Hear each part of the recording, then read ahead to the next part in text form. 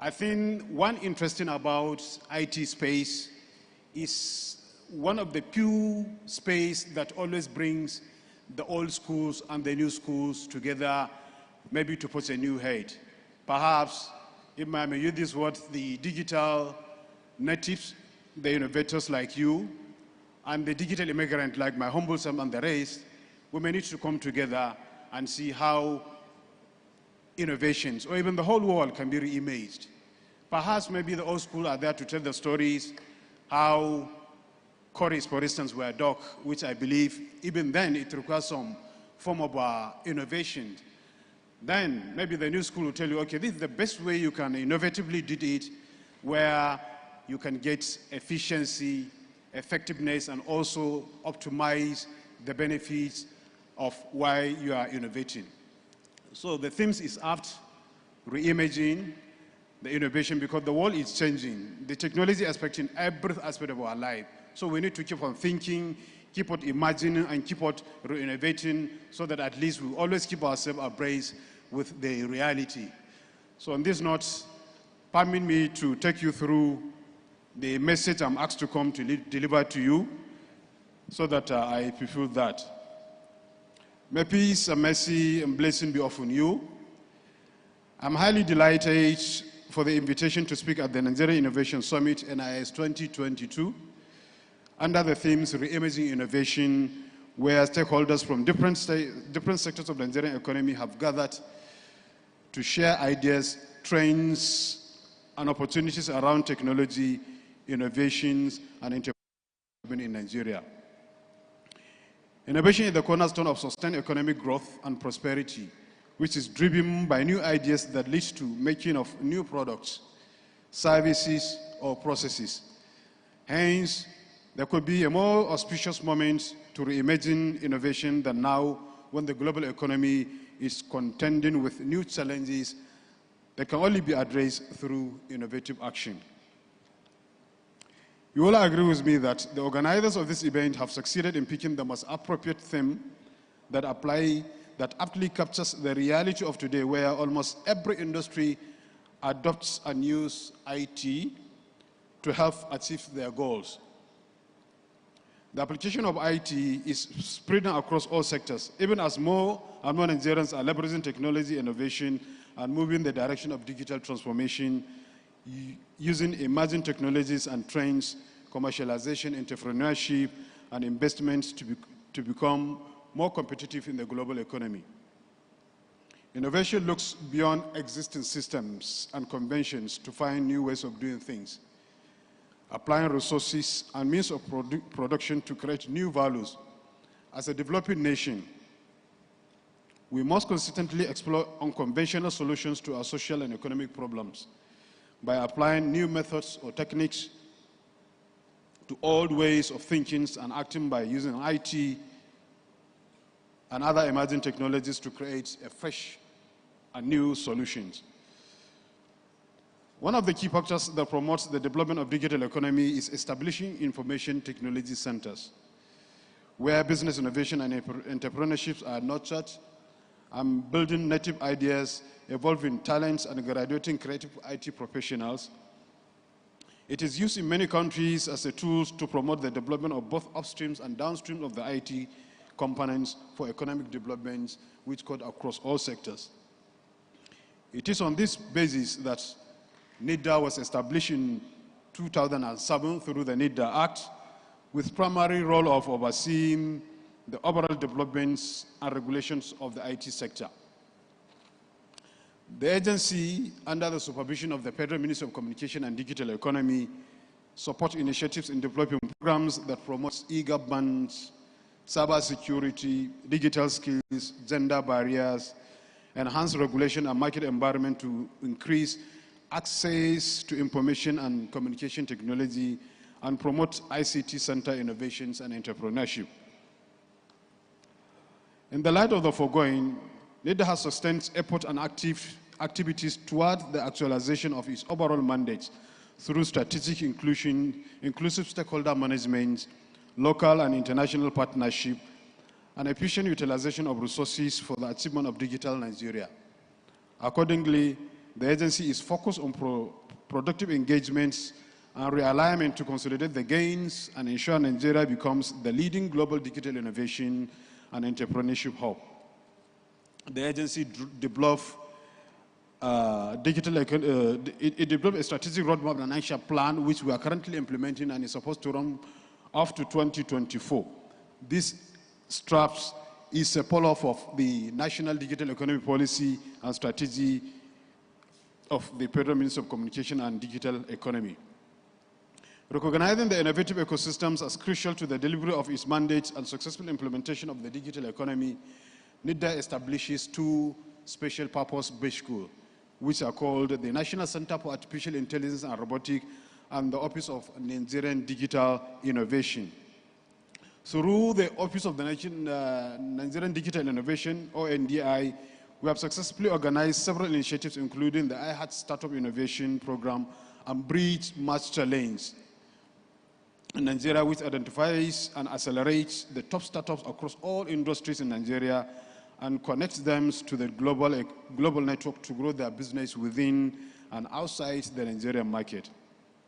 The Build to Match Challenge initiative, it produced 3 winners out of the 30 initial startups earlier shortlisted, who are built to participate in the U.S. early stage programs, which features top founders from around the globe and provide access to the tools, resources, talents, and corporate innovators that startup needs to make a transformational impact in their business. The iHeart Startup Incubation Program is jointly organized between the ONDI and Japan International Cooperation Organization, JICA. And NIDA, through this ONDI, has organized the emergence of top 3 startups at the end of the cohort, which lasted a period of 3 months in 2 places in Abuja. It is focused on increasing the number of innovations-driven economies IDs by the youth in transforming Nigeria into African leading destination for digital innovation and entrepreneurship hub. Our efforts in the areas of development and capacity building remain fundamental to every initiative we embark on, so that to fulfill and set a target for successful implementation of the digital economy as contained in the NDS policy. NIDA is at the forefront of empowering students through technology innovation by creating the right environment for Nigerians to graduate innovation and technology. In effect, the digitization of technology helps to address the increasing dependence of foreign products and services which have a negative impact on the economy. This innovation are providing resources and opportunity, ideal integration to barriers, and development of ICT policies through strategies, well also cyber innovation linked in the government, industry, and academia.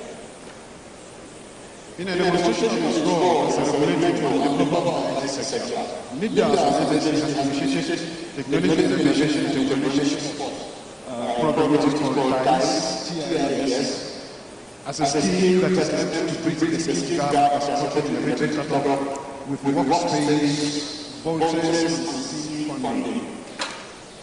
Another initiative of the agency is the IT High Innovation High, which was conceptualized collaborated with the Central Government of Nigeria and established entrepreneurship centers for capacity building in universities and other higher institutions within the country. The agency has consistently nurtured and promoted strategic engagement and provided support for entrepreneurship, startup, IT hubs, and ecosystem builder through the Nigerian ICT Innovation and Entrepreneurship Vision. We are also helping to expose our youth to the vast opportunities for job generations and wealth creations that technology innovation and entrepreneurship have to offer. Most importantly, our role as a regulator is firmly rooted on the pedestal of strategic and open engagement with stakeholders across the Nigerian technology innovation landscape. Our regulations are co-created with significant contribution and input from all stakeholders towards providing enabling environment for growth, attraction, and protection of investments in the sector. NIDA programs have also created employment for Nigerian youth. For instance, as a development-focused regulator, we are committed to advancing new technologies and innovations that will have a widespread impact across business, industry, economic growth in Nigeria through the promotion of strategic partnership with local and international entities to develop and safeguard the well-being of the indigenous content. To back this off, there is a bill, Nigerian Startup Bill, which is becoming a reality through the collaborative effort of all the relevant private and public players, and it will help to institutionalize a legal framework that will enhance the sustainable growth of this startup in the country. When eventually signed into law by the President, this piece of transformational legislation will further strengthen the relationship between regulatory bodies and startups for the overall development of the digital economy. While assuring you of our unwavering resolve to actualize digital Nigerian agenda in all ramifications and to ensure Nigerian competitiveness in the global technology, innovation, and entrepreneurship space, I would like to appreciate the organizers for giving me the opportunity to highlight a few areas where NIDA is impacting the growth of our economy through its successful implementation of its strategic policy. You have done well by bringing together under one roof the greatest collection of resourceful individuals from the academic community, governments, and industry to brainstorm and propose new ideas to propel the digital transformation journey. To all the participants that are here, I wish you a fruitful deliberations so that the outcome of this summit will further boost the growth of Nigerian technology innovation ecosystem and connect Nigerian businesses and innovators to global innovation ecosystems. I must also thank our development partners for making our time to attend this event. Do have a wonderful time throughout the duration of this 7th edition of the Nigerian Innovation Summit. Thank you very much for listening. Thank you. On time. Engineer Salisu Kaka of the Nigeria Information Technology Development Agency. Please put your hands together for him one more time. And in quick succession, we're going to have the next round, which is how we made it in Nigeria. This will be for professionals who came to this country, who saw, and who are conquering, as the expression goes. We will have first off, Dipankar Rustagi. He's the founder, chief executive officer of OmniBiz. And right after him would be Mr. Mark Slade, the chief executive officer of Jara Beach Resort. Then right after two, we'll have the first fireside session that will be moderated by Anu Anibaba. But first, Mr. Dipankar Rustagi, please.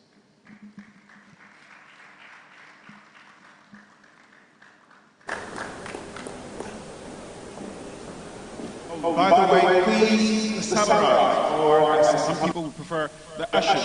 This is the time you want to take notes. If you have questions, because during the panel sessions you may get a chance to so do. Get their attention in case you want to write your questions down, send it to them so they will be given to them. Welcome again, Mr. Thanks a lot. Hi everyone, wish you all a very good morning. We've had great sessions talking about how we plan innovation, how we see innovation changing the way we live, work. My name is Dipankar. I'm an Indian by origin, but I've lived here in Nigeria for the last 26 years. And I'm here to share with you how we made it in Nigeria. Can I request the access to the slides?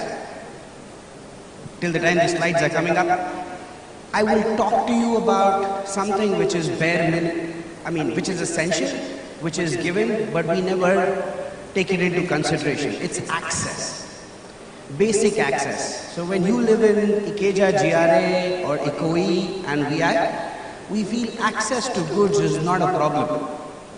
But we are talking about various parts of Nigeria where having access to essential goods is very, very difficult.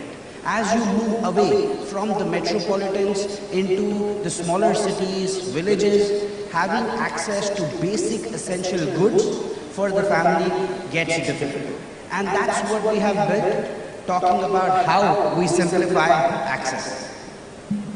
Looks like I'll work without the slides. We all got to know the importance of access in our lives when the pandemic hit. You all must have experienced it. The tissue paper went missing from your house, getting access to goods became difficult, buying flour, buying oil, buying noodles, pasta, bread, everything became difficult because the next door retailer might be open today, might not be open today. But that is what they have been doing all through, going to very difficult markets far away from their shops, trying to procure goods so each one of us can feel comfortable. And I think during the pandemic, each one of us realized the role of a retailer in making our lives convenient is instrumental. These are the retailers for whom we work. Our name, our company is called Omni Retail. We have more than 1.2 million retailers just in Nigeria. These retailers are too small to grow. The reason is lack of working capital, lack of strength in terms of procurement as a mass, and finally, less tools available for them to predict what is requirement and what they should procure and what they should keep in their shop. There is hardly any data being utilized for them to make the decisions. So this is the situation that we solve by bringing together a network of networks. Instead of us starting a warehouse, us buying few vehicles and creating a fleet to service these goods to the retailers, we said if we want to go a long way, we need to carry everyone together. Like the popular saying in Nigeria, you want to go far, you need to go with everyone. And I think that's where the difference is. We first digitized the distributors. We built a network of distributors, gave them tools so we could see what goods are available where. And today we have more than 3,000 distributors whose live inventory is accessible to us. Then we brought in the local logistics providers, the third-party logistics providers onto the network.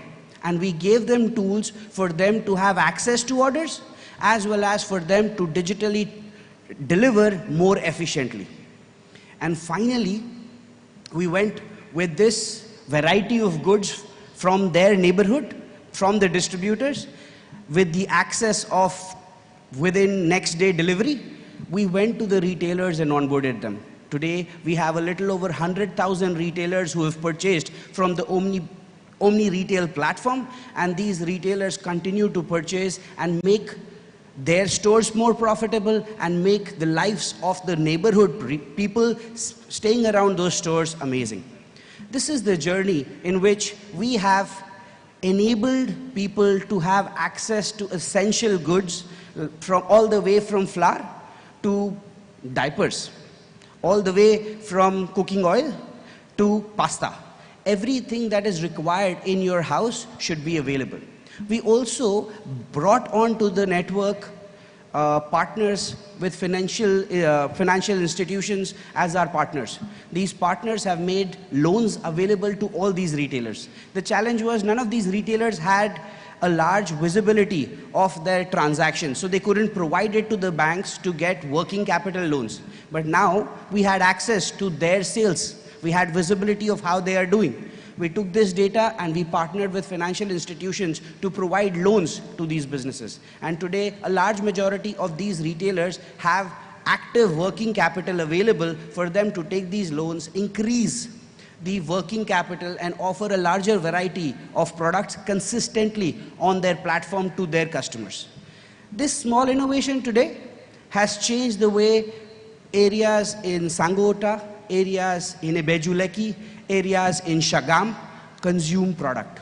They don't have to move all the way from Shagam to Okyarin to come and purchase their goods. This is just an example, and we'll continue to make the lives of retailers better. Thank you. Thank you, Mr. Dipankar Rostagi, OmniBiz. Oh, we do apologize. We were not able to get the slides up, as you will. We're still working on it to ensure that doesn't repeat itself. And now we have the very next How We Made It Big in Nigeria, Mr. Mark Slade, founder of Jara Beach Resorts. Please put your hands together for him.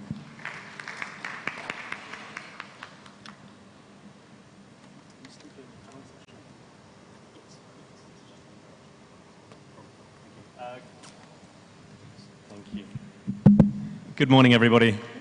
Thank you for having me today. Big thanks to Nigerian Innovation Summit and the organizers. Shout out to Tony and Grace who invited me here today. So my name is Mark. I have been in Nigeria for almost 14 years. I came originally in 2008 for a short contract for a men's magazine in media, which quickly evolved to a passion and a love for this amazing country and this very vibrant city. Fast forward 11 years, and myself, my wife, we opened Jara Beach Resort in 2019.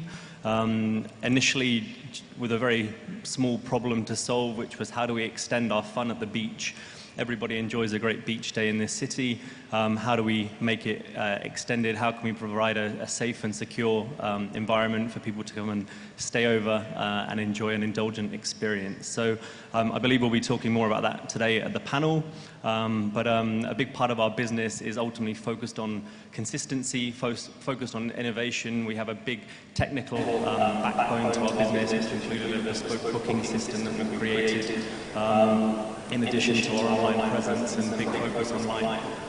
So I would welcome everyone to enjoy Jara, whether for a day out, for an overnight experience, for a business retreat. The sun is now returning, so it really is a very glorious place to be, and we look forward to welcoming you soon. Thank you so much.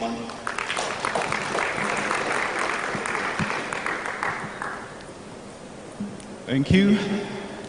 Now for the panel session with Anu Baba. Please put your hands together for her. And for the benefit of those who wish to know what it's about, this is where fears, concerns about how to make it or how they made it in this country, you can ask questions or prepare your questions to be so, well, attended to accordingly. Please put your hands together for her. Thank you. All right. Good morning, everyone. I hope we're glad to be here today. My name is Anu Baba, and I'm moderating this session. Today we're going to be discussing how we made it in Nigeria. Thank you for your time. Thank you for being here this Saturday morning. So before we jump right into it, I just want a quick show of hands. How many of us have a business here? Anyone?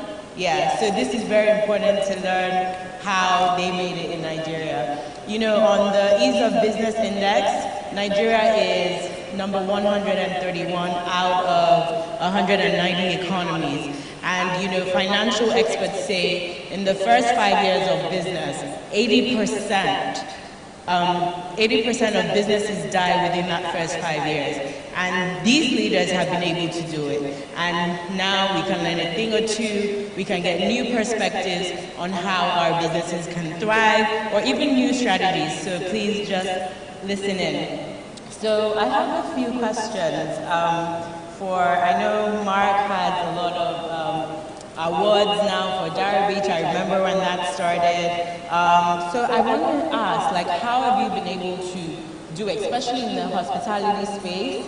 There's a lot of licensing and things like that. How were you able to do that, you know, even in the short time or space that you've been here? How were you able to get those licenses? Were there any setbacks? Are there any things that we should know? Or is, you know, let me hear from you. Great, thank you again. So actually, I think it's not as complicated as some people may imagine, particularly when it came down to the hospitality and hotel licenses. So I would implore anyone who's initially getting involved with hospitality to approach the good people at Alausa for the hospitality tourism licensing, and invite them proactively to guide you through the process. So we are proud license holders and registered hospitality vendors. So if you go to our locations, primarily Eleko at the moment where Jara is, you'll see our certificate on the wall. And equally with local government, it's useful to have those conversations and those interactions. From our own experience as well, being in a relatively more remote location and being in central Lagos, very important to have a great community relationship as well. So we do our best to support the local school, to support the local youth. That's from a fundraising perspective when it comes to celebrations that come around quite frequently, where we try and support with food and beverages and other contributions. So really it's about just kind of understanding the landscape of where you'll be operating and really asking the questions and digging deep when necessary to understand what you need and how you can operate. Okay, fantastic. Thank you very much. So for Dipankar, I wanted to ask, because I see you've transitioned, what is the, should I call it a secret sauce in terms of, you know, this business space? Do you think transitioning helped in terms of thriving in this industry? Nice one. So, secret sauce for success? I would say it's only one. Okay. That is persistence. She mentioned about how difficult it is to do business, and the facts and data points that she was sharing, we used to speak about those very regularly, as in our previous life we used to run a business called vconnect.com. I'm not sure how many of you heard of it. I knew VConnect, yes. Absolutely. So vConnect was a directory, a digital directory where service businesses used to come online, and our persistence was to support small and medium-scale businesses to grow. And agree that we have pivoted, we have made changes at various points during our journey to try add more value, to try and find a large, scalable, successful business model. But I think that's a part of the journey that each one of us should be open to. As far as you're persistent to create a difference and to build something that is going to be long-lasting and sustainable, you continue to work towards it. So I would say, yeah, persistence is up there in terms of, if there is a secret sauce, it would be around there. Okay, thank you. Do you both think that you've made any mistakes along the way, that if there was someone that was going into, you know, e-commerce industry or hospitality, mistake they shouldn't make that you may have made along the way? So I think when you talk about mistakes, innately it's aligned with the word wrong, like you've made a mistake, it's an error, whereas I think in general, whether it's small business owners or bigger business owners, linking back to that perseverance and the consistency you require in business is that you have to learn from every scenario, every circumstance, every incident, every challenging time. From our own side, we've had some interesting times that maybe we would say we wish didn't happen, but again, off the back of that, you learn how you make it better, how do you make a better experience. Our business is very much focused on personnel, so there have been times that perhaps I could say I've maybe regretted one or two hires. You never really regret the fires, I think, in general, because it's always a move towards a better and more consistent professional setup. Our small business of 12 rooms in Eleko has 45 staff. So a big focus on our business is making sure that there's a consistency with our operation. Everyone's working a morning or an evening shift, everyone's getting their time off, everybody's getting holiday, everyone's well rested.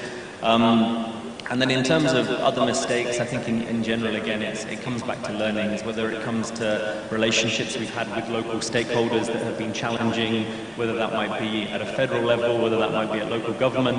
Those are things, again, you evolve from, you learn, you become stronger, and therefore, as much as they might be mistakes, they're also learnings. Learning opportunities, okay. I also want to add to this, I think mistakes or doing wrong, making errors, is seen too negatively. It shouldn't be, because it's a part of your learning journey, like you mentioned. As you move forward, your mistakes is what you stand for. That is the amount of experience you have. Also, very important thing here is making mistakes is essential, but making the same mistake again is what we should avoid. So there are various mistakes we have made, which I wish I wouldn't have made, but I think making those mistakes we have learned, and now we are at a stage where we are expanding into different cities in Nigeria, and that is really helping us. If we hadn't made those mistakes in Lagos or in Abuja, we would be making those mistakes in Ilorin or in Asaba, where it would be more difficult to correct them. So I'm happy about the mistakes we made and learned and scaled up. Okay, thank you for that. So mistakes are learning opportunities. We should ensure we make them, but don't keep repeating them. Thank you for that. Do we have any questions from the audience? Did we get any in? Okay, someone has their hand up?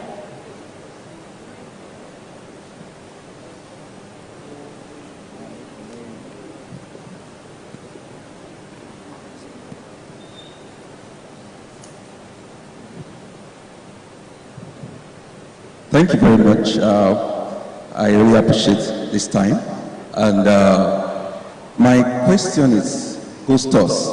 You lay emphasis on stakeholders and how you came on board and your mistakes you've made. But my question is, as a startup, when you started in Nigeria, how were you able to manage your talent, right? Knowing fully well that not everyone can be groomed. Not everyone will want to take that pain with you, right? So I think I'm curious to know how you manage your talent while starting up. My name is Emmanuel Zeole. I'm a cybersecurity and fixed asset management expert from Radar. Thank you. Thank you, Emmanuel. I think for businesses which are asset-light, or rather for almost all businesses, people becomes a very instrumental. And managing, recruiting, onboarding the right team, as well as continuously training them for them to grow into the organization is critical. So for managing people, you need to have genuine care for them and have clarity and visibility of how you see them evolving with the evolution of the business. And I think that keeps you in sync, you and your team, your family, work family, in sync with how they are moving forward.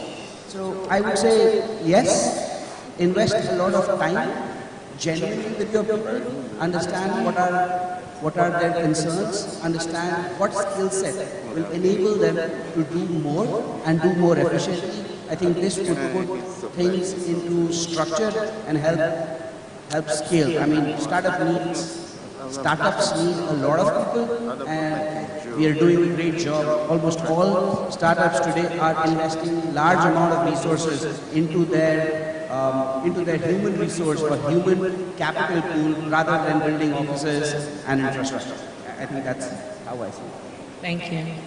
Yeah, I think while we have sort of similar experiences, we also have different focuses, and obviously being in different industries, if you're in the tech space, naturally the type of profile and individuals you'll need, whether they're website developers, technical engineers, etc. It's a bit more of a tick in the box as to whether they can do it or they can't do it. I think with hospitality it's a bit different because you need to see people with a certain personality, certain soft skills, the ability to sort of maintain an energy when we have guests coming in at sort of 1 o'clock in the daytime or entertaining them by the fire pit at 10 p.m. at night. So from our side, I've always based our own recruitment based on an energy and a personality at the interview level, and then ultimately assessing whether they're developing and growing and learning within our business within that probation period of the initial 3 months. And we constantly train, we constantly develop, both remotely, both online. We have online learning resources that individuals can tackle in their own time. But ultimately, it's also about that shared vision for our business, which is very much aligned with others, where as long as you can galvanize individuals and show them the end goal as well as the consistent journey throughout. For us, it's a 24-hour job, from welcoming guests to when they check out, even the touch points throughout their entire time with our brand, to make sure that at every step they're having a fantastic time, and then collectively as a team, everyone's working together. And I just want to add that I'm a testimonial to what he just said. I've been to Zara, and you will see this, I mean, making people smile. when they are talking to you is a different experience. But when you go there and you experience it, you'll be like, yes, a lot of work has been put in choosing the right people and aligning their incentives, their thought process into customer satisfaction, which is great. Thank you. So thank you. Okay, we have space for one more question. I think we'll take the last question. Can someone give? Professor, would you like one? Okay. Can someone give Professor a mic in the front?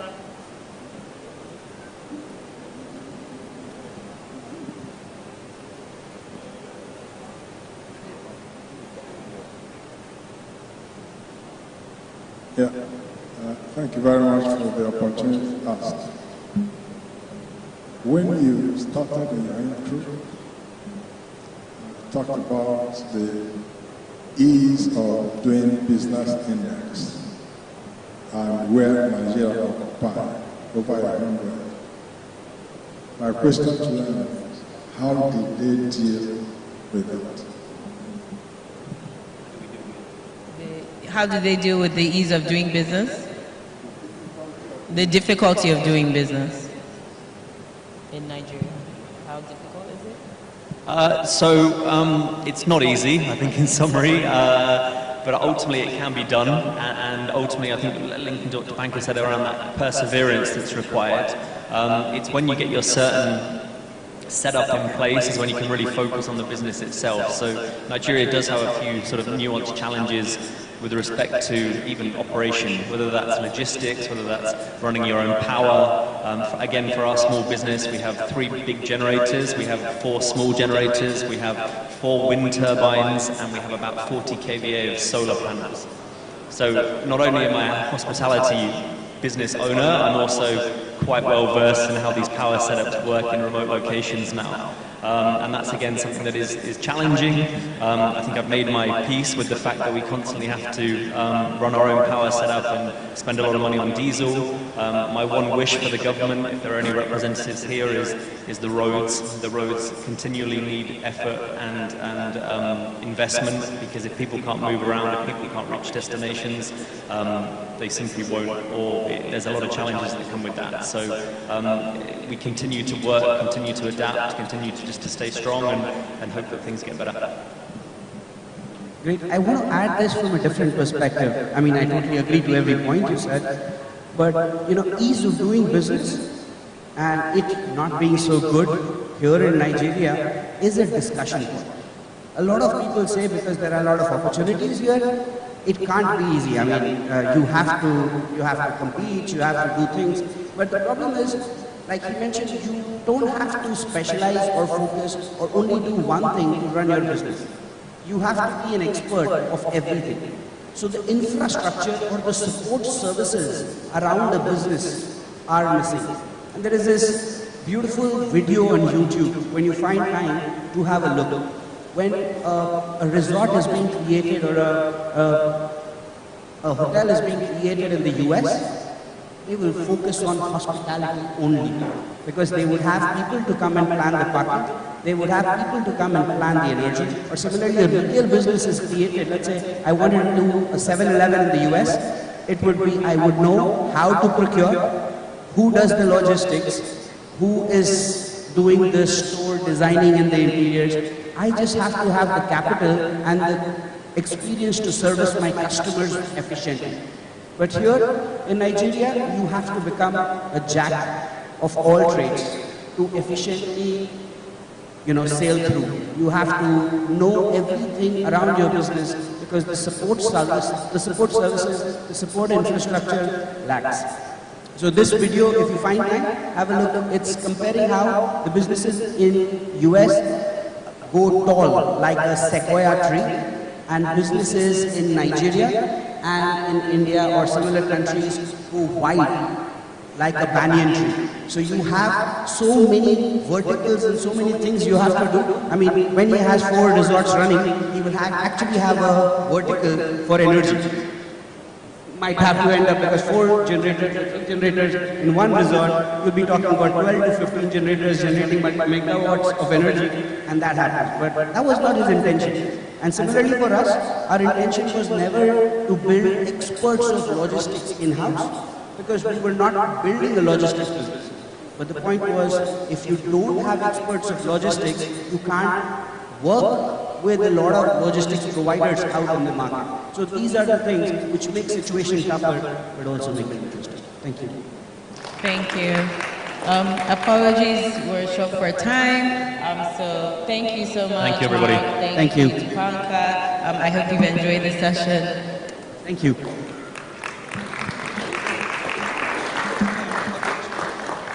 Media, can we do a projection of his presentation quickly? Can we do that now? We can. Okay, so Mr. Can you do that quickly? Yeah. Yes, can we take a snapshot quickly first, and then he will do his presentation for the next 2 minutes?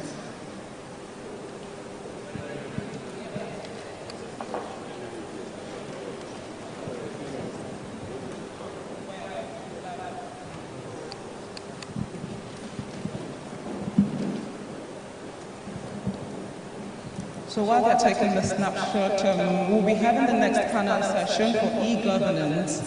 I'm sure a lot of us would have questions for our government officials. So, but we'll just give Mr. Mustaji, say about 2-3 minutes to do his presentation quickly, so you'd see some of the things that he was talking about. So, you have about 3 minutes to pick it. Absolutely. I'll be super fast because I've spoken about almost all of it. So I would need support from the person who is switching the slide. You know me already now. This is what I'm talking about access. When we talk about access, I'm not talking about 120 variety of biscuits or confectionery right there. I am talking about essential goods which a kid needs while going to school, which a mother needs, which an adult needs in the house. Next, please. Next, please. So you remember the scene, right? You remember going out to the market, next please, and seeing this? You do, right? When it was difficult and we all started stocking up our pantries because we didn't know if tomorrow the same goods will be available. And I'm telling you, that's when we all realized that these neighborhood retailers are super essential in our lives. Next, please. For buying anything, we depend on them.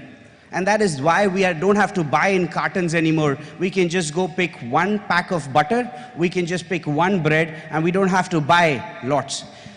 These retailers, when they were locked down, when they were locked COVID, and people had to stay away, people had to stay home, they realized, and we realized how important they were. Next, please. And we realized to service them, to make them more profitable, to help them grow, how big a difference it would bring in the economy. Next, please. Sorry, because I've spoken about a lot, that's why I'm going fast. The beginning of the digitization is education. So everyone feels digitization and education don't go hand in hand, but absolutely. We have a large team on the ground that actually works with these people and reduces the friction because they've been doing this business for decades. And in that duration, when you come across a road bump and you can't access an app or don't know how to do it, you should have someone standing by you to tell you, to demonstrate to you, to do a trial and move forward. Next, please. Once the order comes and you're trying to change his habit, in that part, you have to win his trust. So when they place the order, ensuring the goods are coming from close by, not that the order is coming from somewhere in Ota and you are delivering from somewhere in Surulere, because that way you will never be able to deliver in the right time and he will lose trust. So being next to them and supporting them. Next, please. We've put together a large variety of goods which were part of the essential basket. We started with only food, and over a period of time we expanded into beverages, we expanded into home care, personal care, hygiene, and now beauty products as well. Beauty products are not just the creams, wigs, creams, deodorants, everything that is required. Thank you. Next, please. built platform for various people, building a platform which is unified, so a distributor can access it, a retailer can access it, and a logistics provider can access it. People ask me, Dipankar, you don't own the logistics, you don't own the warehouse, how are you able to have control? When you digitize people and they use that technology to manage their business, not for you, for themselves, that's when you can see actual data which enables you to create a difference in their life. This is how the platform looks for the distributors. Next, please. Where they get to manage their stock, their sales, their inventory, and their reconciliations. We haven't shown the platform for the retailers, but it looks like every normal, easy-to-use e-commerce website. And large variety of retailers are using it, over 120,000. Next, please. We've built an app for these retailers called POS app. When they get their stores, they can now get the promotions from the Coca-Colas, the Nestlés, the Unilevers of the world in their store. So when you go into a Spar or a ShopRite or a Game, you see these stacks, and it is written on Coca-Cola, buy 12, get 10% off. But you don't see that in your neighborhood shop, because that guy in Coca-Cola does not know him. But they know the guy at Spar. We have built them into part of a network, so a Coca-Cola, a Unilever, a Nestle, a Indomie recognizes them and gives them the power to scale up. Next, please. I think I'm running fast, yeah. So what does this do? Brings out all the challenges of infrastructure. So if you have a retail store, you don't have to bother about procurement, ease of doing business we were talking about. You don't have to bother about working capital. You don't have to bother about, am I selling efficiently? Am I selling right products at the right price? Is stock out causing problem for me? Here is that difference. You don't have to go to the open markets anymore if you don't have a reason to. Next. And this way, the kids don't have to sit at the shop. They can actually go back to schools and prosper. So I think the difference we are bringing in access and bringing in more money for the retailers who make a difference. Thank you. And thanks a lot to everyone for allowing us to present. Thank you. Thank you so much, Mr. Rustaji. Okay, so we're going to the next panel session, and then this is time for e-governance. So I would like to invite Mr. Austin Augustine to please come up, please, and then Engineer Augustine, I beg your pardon, and Engineer Kaka, please to come up. And then we have Matthias, Mr. Matthias from Channels TV to encore to moderate this session. Let's put our hands together for them as they come up, please. Please, let's put our hands together until they come to the platform. Just keep clapping while they come up. Please, you can come up. There. So for the e-governance, we want to know, how to keep up with how the government is keeping up with the fast-changing innovation era with e-governance of their regulations, new policies, managing disruptions and international relations.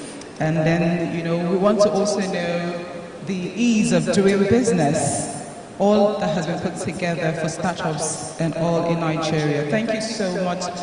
Okay. Good morning, Mr. Matthias. Good. All right. Okay, so we'll be having this panel session for just about 20 minutes. And I'd like to quickly say, if you have questions, I'd like for you to put them down. I think it will be better that way, that you send your questions to the ushers. They will get them across to our moderator here, so we can do this as easily, as smoothly as possible. Thank you. Over to you, Mr. Matthias. All right, thank you very much. Good morning once again to everyone sitting here, and again, a warm welcome to the Nigerian Innovation Summit. As she rightly said, my name is Victor Matthias, and I work with Channels Television. Again, just like she said, this panel is looking, is pretty much on e-governance, and we're trying to look at how everything is going on, stakeholders involved in the space, what's happening in other emerging markets, what lessons can be curled or learned from advanced markets, and of course, what's the next phase for Nigeria. And I am very sure that our panelists will do a great job, in terms of addressing some of the issues. I mean, like the theme says, re-imaging innovation. How can you re-image innovation if you don't have the right policies, you don't have the right legislations, to support tech startups? Of course, in their keynote addresses, they made mention of some of the things that NIDA as well as the NCC, are doing to ensure that we have a great environment for tech startups to thrive. But let me kickstart the conversation by again welcoming Engineer Austin as well as Engineer Kaka to this panel. Good morning, sirs, once again. So I would start this round or line of questioning with, the involvement of stakeholders, in trying to implement, some of the policies that we have. Engineer Kaka, earlier you spoke about the Nigerian Startup Bill, which is very commendable. And I know that in terms of stakeholder involvement, there has been a lot of engagements. But, which is even very soon would be in place. But how involved were stakeholders? I mean, to what extent was everybody involved in this? Because some people have some concerns as to some of the lines in that bill. Opportunity to respond to this question. In NIDA, or generally in the Digital Ministry of Communications and Digital Economy, if you recall, the name was changed way back in 2019. And change of these names implies change of so many things. The National Digital Economic Policy and Strategy, and also the Strategic Roadmap and Action Plan of the agency. Also, one of the core responsibilities of the NIDA as a regulator is to set up policies, guidelines, strategies, and framework to ensure that the IT space is properly governed. So one of our pillars, it was renamed after the renaming of the ministry. We call it developmental regulations, meaning that it's no longer the top-down approach of regulation where government will sit down, close its doors, set up policies, send it to the space and see for its compliance. Rather than the new approach is we take this bottom-top approach. We start a policy with the stakeholders engagement. Two approach. We either come with a virgin idea to the stakeholders and tell them, you guys, this is the line of thinking of government. You don't want to come out with a policy around ABCD. How do you go about it? Then we start collecting the first or primary data about how to go about these things. The second route, we either come up with a zero draft. Okay, this is what government is thinking about. How do you see? So they critique this zero draft. They bring in the feedback, input and feedback. We collect feedback. We come back. So we keep this iteration, engaging with the stakeholders until we are both saturated that everything that needs to be taken care of into these this policy or this regulation or this guideline is well provisioned so that compliance when it is issued out is made much easy. So for that, we came out also with the rule-making process. This rule-making process involved these stages. Coming with a zero draft, engage the stakeholders, get their response, collect the feedback. You do this iteration until you are satisfied that yes, every provision is provision, everything that needs to be provisioned is put in place into that policy and regulation, then before we adopt it and send it out for compliance. So this approach is what is applied in these startup bills. If you have been following the activities, more than 60% of the architect of the startup bills are actually the private sectors. In fact, the chairman of the drafting committee is from the private sector.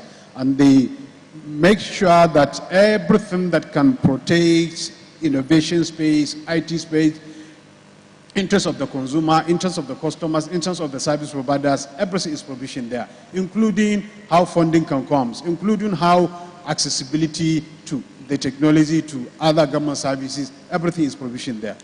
All right. So, I'm glad you took us through all of this process that NIDA goes, when trying to put in place, things like this. But I'm trying to juxtapose. I'm looking at the NIDA bill, and I'm looking at the NSB, and I'm thinking, the reception that the NSB got wasn't the same as what the NIDA bill got. So what went wrong in this aspect? NIDA bill? Yes, please. The NIDA bill, you know, NIDA is a bill that is already existing. So the call to make a review of that bill definitely has to leverage on what is existing on ground. But along the line, when the process is open, engagement continues with the stakeholders. Before we reach a stage where we feel, okay, we are ready with this, or government is ready to issue these things. Something from the environment, perhaps maybe they're thinking that what they expect to see there is not there, and they thought that it has already been finalized. So the environment started making stories around the NIDA bill without actually hearing from the government or from NIDA in particular that yes, this is the position of the bill. So it was actually under the review when all those stories came around. But what follows after, when we heard of the, let me use this word, noise around it, we have to come back and educate the stakeholder that no, this what you heard is not what comes out of the agency. In fact, the agency has not even made any position on that review of the bill. It's a document still under review and nothing has taken on to the answer. So that measure, I believe it has sent the right information to the stakeholder that it is not complete, and whatever is their concern, it definitely has to be taken care of before we agree on it collectively. All right, I'll come back to you in a bit, but let me bring Engineer Austin into the conversation. Engineer, you know, you spoke about some of the things also that the NCC is doing, but let's look at collaborative efforts or lessons, you know, that can be learned from, you know, collaborating or learning from or looking at other case studies, you know, from advanced markets, so to speak. What can you tell us in that regard? Thank you very much. Are you hearing me? Yes, sir, we can hear you. Can you hear him? Okay. There is something that NCC has done from the very beginning, from the time I knew NCC. And that is, we don't sit in our office, develop a framework, and reel it out to the society. What we do is put a team together, then get a draft, publish the draft, have people make input by written memo to us. Then a date is set aside to come and discuss. Recently I was thinking about it, I said, this thing makes sense. Because I looked at how the NDEPS was developed.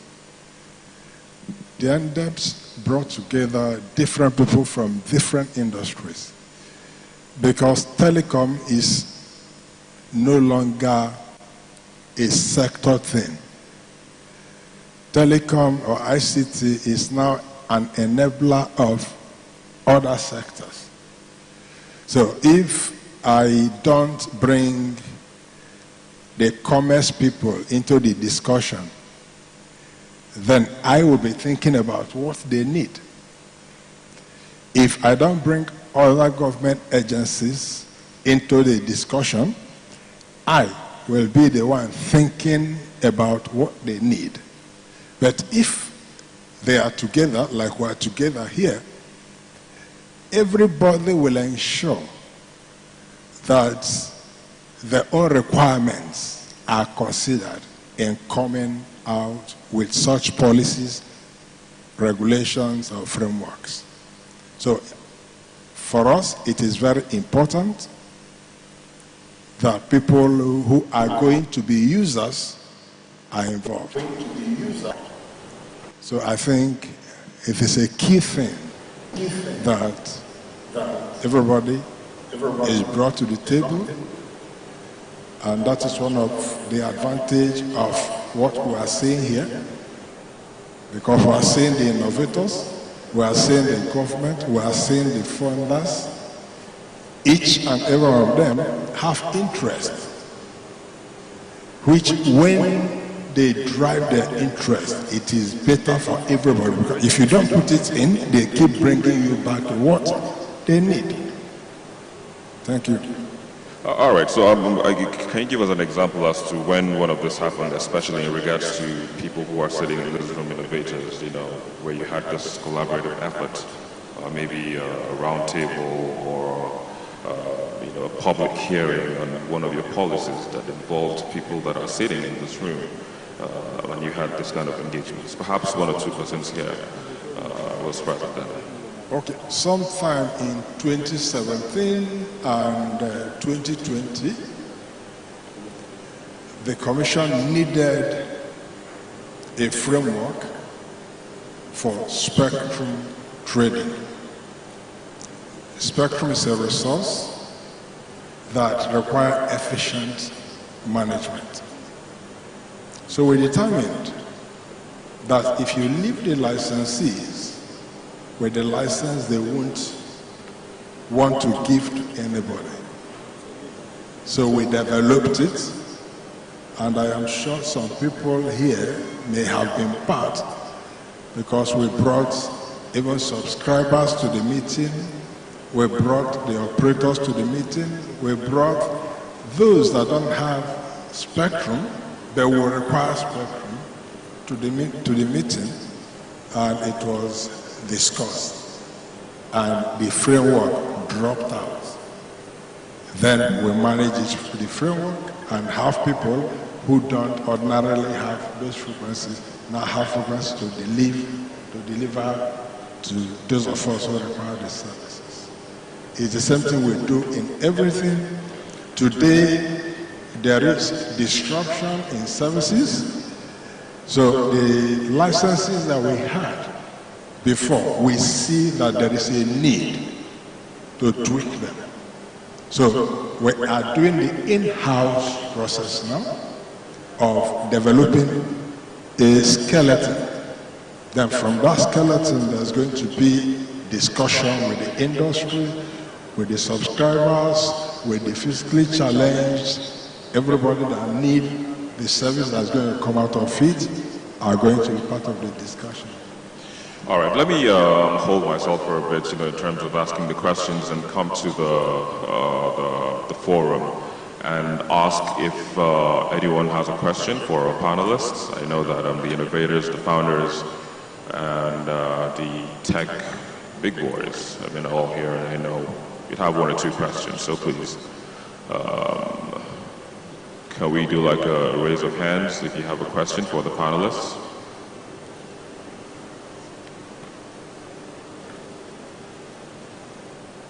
Any question? All right, here we go.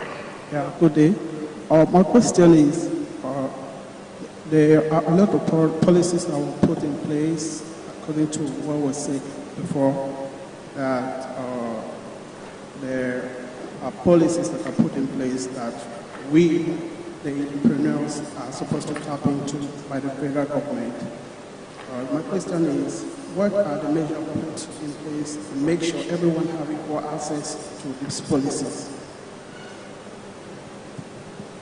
Sorry, we didn't get that question very well. If you could be a lot more audible, please.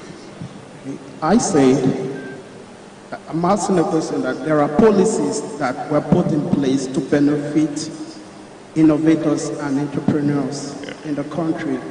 And my question is, what are the measures that are put in place to make everyone have equal access to these policies, that everyone have equal access to it? All right, so I want to believe that he acknowledges that, there are policies that NIDA, NCC, the federal government have put in place, to aid founders, innovators, to thrive. But his question now is the issue of accessibility, equal accessibility, actually. With the Nigerian context, you have to know someone to get something, in certain places. So he's asking, how equitable is the access for everyone, access to, the benefits of the policies? You see, I want to believe that there's not any policy set by governments that is deliberately to be discriminatory to any sector or to any category of people. The essence of policy, that's why it's called a national policy, is supposed to be binding on all Nigerians and any other person living under the protection of the country. So, right from the word go, is offered to all and accessibility is given to all. All initiatives or programs that comes under each of these policies will naturally come with their own requirement, right? So, eligibility criteria will be set out and access is given to everyone to apply as long as you meet this requirement. Of course, he's eligible to get the service there. So, I don't think there's any space within that where the policy is meant for category of people A or particular set of people and discriminating against others. I don't think there's anything like that. So accessibility is equal to all, and initiatives or programs are defined, and eligibility criteria to participate in those programs are also set out. And whoever meets those requirements, the opportunity is extended to him. And of course, it's also the responsibility of the society to become aware of existence of these policies and know when it is called for or when they may need to call that policy or access to any service that comes under that policy. I don't know if it makes sense. You want to add? Okay. You wanted to add something, Nigeria? Yeah, please go ahead. Okay. In addition to what my fellow engineer has said, the process leading to the policy is well advertised. It is there in the papers, in multiple papers over multiple days. And it is there on our website for those of the NCC and on NIDA website for those of NITDA. And like I said, everybody is involved. One of those policies is the one we have been referring to all this while, the NDEPS. The NDEPS, the first pillar of the NDEPS is developmental regulation.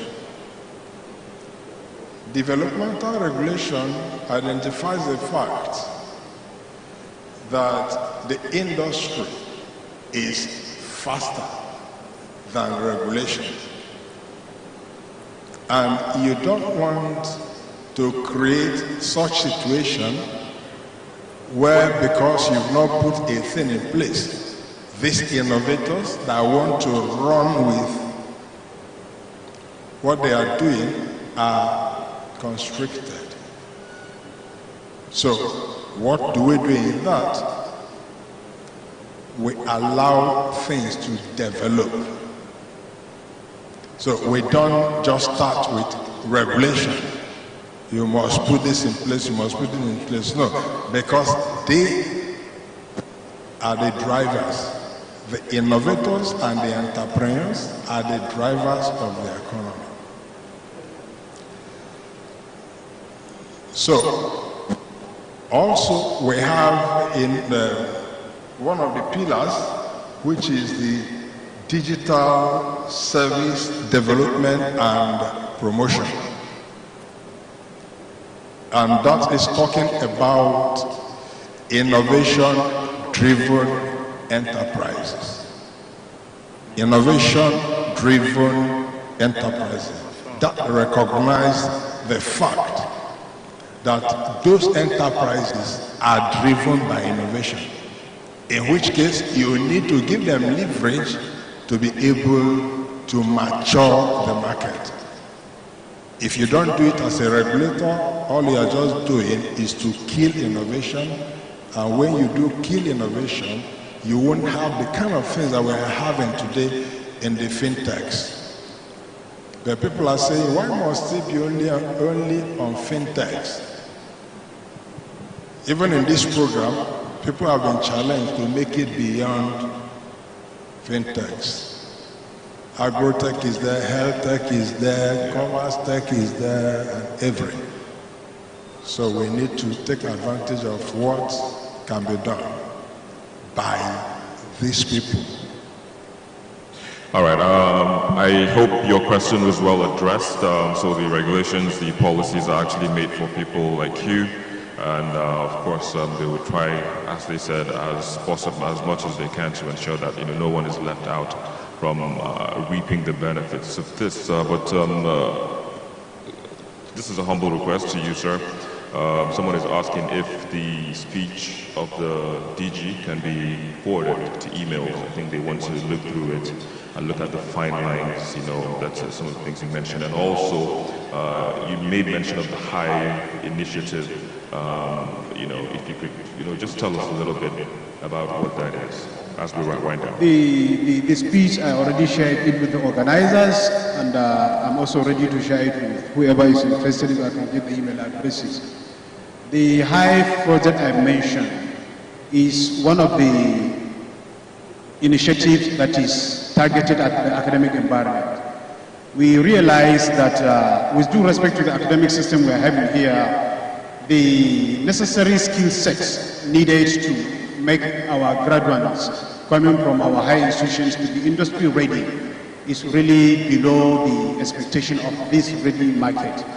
So when at a point we conducted a research to identify what are the skill set gaps from a couple of industries, we realized that there is need to develop these talents of pools to ensure that as they are coming out of the university, they are not only coming with the conventional theoretical educational certificate, they also have the right skills that can fit into any industry that they need their services. So this HIVE project is like an innovation hub, and is designed to pilot it on universities.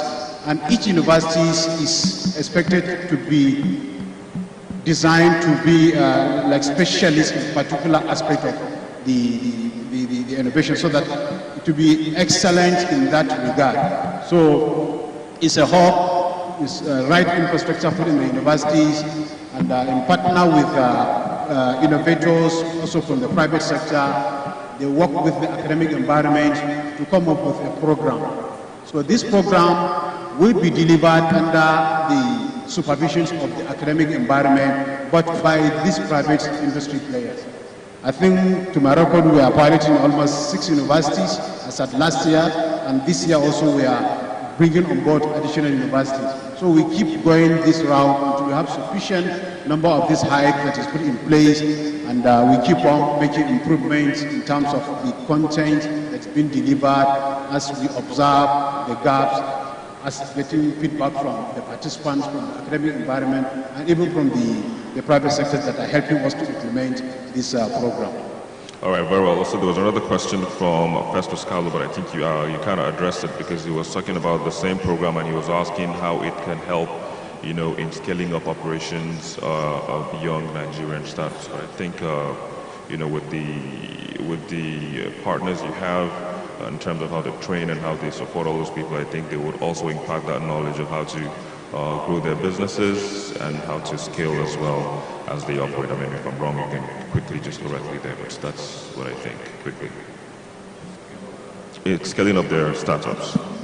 Scale of the startups? Yeah, like how the program will help them in scaling their startups. Okay, you see, the programs, there are layers. There are layers of the scope of these programs. Like, apart from the HIVE we are having now, we are also launching 1 million developers to build this capacity. So when we have these reach, that's why we have offices like ONDI, that's why we have offices like National Center for Artificial Intelligence and Robotics, to identify these startups and see how we can promote them to even the global level. And we have been featuring them in so many events, like the GITEX event, which is even coming up this next week. So that opportunity is extended to identified startups, and there are some supports also coming through the startup bill. There are some funds which are allocated within the bill if it comes live, where people can get access to resources in terms of capital, where they can promote and scale up their businesses. And also the hubs we are putting there, not only the high hub in the university, there are also hubs that are in public spaces, the IT hub, some in partner with private sector also. And we have a couple of them there. So there is also giving space in terms of workspace, in terms of, some capital fund, like seed fund and other things. So all those opportunities are there. It's only for people to struggle and identify with these and also work towards getting access to those facilities that are in place. All right, I was literally expecting a verbal firework during this panel session, but hey, it is what it is. Thank you so much to both of you for addressing all of the concerns raised by members of the public and also the ones we sent by at this time. Time is up. That gentleman is looking at me and is saying, if you don't go now, just might spoil the party. But thank you very much, Engineer Austin, as well as Engineer Kaka, for joining us today and giving us all of these insights. Thank you very much.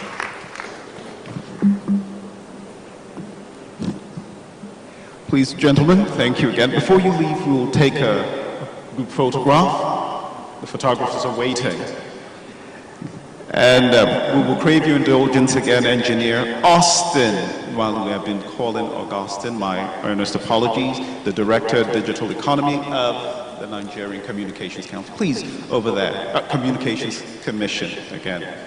Please, photographers, over on that side, please. And also thank you, Engineer Sule. Sally Sue Kaka, I really should start this. And thank you, Mr. Matthias, Victor Matthias. The next we will be having is more to the preference of those who are younger. There's an expression many people are very familiar with, especially those who tend to be online a good deal. The expression is, you are doing well. I'm sure many people are familiar with that. And I'm also certain some people are also familiar with the expression, come off it. Possibly. Well, please put your hands together for the next panel session we will be having is with Mr. Debo Adedayo, popularly known as Mr. Macaroni, and Miriam Apokagi, I apologize, Green. Is it how would you prefer it called? Taoma, she would prefer that. Please put your hands together for them. And the moderator for this session is Mr. Ikemefu, Franklin Ikemefuna. Please put your hands together for them as they come up here. Please do remember, if you have your questions, have them written, and as we're going on, have them given to, or give them to the samurai to send across immediately, please.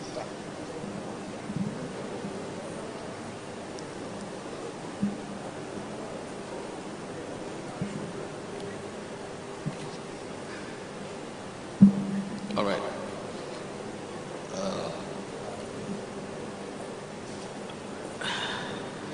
Good afternoon, everybody. My name is Franklin Ikemefune. I'm a recording artist, actor, and content creator. And this is a panel session for... I crave your indulgence, sir. I beg your pardon. We were informed that Mr. Macaroni, unfortunately, was held up by something else and could not make it. We do extend his regrets to you for his not being here. But please, a round of applause again for Mr. Franklin Ikemefune. So definitely, the person sitting next to me is a household name, someone everybody already knows. But I want you to introduce yourself once again, you know.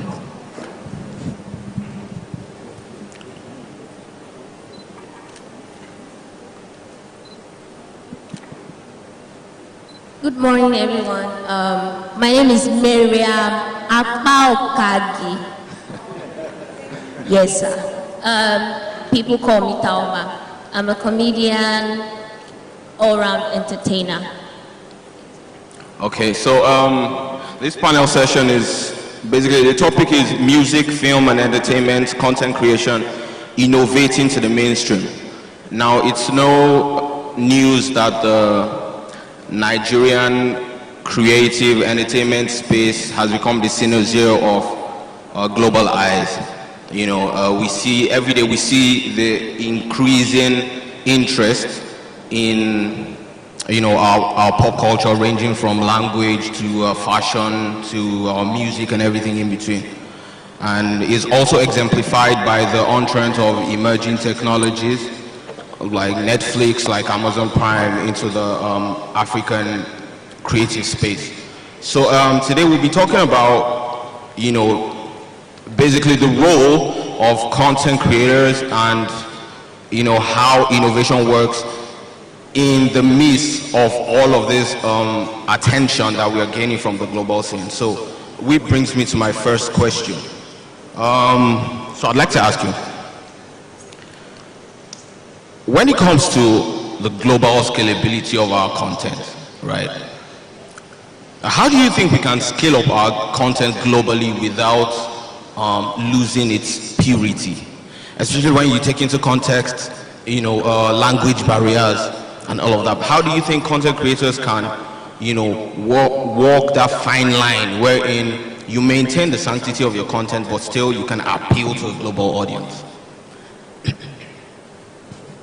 Okay, so your content is your content, really, but then we've seen how much social media has really helped, and even when you're speaking the deepest Yoruba, your content will still go really far, because I think it depends on how people can relate to your content. So whether you speak Yoruba or whatever language it is you speak, as long as you're subtitling it, to enable them to understand very much in depth what you are saying, as long as they can relate to your content. For example, like my content now, everyone has moms and dads and all of that. So if I do anything concerning parents, it doesn't matter what language you speak. So I'll just take, for example, like in Nigeria, I really do a lot of Yoruba, even if I don't speak Yoruba, but I add Yoruba to my things. But I have a lot of people that watches from the north and the east, and they relate very much. Even when I speak Yoruba, it's also going to, the same thing applies to outside. As long as you subtitle and you give them all the options that they can get. For me, I also try to subtitle even though it's not easy, but I try to subtitle my content in French, because I noticed that there's some people that really don't understand English, and Nigerian English is somehow like this. So I subtitle in French, giving them all the options that they can get. So that way, you're fine. Just make sure your content is sweet enough. I appreciate that response. And to buttress your point, I think it's important for content creators to bear in mind that in as much as you are creating content for your immediate client, we live in a global dispensation wherein, without doing much, you discover that your content travels. For instance, I created a content called If an Agbero Had a Diary, and then I realized that I was receiving a whole lot of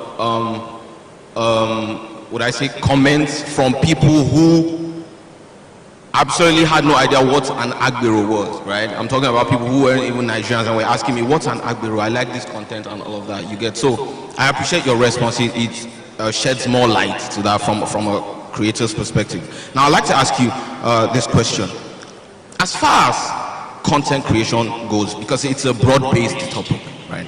So as far as content creation goes, it would seem that the gatekeepers, so to speak, are no longer as powerful as they used to be. Now, case in point,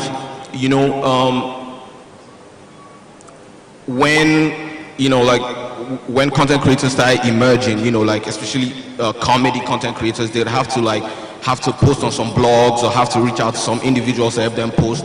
But these days, we are beginning to see a decentralization of the entire system. Now, what would you attribute to that? Is it TikTok? First of all, I'd like to say TikTok is just like other platforms, and bear in mind there are a lot of other platforms that didn't, come up. TikTok just came up, and It's like other, and just like other platforms that are giving everybody the chance to just be who you want to be from your house. So I wouldn't say it's TikTok. I just feel like we have so many options, and if this doesn't go, I'll go for this.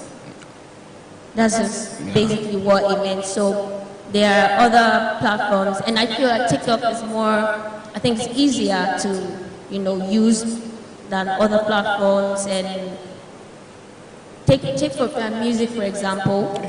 When you're promoting a song on TikTok, it's easier to use than maybe YouTube, for example, or whatnot, because TikTok takes the portrait mode, and YouTube really it's like very, very official and all of that. So I just say it's giving a lot of variety. So if this doesn't work, it's going to work. The gatekeepers, they still have the gate. Okay. They really still do. Yeah. But it's just that the channels are gates in other places. They are now multifaceted. Exactly. That's great. We have a question from the audience. It says, when creating content, how do you know that a particular content will be loved by viewers? And what are the things you need to do to create a good content? I don't I would not know, but I also take feedback very importantly. If I create a content today and I upload it, and people are saying, oh, I don't like this shirt, I don't like this skirt you wore, you should have ended it this way, you should have done this, I'll take it in mind, and whatever other content I'm creating, I'll try as much as possible to make the correction. I know that everybody has different tastes, and I really cannot please everybody in each content that I make, but I try as much as possible to look at the highest, should I call it highest feedback, that I know that, okay, if people are really complaining about my shoe and I got like maybe 200 comments of people complaining about my shoe, then I know, okay, there's really something wrong with my shoe. Then I change it. And what was the other question? How do you know that it will be loved? Okay, you answered. You said, feedback. It's just feedback, and I just trust myself, and I put it out there. And it's not all the content that is going to go viral or something. You just have to keep doing your stuff, and no matter how much, whether little or big, it should not demotivate you. I don't know whether that English is correct, but it should not take out your motivation. Yeah. It's also lend a voice to that question. I think, it is important to, when you're creating content, it is important to be very authentic, right? I think that when you borrow someone else's reality, portray that as borrowed reality and not just your own, because at some point you get found out. Right? So I think authenticity is very important when creating content. Then you don't know whether people are going to like it, because again, you cannot, it's very difficult for you to have an external perspective about, like, be the creator and be the audience as well. But I think that in as much as you are satisfied, you have done your due diligence basically in the process of creating, you leave the rest to. Sorry, let me just add to that authenticity. So it's very hard to, especially when you're starting off to create content, it's very hard to know exactly what your niche is going to be all about. You tend to go up and down, so you can actually borrow people's reality. This kind of person is doing this type of content, let me start off with it, but you need to keep in mind that, okay, this is how, I'm just using this to actually carve out my niche, to know exactly what I want to do, what works for me, but not like going up with that. And sometimes, some people might just, go with that, and I mean, African parent content, I cannot think of how many people does African parent content. Yeah, but like ultimately at some point, your personality, right, will come out through the way that you are interpreting how African parents do their stuff. Yeah, true. Exactly. So, one more question.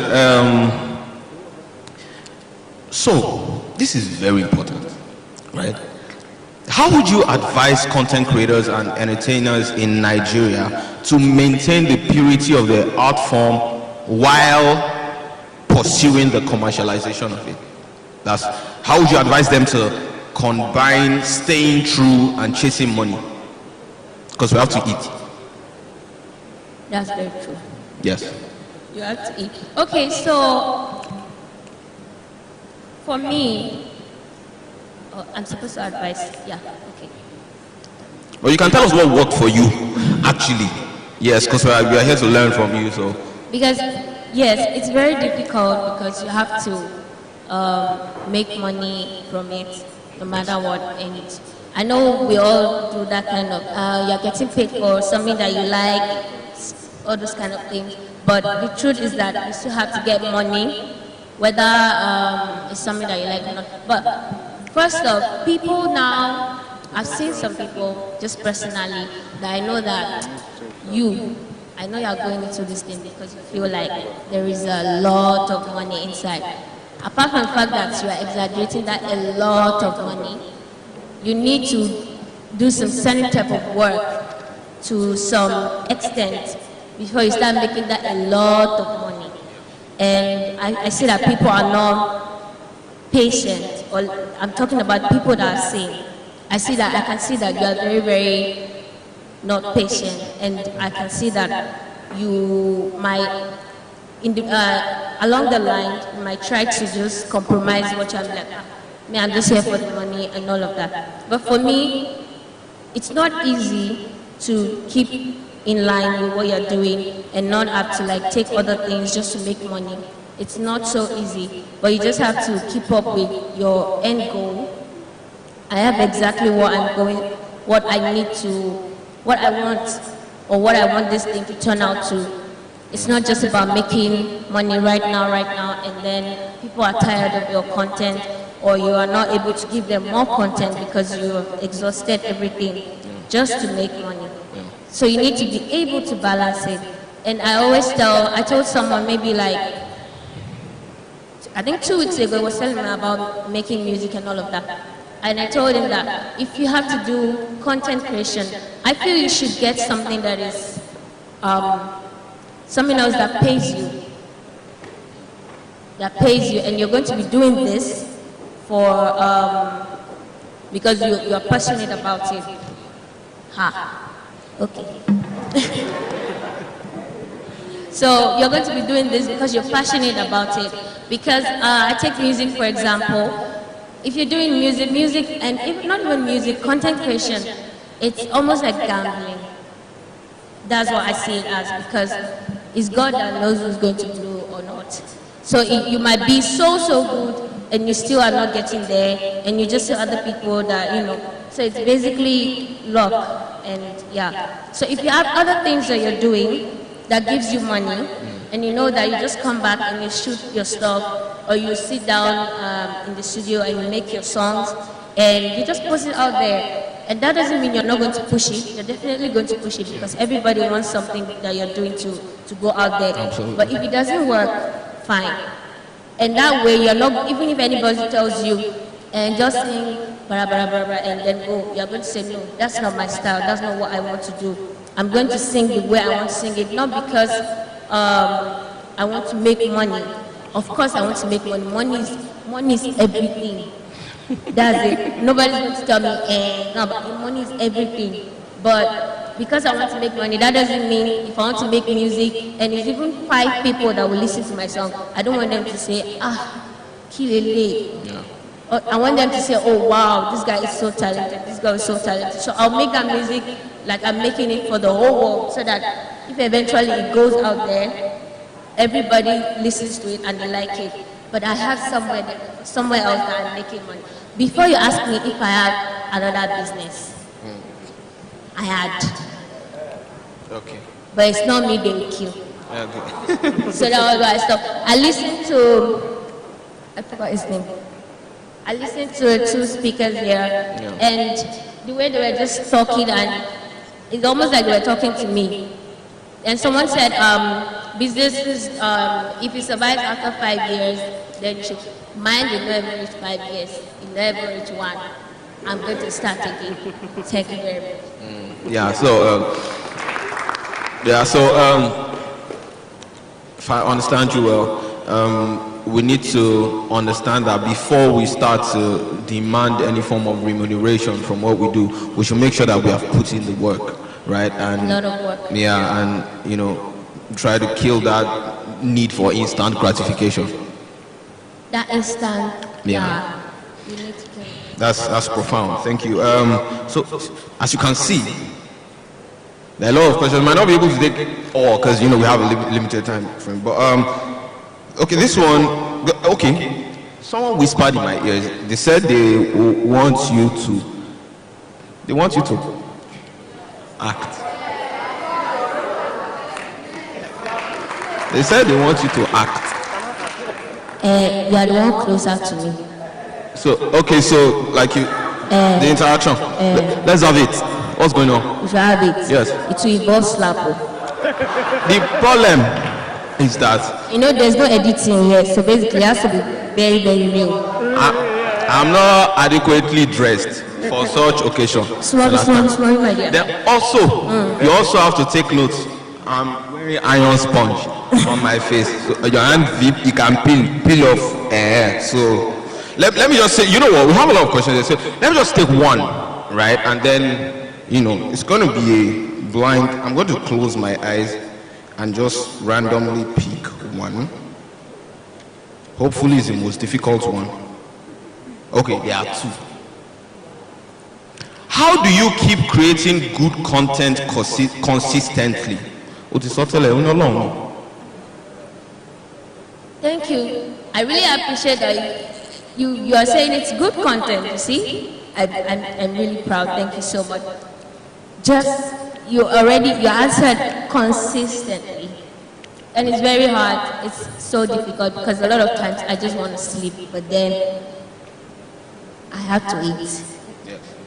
So I'll keep on making that content. Okay, so then the last one is, how do you deal with creative block? Important. Everybody goes through creative block, whether content creation or this is a research that I've done because I wanted to make sure that I'm all right. I wanted to make sure that I'm not just I'm not going crazy. So I've noticed and I can fully say everyone goes through creative block. But for me, I do a lot of things that makes me happy and I forget about it. So there are sometimes I don't upload content for like 1 week and people are asking me, why are you not uploading content? Well, I don't know what to do at that point. So I'm just giving myself time and watching a lot of movies. I think I like to watch a lot of movies, so I watch a lot of movies and I eat.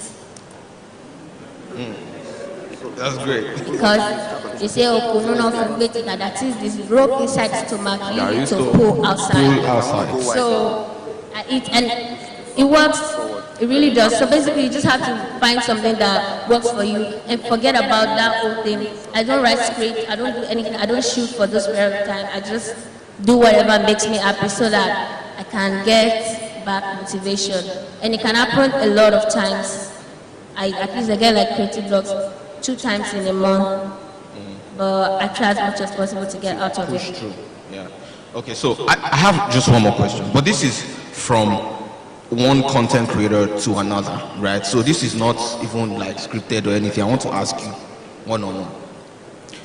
Do you ever experience, you know, imposter syndrome? Like, do you ever feel sometimes like, am I as good as people say I am? Or what exactly, like, am I this good? Or, and then days when you start to doubt yourself and you're like, can I replicate, you know, this, you know, great content that I've put out before? Can I replicate it? Do you ever have those moments, and how do you deal with them?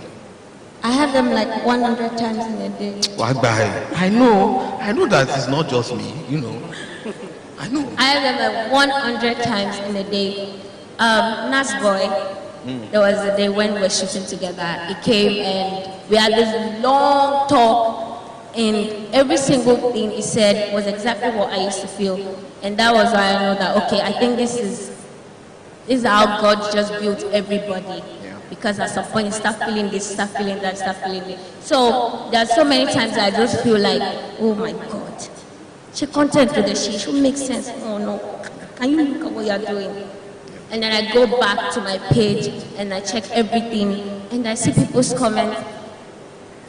And I just feel like, are you sure you're still doing exactly what you're supposed to be doing? But I just feel like that's part of being human, you know. I don't think you can wave that off. True. I don't think so. You go through the motions and then you push and then you... And then you push it away and just keep on going. I think those are just, well, maybe they're called negative thoughts that come in your head that just allows you, just weighs you down and stops you from doing stuff. So you just have to try as much as possible to take it out. Yeah, that's great. Ladies and gentlemen, we've come to the end of this session. I hope that we've been able to answer a whole lot of the... She's been able to answer most of the questions that you had. Eh? What?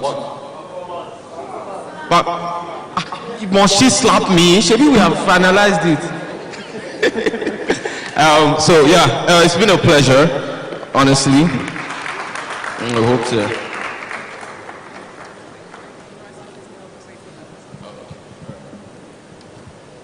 Please, let's put our hands together once more for them. In fact, I should join as well. This is the first time I'm joining. Yeah,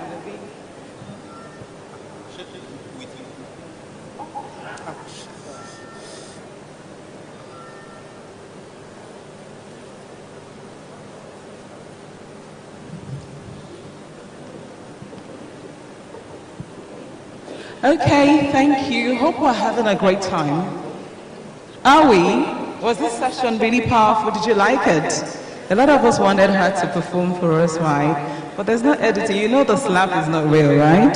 So you wanted her to slap him. Or you would have come out so that she would slap you and so you can feel the realness of a slap.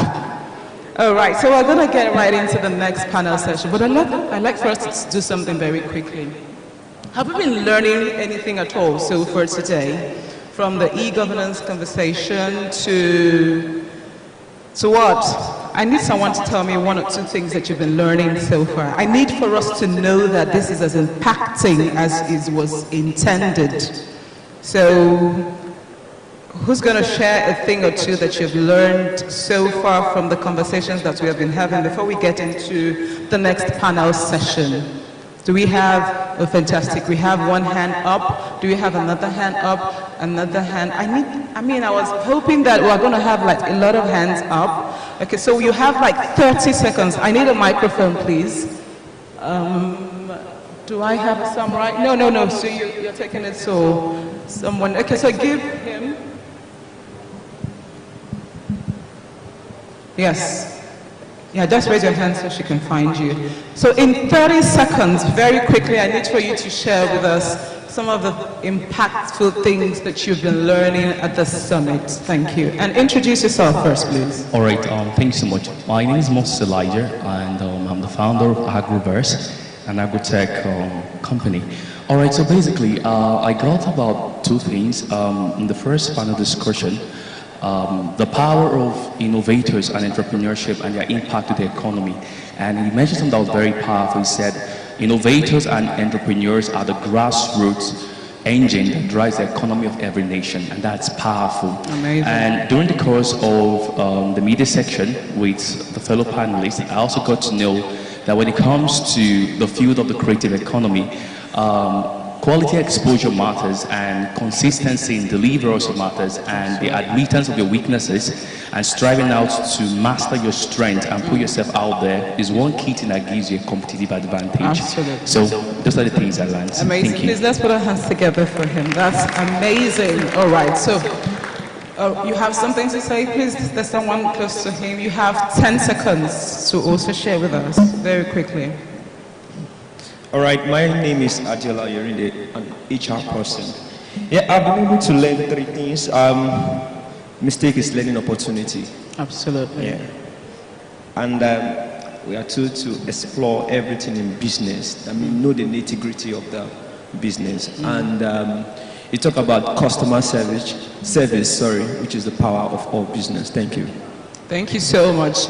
Okay, so just quickly to add to some of the things they've been learning. Thelma said something very phenomenal, and I thought to also mention it because this is one thing that I've observed that keep a lot of us, stagnant and not want to make the move. She talked about sometimes not feeling up to it. Now, using my own word, not feeling up to doing anything. And this is someone who has gone ahead to do. I mean, she has how many subscribers now on YouTube? So many, right? So she's gone ahead to do phenomenally well for herself. But even with all of that, she still sometimes feel imposter syndrome. She still sometimes have, creative, what's it called now? Mental block and all that. So what I'm saying in essence is, even with all of these things that we feel, still keep moving. That's the thing. So because a lot of us allow it to keep us at a spot. We have all the excuses. You heard the Deepankar and the other guy who came from all the way, and they're doing phenomenally well. This is our land, so we can explore it and make the most of it. How many of us agree with me? Yeah, that's one of the essence of the summit. So we want to leave the summit as people who are charged to making the most of it. We want to hear of, more innovative creations coming from the people who attended the summit, because that's the whole idea. That's why we decided to put this together, so that by next year when we're converging, we're having people from this room have, grace the panel session to say, what, I was here last year and these were some of the things I heard. I went back home and this is what I've been able to come up with. How many of us can take up that challenge? How many of us are taking up that challenge? Fantastic.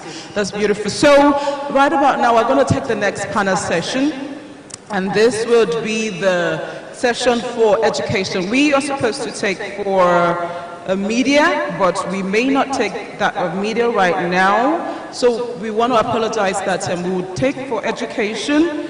Yep, and then I'll quickly call out our moderator and those who will be on the panel session. So we're talking about reimaging education, talent development, and innovating learning for the future. And the people who will be on this panel session would be, Olamide Majekodunmi, the country director of Nexford University, being represented by Sally Okoro. Please, if I'm not correct, you correct me on the pronunciation of that name.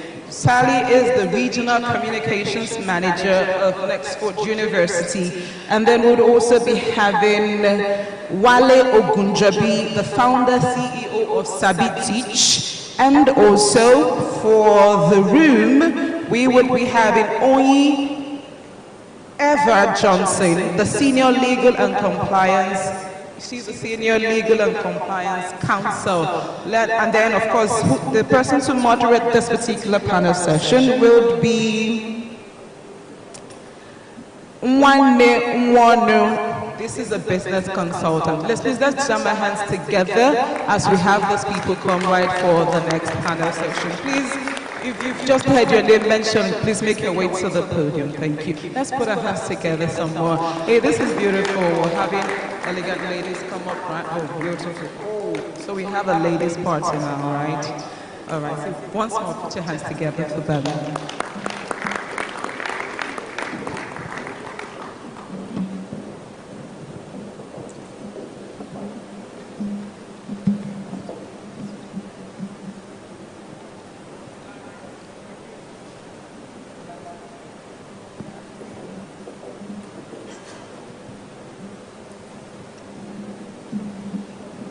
Sorry, Elvis Boniface, is that? Yeah, Larry. Oh, okay, Mr. Larry, right? Thank you. I'm sorry, I missed that out. Elvis is supposed to... Is he? Okay, is he around? Oh, Mr. Elvis. Oh, please, let's put our hands together for Mr. Elvis. Yeah, you need to be here, very importantly. I'm sorry I missed it out. So we're doing...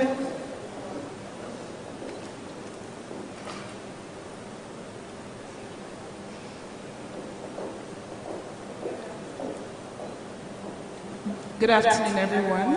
Hope we're having a good time at the summit. I believe that this panel is one of the most important conversations that we'll be having today, as it touched on education. And as is generally said, education is the bedrock of every society. We'll just go right into it. So, what, in your opinion, do you think is the role of education in our society? Anyone can go. Okay, just kicking that off. For me, I would say the role of education is two main parameters: societal transformation and upward mobility. And I say this because education has a major impact on economic development of the country. It has impact on productivity of the country, and of course, it serves as a major way to reduce inequality. So yes, societal transformation is the major role of education in society. Thank you very much. You want to give a comment? Yeah, sure. Hello everyone, and thank you for joining. My name is Oyin Johnson, and I work with The Room. I think the purpose of education cannot be overemphasized, because it is the opportunity that people have to make their future different from their past. So it's the vehicle by which you can change the trajectory of your life, you can change the trajectory of a nation, of a family. And so, like I said, it cannot be overemphasized how important education is. Thank you very much. I think that we should actually start from defining what education is, because, we say education and everyone believes that you have to go to school and that's all that education is. So please, Larry, can you help us with defining what education is? Okay, thank you very much. Good day, everyone, and thank you for having me. So education is basically, to me, easily defined as the transfer of knowledge in a very, very simple way. So anything that makes you knowledgeable or gives you more knowledge, to me, is defined as education. Great, thank you. So let's talk about the stakeholders, right? Who are the primary stakeholders in ensuring the right form of education is provided? Elvis, do you want to? Yes, good day, everyone. The right stakeholder in education. So starting from the definition of education, I'm a teacher, so one of the first things that Aristotle told us is that education turns windows into doors. So talking about the main stakeholder in education, the first question I want to put over to us, what if we start treating students, people, the way we treat customers in secular business? So for me, that is what I think we have to take home here. The primary stakeholders in education is the people we are trying to lift up, because when they are down, they are looking forward to get into a window, because depending on their height and the houses, sometimes you cannot see out. And so what education does for you is to turn that windows into door. That is the primary explanation in education pedagogy. So, but when we look at stakeholders first, we want to ensure that education currently, as it were, goes beyond the 3 arrow, the ability to read, write, and do basic arithmetics. In a changing world in the fourth industrial world, how do we get these primary people to have the skill to make them to solve problems? That is one.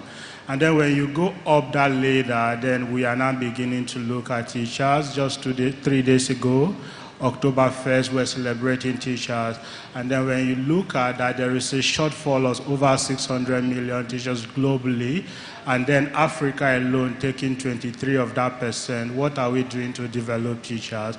And then you go further and then you look at the parents. These are the people paying. What is the economics of these people? And then there is a government component to it. Who is in government? Who is at the Ministry of Education? Taking Nigeria as a case study, education is overly big with 27 parastatals. Where does the budget goes into? And then for this summit, the Nigerian Innovation Summit, the president said something 2 days ago, delivering the budget, that education cannot be funded by government alone. but what is the incentive to ensuring that everybody contributes? That would be my submission. Thank you. Thank you. Do you have any other stakeholders you believe should be involved? Yeah, thank you very much. You made great points. It's a multi-stakeholder approach because, as we've already established, education affects everyone. The only stakeholder that I would add on to what he said is the private sector. So at the end of the day, people are being educated either to get a job or to create jobs. And so it's still going to end up in the private sector. So it's important for the private sector to look forward and say, look, this graduates that are being churned out are not fit for the kind of roles that we need.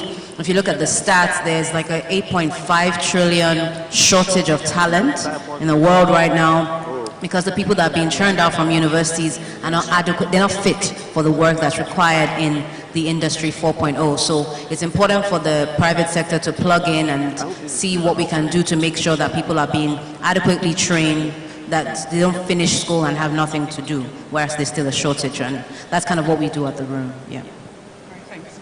Larry. Okay. So for me, I'm going to take a bit of a different approach to answering this question. I'll start from the home, all right, the family. Now, we've realized that a lot of families and a lot of parents have given the full responsibility of training their kids to the schools, right? They no longer try to check homeworks. They no longer have conversations around their children's careers and all of these kind of things. So I think we should go back and start to speak to families again to ensure that families are actually very, very well informed, and also they need to start looking at the traits of their children.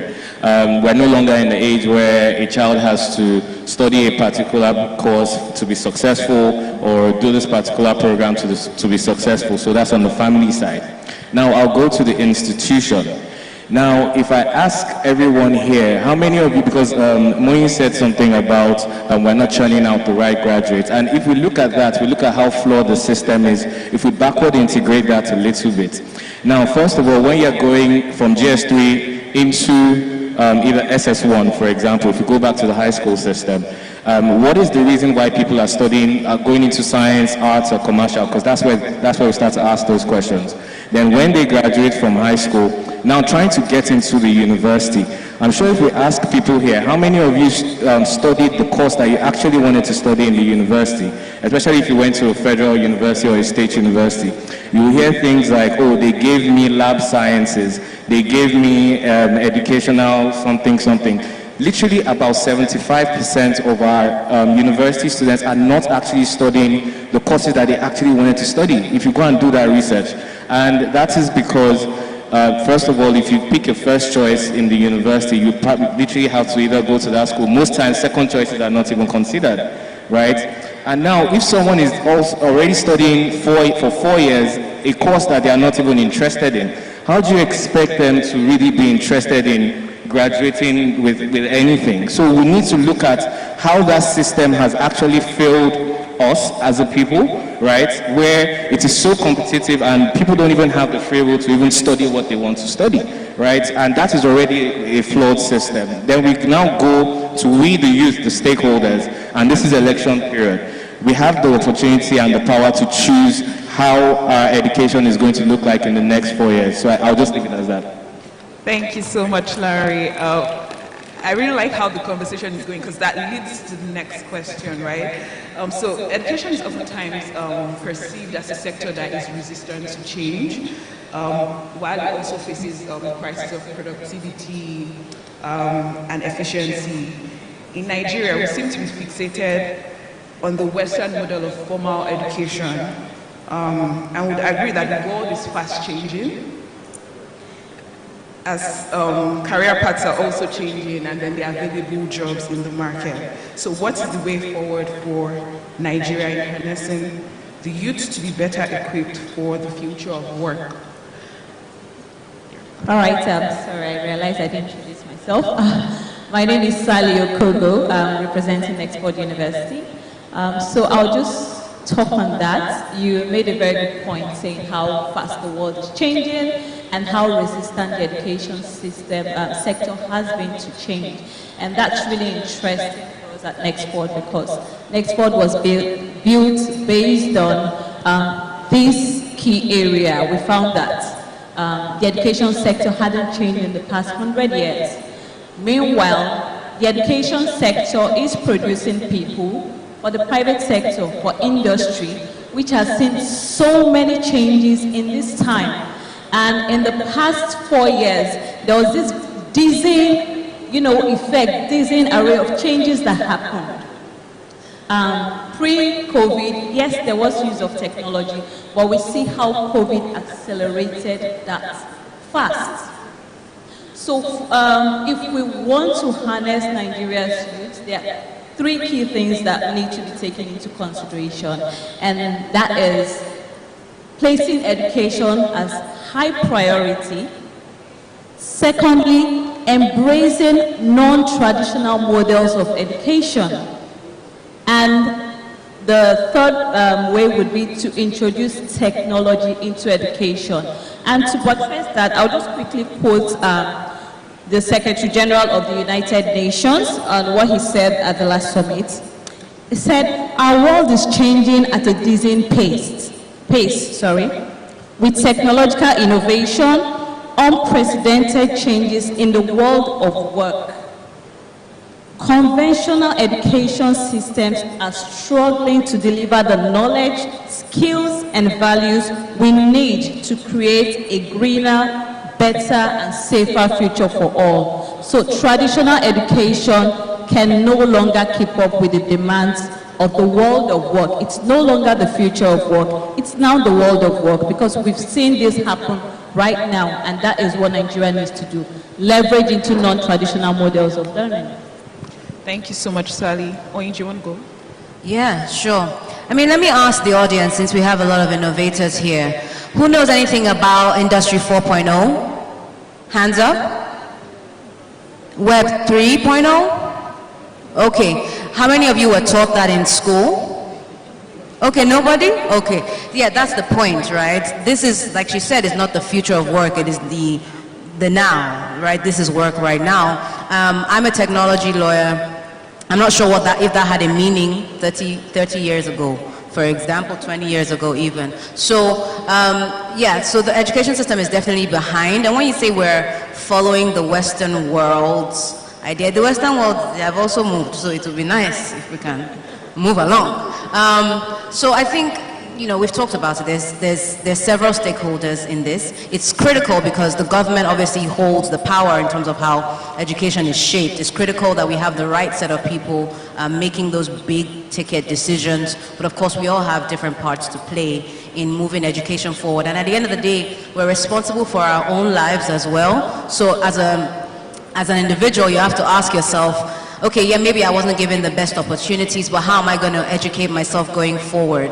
So there's so many free resources online. At the room, we have free training for financial analysts, data protection, cloud computing, virtual assistants. So you can find those opportunities, right, online and educate yourself outside of what you've already received. Yeah.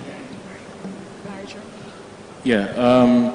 All right, so for me, I would look at it in 2 ways, right? First of all, the idea behind structured and unstructured learning, right? Moving away, leaving the institutions to focus on the structured learning, and we as individuals try to look at unstructured ways to actually learn and gain knowledge. Second of all, I'll look at the outcome-based education as against competency-based education. We're very outcome-driven in Nigeria and even in Africa and even in some parts of the world these days, right? Where it's about the first class, it's about the 9A1s, it's about all of those things, where all of those things are geared towards outcomes and not particularly competence, right? And if we start to look at competency-based education more and how traditional it is and how we as a country need that, where a child that is going to a polytechnic is not looked at less than someone who's going to a university, for example, right, where that first class and that technical education is at par, right? I think that is where we'll start to answer these questions really and truly. Because if you look at the Western world, we've been able to study Finland very well, right? The Finnish education system, which is one of the best education systems in the world, is a system where the university line basically is for people who want to be intellectuals, right? Who want to be lecturers and all of those kind of things. But if you really want to be in the field, right, and if you really want to, the ones that make most of the money really are the ones that go to technical school. But in Nigeria, it's kind of like it's not an intentional decision a lot of times to go to technical school. It's kind of like the only option that you have. So if we start taking all of those things very, very seriously, we'll start to see people building things. And that's where manufacturing and all these things come from, right? Where it's no longer, because I, for example, and also I didn't introduce myself. My name is Lanre Ogundipe.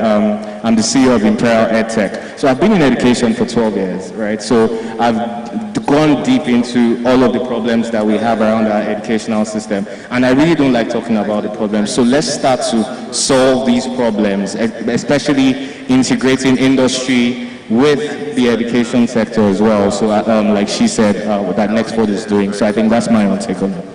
Thank you very much for that. And because you mentioned the structured and unstructured learning, and in terms of competence-based learning. So if all that can be incorporated into the general curriculum, that would help in going along. I know that you also mentioned about the type of things that are being taught in the classroom and what the industry is saying. So I think that's also important that there needs to be some sort of collaboration between education and the private sector and the government, because then the government is going to be able to help direct that process, because in the end, it's the government that's in charge of the Ministry of Education.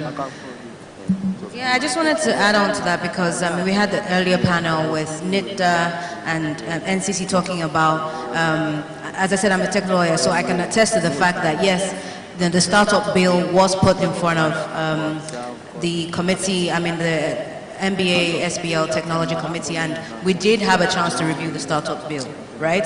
It's important for us to have something like that in the educational sector as well. Let there be all these multiple stakeholders we're talking about. Let's get them together in a room and let them be part of the decision making of how education goes forward. Great. Yeah. So what is the role of government in developing and preparing the youth for the new economy? Elvis? Oh, there we go again. The role of the government. They play a very key role that we will not take away. And I'll take it back. The last question we've all answered.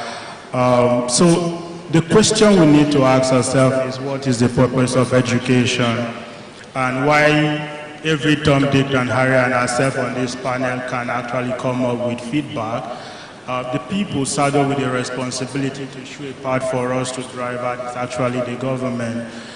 So for instance, the last time we sat down and tried to review what the focus of education in this country is in 2013. That was when we had a roundtable to review what the pillars of education are here currently.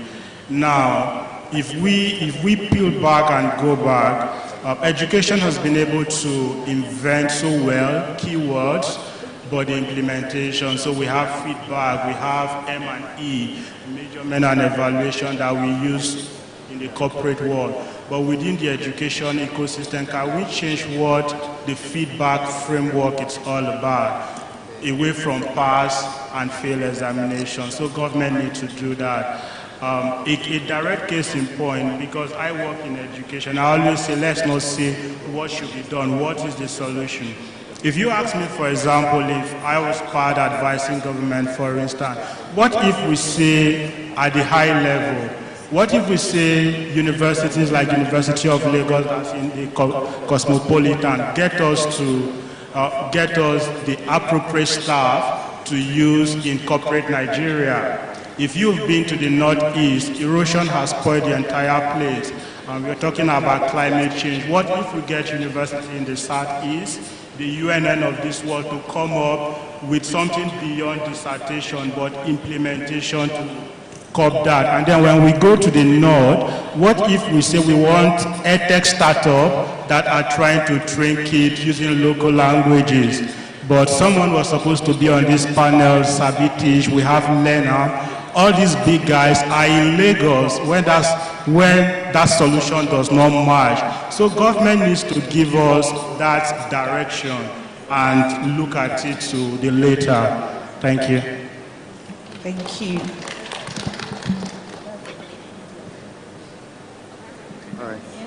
Absolutely, I agree with Elvis. The government is the driver of policies that affect education. So if a solution is to be found, it needs to come from them. And as Elvis also mentioned, there needs to be an alignment both with the government, with the private sector, and then with the recipients of this education, and that's the learners. At Nextport, we call our students learners because we believe learning is lifelong. It's not just for a period of time. And Larry mentioned competency-based education, and that's where I think that the government policy really needs to firm up. Policies need to change or evolve from seeing education as a traditional approach where you have to be in the classroom. You have to sit down and listen to a lecturer. The way the world is today, and the way people love to learn, is a competency-based approach. What can you do with that education? Larry mentioned we're very fixated on getting a first class, getting a 2-1. But I don't think that's the problem. The issue is what can you do with that certificate that you have? If it does not translate into productivity, if it does not translate into improving the economy, if it does not translate into you being a star performer, being able to create jobs, then the education has failed. It hasn't achieved its goal. So I hope that the government will pay more attention to driving policies that support technology in the use of education. For example, at Nextport, we're a 100% online university. And that is a deliberate act because we want to lower access to affordable, high-quality education. There should be no barriers.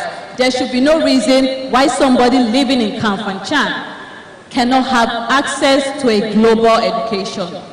There should be no reason why somebody who is living in Umuahia cannot have access to high-quality education just because of the location he finds himself. And these are the answers that technology solves, and I believe that the government really needs to take a look into inculcating technology in education.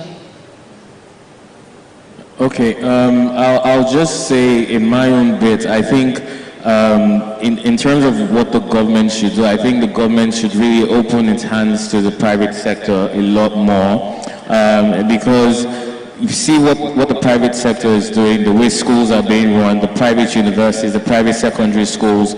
Government really needs to open its hands to the private sector and really hear from the private sector and include the private sector a lot more in how, especially in the education space. We can see it happening in like finance and all of those things, right? In the education space, we need that collaboration between private sector and public sector.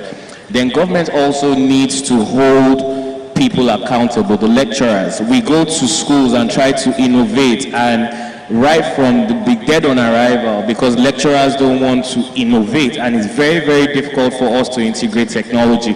Technology leapfrogs the education process by 1,000%. What's the access to internet? What's the access to device? Internet and device penetration. NITSDA is here. They are working hard on internet penetration, broadband penetration. There's a digital economy plan. There's a national broadband plan. It has all of those things stated in there. But how are we intentionally integrating that into the educational system? I know things are happening because I'm fortunate to be speaking on those things, but I think that we're too slow in doing it because our children have been home for, I'm very passionate about education, if you can tell. Our children have been home for how many months now? And campaigns are more important than getting children back in school. Billions of naira is being spent on campaigns, and children are sitting down at home, not being productive, I mean, government should stand up and wake up and really, really face the harsh realities that we're facing in the educational sector. That's the role of government. Thank you very much, Larry. So there's a question that has come in. I think you sort of touched on it. As an educationist, what do you feel or think that all the stakeholders of this sector should do about the issue of strike? So I think that his last comment has touched on that. So if that's your question, hope that clarifies it for you. We have another question. Education in the metaverse is definitely going to disrupt the traditional style of learning. How is Nigeria joining in so that we don't get left behind? The room, next forward. I think they've touched on it kind of, but I'll just allow you have 30 seconds. Yeah, sure. So that's interesting. I mean, we love to throw metaverse around because, you know, it's a fun buzzword. Why not?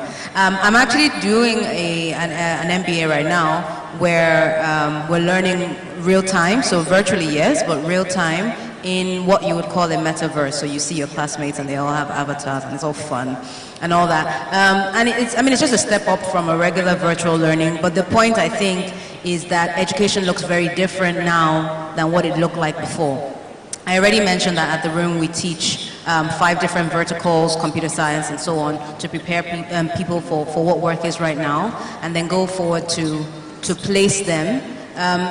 I mean, I guess what is the essence of the question? Is it to ask about what the metaverse will look like, what Nigeria is doing? I don't know that Nigeria as an entity is doing something. I know that people in Nigeria are doing things. She's already talked about Nextford, I've talked about the room. And I mean, so many edtechs, right, that are coming up right now, finding different ways to disrupt the educational sector. And so the point is that Nigeria has a lot to do by partnering with these people. You don't have to think of the ideas yourself. Just partner with the private sector guys that are already in that space and plug in and give them the enabling environment. Internet data is so critical to something like that. In Kenya, data is like 1/3 of the cost of data here. So obviously people are going to be able to, you know, join online courses, and whether they're in the metaverse or they're not, they can learn, right? But it's difficult here. People are like myself, you know. Yeah, so I think there's a lot that can be done there in, again, a multi-stakeholder approach. Yes, I would also say I don't think the government should be playing catch-up. The government should take its position as the driver. And as we mentioned, if we want to be relevant in the metaverse, technology is key. There's nothing we can do without it. So while we're waiting for the government to play catch-up, I would encourage more private sector participation in that. Like she said, providing access to internet, providing devices, and just making sure that people, I know that the stakeholders, the students are ready for it, but the drivers are pulling back. But that's the beauty of technology. You don't need to wait for them. You can take a chance. You can go out there, get the information, get the education and the knowledge you need. Students have been at home for 7 months. With a virtual education, you don't need to wait for that. So please, let's get out there, get the information, get the education, and catch up with the rest of the world. Let's not wait for the government. It might take a long time coming. Thank you very much. So we're going to be taking last words, starting from Larry, and we'll go over to Sally, Oyi, and Elvis.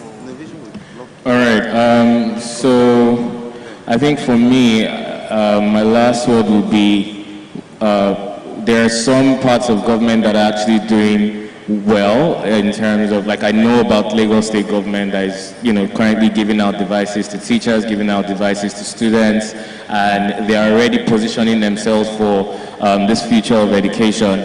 I would just say that everybody is, you have to be intentional about this, because education is something that affects every single person, because we're all learning, we're all trying to grow. So even ourselves, right, just be intentional about your learning curve, and always try to help people grow. Whatever it is that you have in you, always try to help people grow as well. I think that was just what I'll leave with. Sally, do you have last? Okay.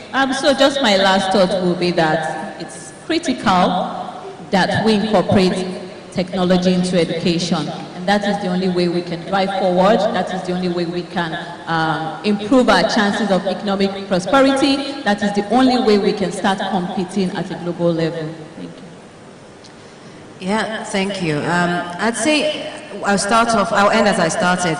Education cannot be overemphasized, and it's pretty much, in my view, the main vehicle by which we can change our future, make it look different from our past. And it's important that we all take responsibility for it as individuals. Again, you're an individual, you must take responsibility for your life. As individuals, as companies, as a nation, as a government, we should all, realize the importance of education and play our role, right? Leverage the world that we're in right now, the technology world, like she said, and play our role in making sure that education changes the story of our lives individually, but also of our nation, Nigeria. Thank you. This guy just wants us to go, sorry. So in closing, my shorting part will be, outside my day job in Nigeria, I work in a knowledge lab gradually, globally, but innovation in education, reimagining education for me has never been about tech. It's about the context we should sit down behind, both as innovators and government, to understand the context of Africa, and in this case, Nigeria. And I like to buttress my point with examples. There are no jobs. High number of young people in Nigeria have turned back to riding bikes, Okada, rather than banning Okada and not providing jobs for these people to fall back to. What if our department and faculties of geography have sub-courses on understanding the dynamics of Okada and then teach back that training in adult education? If you take a typical Okada and you say, take me left, he does not know where left is. But if you say, go like this, he understands. When you do that, millions of people have been taken out of the foundation. Then any tech introduced, any ARO, VRO introduced, have a foundation to kick off from. That will be it for me. Thank you. Thank you very much. It's been wonderful chatting with this panel this afternoon. So if you would like to learn more about the work that is being done at Nexport, the room, they have their booths outside. If you also want to learn more about what's happening at Imperial EdTech or PAVE, please see Larry, and then also Elvis for Edugis. Thank you very much. To enjoy the rest of the summit. Innovation in education. Please put your hands together. Please, you have your group photograph. Our moderator, Nwanne Nwonwu. Our panelists, Sally Okoho, Elvis Boniface, Henry Ogundigbe, and Oyin Aver Johnson. Please put your hands together for them again. For those who care to know, we will be having a recess after the very next panel, the very next session rather, and the recess will be about 10-15 minutes. There you can stretch your legs, connect, make contact with people, make the acquaintances of people as the case might be. Interesting thought about the word education too. Education, most people actually think education is about something outside entering you. But the origin of the word is what is inside of you going out. Something to think about. Our very next session is Innovating in Media, Communication, and Advertising. And our panelist, or rather our moderator for this, is Emmanuel Paul. Emmanuel Paul is the managing editor of TechPoint. Do we have Emmanuel Paul? And the panelists for this session too would be Chibuike Goodness. Chibuike Goodness, the CEO of Do Chase. We have Abayomi Ojo, the co-founder and CGO of World Spot Media, and Peter Oluka, founder and CEO of Tech Economy. Please, members of the panel, please do come up. Please. Hello.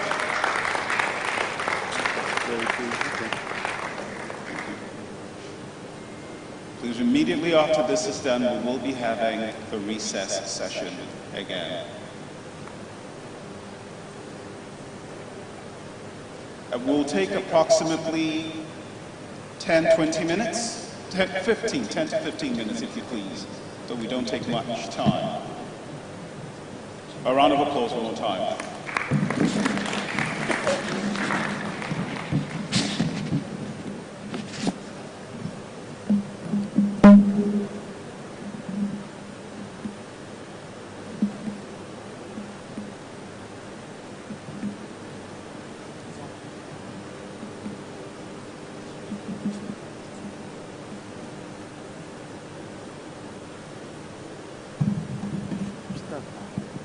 Hello, Emmanuel is not here.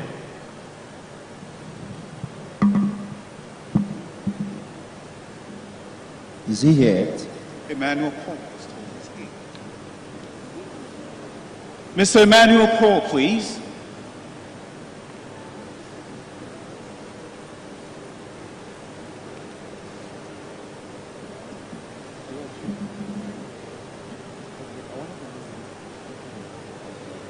Do we have David at...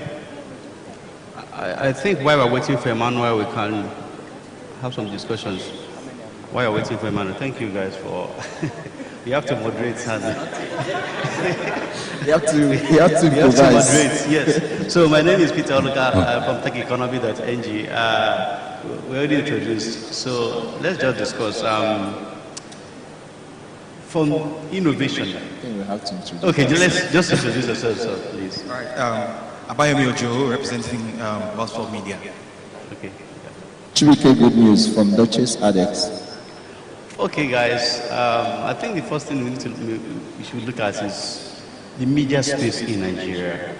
How would you assess the media space in Nigeria, especially in this era of innovation? Let me start with you. Yes. Starting with me? Yeah. It depends on the aspect you want to look at the media in Nigeria. The media in Nigeria can be classified, currently, media can be classified from the practitioner part and then another from the technology part of it. Now, I'll speak first for the practice, then for the technology. Yeah, in terms of media practice, we have age-long or historical legends, and we have history that is quite interesting. But it has grown, and media has been the yardstick, or for the mass communication people, they say is the fourth estate of REM, right? Now, media shapes people's mentality, thought process, and also impression people have about things. There is something I used to tell my colleagues, that maybe that whatever it is good today may not be good tomorrow, but if all of us collectively agree that this thing that we used to do has become a norm, it becomes good. Now, if media consistently tell us that it is right for us to do a particular thing, without knowing it, unconsciously we will start doing it. So that's the power of media. And in Nigeria, media has lived up to that expectation by making us believe certain things. One of the things is the End SARS movement. The media was used to make that thing go viral. Now that brings me to the second part of the media, which is the technology part of it. Now, I play in that space, on the technology part of media, where we haven't done a lot. We've always leveraged on imported media. I must tell you that nations are having national carriers in different sectors. You will see that if you go to China, some of the media we see today are not present there because they have alternative to that. But in Nigeria, we kind of swallow hook, line, and sinker what is given to us. We don't have any media in terms of technology part of it. There is really nothing we have done. But I think there are a few that are coming up and building platforms. And, you know, the media I'm referring to here is legacy media was people controlling the thought process, but new media is content generated. Okay, let me stop you there because of our time. Let me hear from you.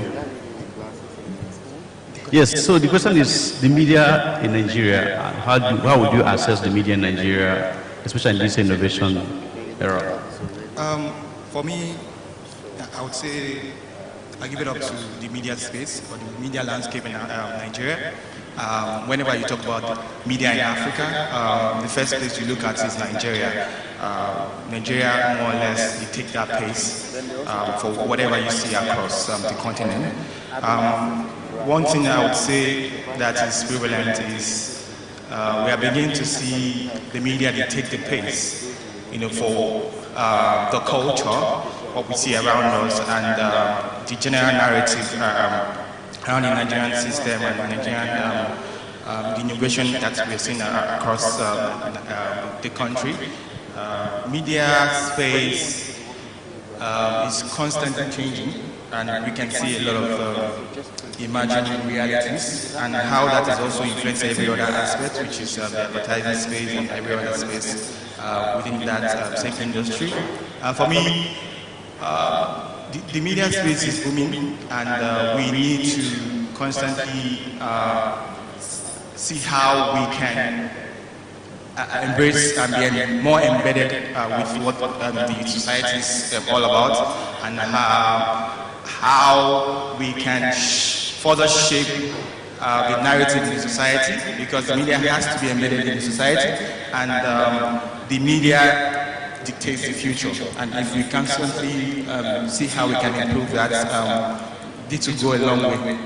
Okay, thank you. So my own contribution to this is this. Before now, we have the major controllers of the media. You have the Nigeria Guild of Editors. You have the Newspaper Proprietors Association of Nigeria. We have the NUJ, Nigerian Union of Journalists. They are still there. The Nigerian Broadcasting Commission, they are still there. But let me tell you one thing. With the liberalization of the telecom sector in 2003, through the NCA Act that brought NCC, a lot of things changed. The dynamics of the media changed. Today, the NCC, as it were, used a lot of powers. Remember what happened between the federal government of Nigeria and Twitter? It was just a memo to telcos. We don't want this platform to be live. So NCC's memo can take up your website down, can take up your blog down. Just a memo. That tells you what we are in now. So at the same time, hubs are getting involved in the media. Hubs are getting involved in the media. There are some platforms or some companies today or some startups today that they have their own media space. So media is becoming a kind of aggregated. A lot of things happening in the media space. What happens to us as a country and as a people is the content. That is where we own the media. You may not own the platform, but we have to do what? To own the content. It is the content that will define us. It is the content that will define if we are going to have our own platforms. Like he mentioned about WeChat in China. Okay, the other day in South Africa, I hope I discovered something. Here at DSTV shows you every content.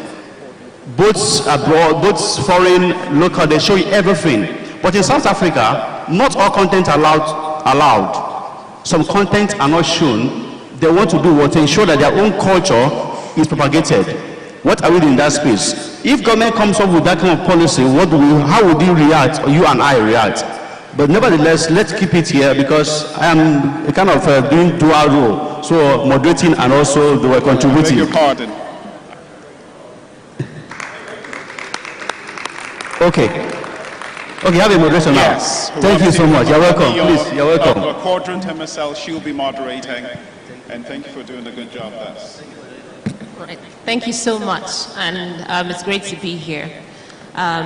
It's also good to listen to the conversation. We're talking about content, talking about advertising, talking about communications and the role that plays in innovation, or just innovation and communications, and what do we do about that.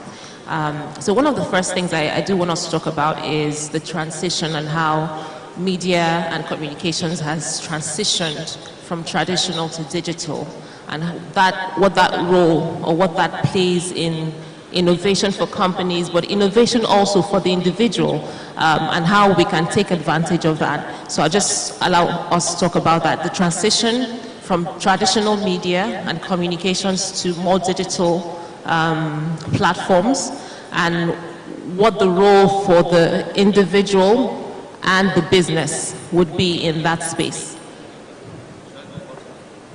To answer your question, I will just use one analogy to explain. How many of us have heard about Netflix? I just asked that question because I know it's a no-brainer. Netflix, in the 90s, Netflix was just a DVD retail shop or retail rentals space. That's where they were operating. Today, as of September this year, Netflix has 206.67 million subscribers. Those who pay, not just those who kind of move around it. Those who pay subscribers, which means they have transitioned from the traditional towards to the digital. And we are seeing the same thing happening in our own ecosystem. It's very rare for you to see a company today that does not have a Facebook page, or does not have a Twitter handle, or does not an Instagram, or is not, can you imagine an e-commerce site that is not present on social media? You can't think about that. So it has to do with, first of all, the fact of driving this change are the consumers. Because the media, if you don't get to where the consumers are, you end up developing content for yourself. You develop content and consume it. So the essence of the innovation I see in the media is because the transitions is where where the consumers are. That's why I say that everything in Nigeria in the media space had a change when the Nigeria Communications Act was enacted in 2003.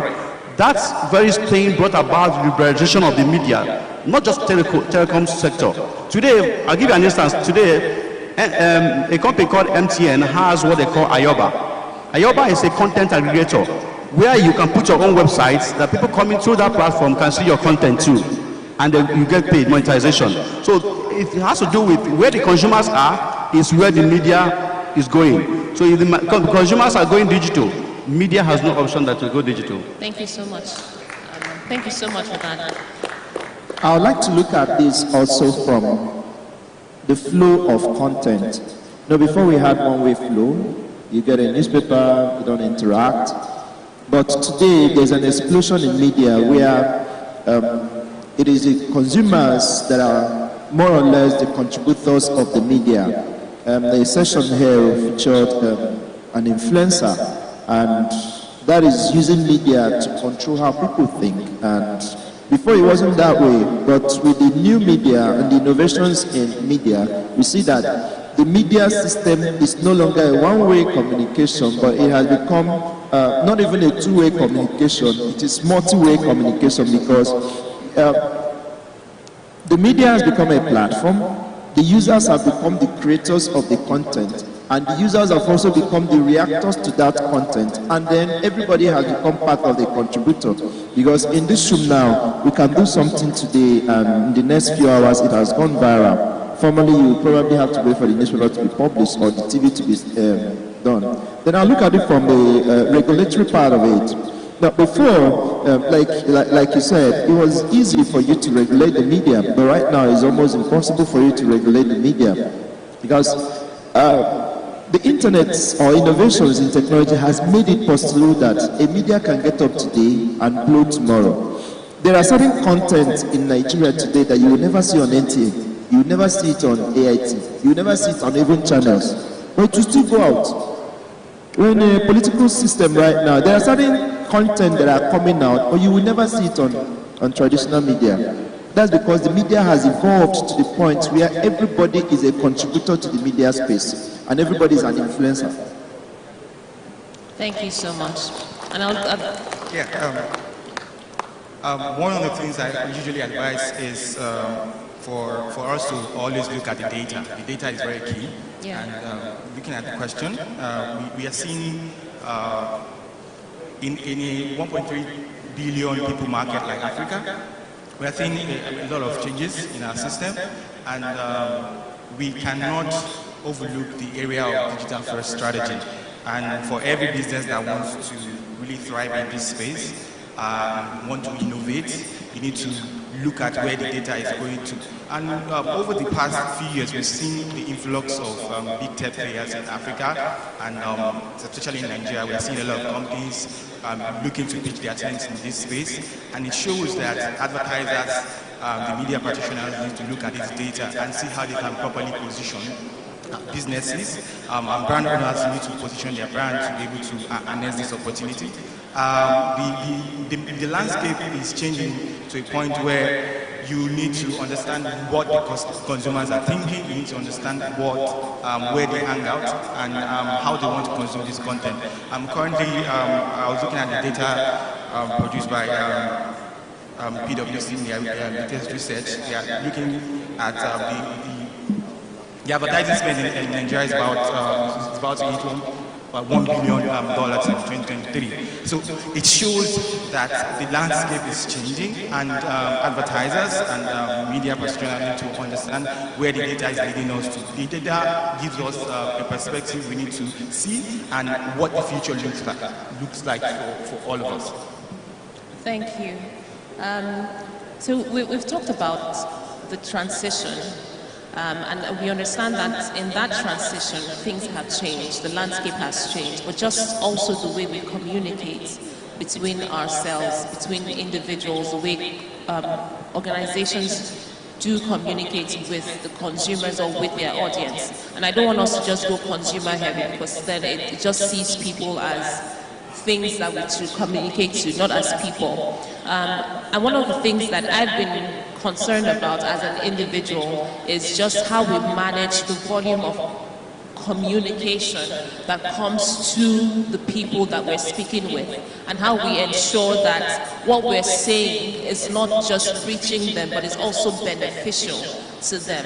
And I think that's one space that we haven't seen as much innovation as we should in that. But within that space also is what we've always heard. So it's come from precedents somewhere in the West, the US, and then it's also come down here where we talk about fake news. And within that, of course, is something that I personally have to deal with for organizations, crisis communications, because you are saying things that you shouldn't say, or somebody says things about your organization that you shouldn't say or shouldn't be said. And so within that, what innovations or what ways can we deal with these types of situations, managing the volume of communication, but also managing the content of communication that does come out, and the impact on our organizations, the impact on the individual, and also the impact on the nation, or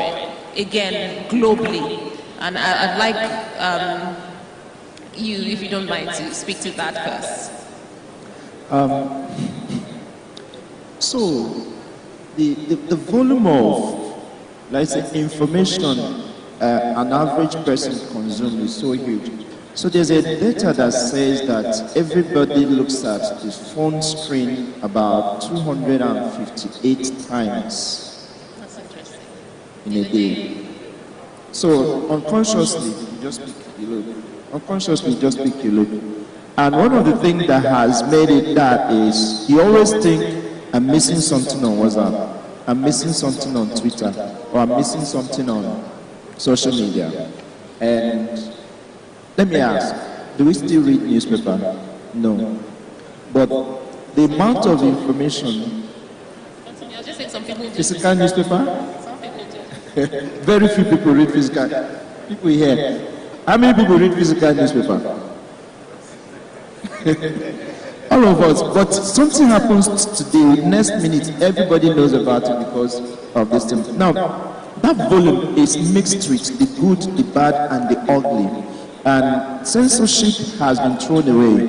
It's not as if it's not there. Before we had, like you said, we had the Nigerian censorship board. We had different ways that media was being censored. But right now, there's no, it's not as if they're not working, but I think they are steps back. Then the information, the volume has gone beyond. And it's left for the individual to choose what you want to consume. And if you are thinking about it from somebody who wants to communicate, knowing fully well that the people you want to communicate with have millions of information flowing to them, you now have to make yours to be striking out. And in the process of that, that's where we have some of the crazy things that we see today. People want to strike out, people want to look different.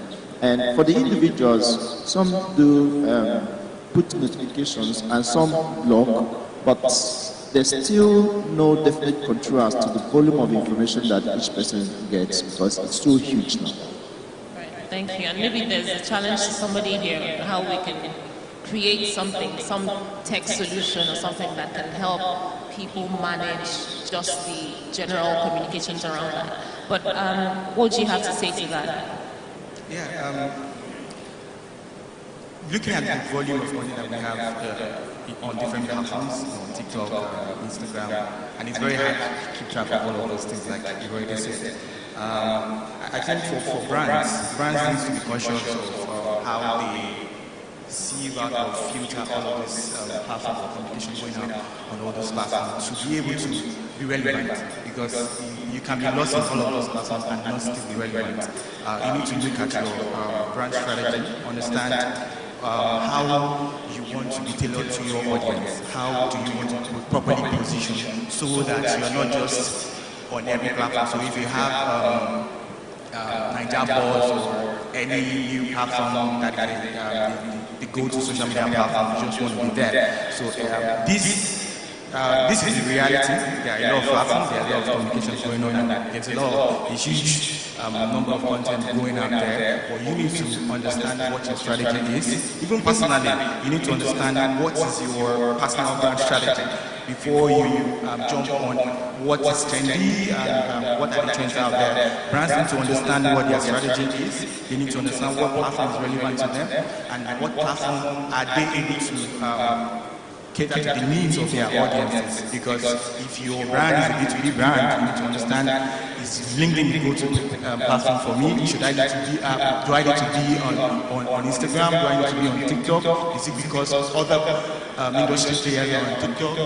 That's why I need to be on TikTok. So the space is huge, but with a defined strategy, it helps you streamline exactly what you need to do per time. Thank you. I want to go to another question. I want to add to that. Okay, I want to add to what he just said. a minute. So, I'm going to be quite a bit tricky about this. You see, in defining what you want to communicate with people, I think that's also what I do. That's where you have to identify your audience, kind of use a technology. We have a technology that we call programmatic that helps you to kind of define an audience for every media communication. Know what those audiences react to, and then speak that language. So there are technologies that can actually pick some keywords that people react to and speak to it.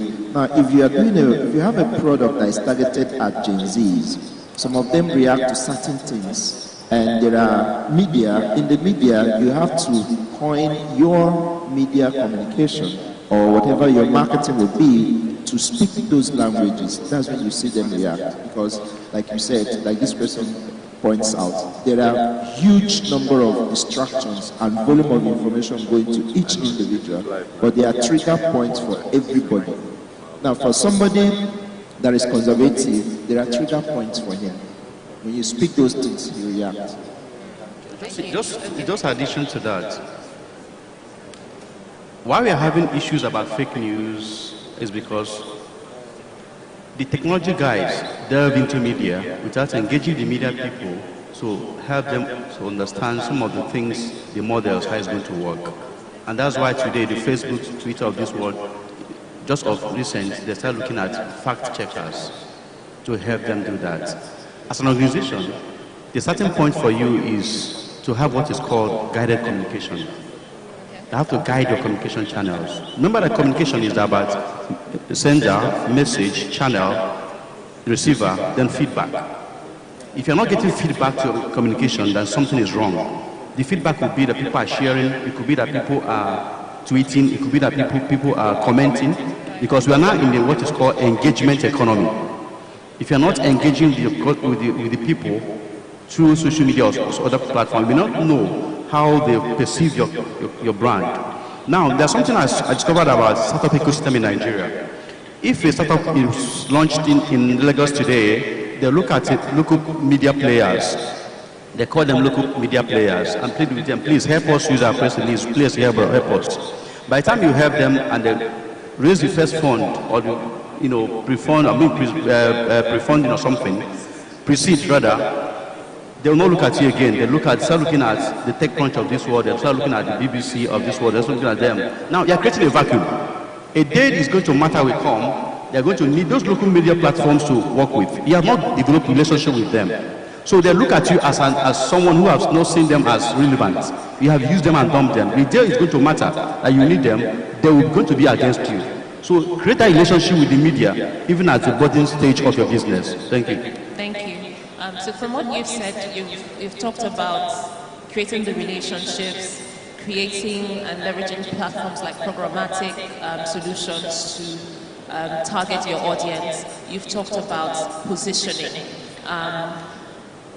There's something I want us to just sort of deviate towards, and which is the role of communications and media in the growth of industries and sectors across board. Because we can't talk about innovation and think about tech only. Communications is relevant across board, whether it's health, whether it's infrastructure, whether it's financing, banking, tech, whatever it is. And I want us to connect this to advertising. So I think about global markets, and I think, for example, about the Super Bowl, which is football and sports. And I want to imagine that a number of us do know the Super Bowl and the role of brands and communications in just bringing something that is national, bringing brands into the conversation. Like I said, innovation is not just about tech, but it's just about ideas and our ability to bring solutions that matter.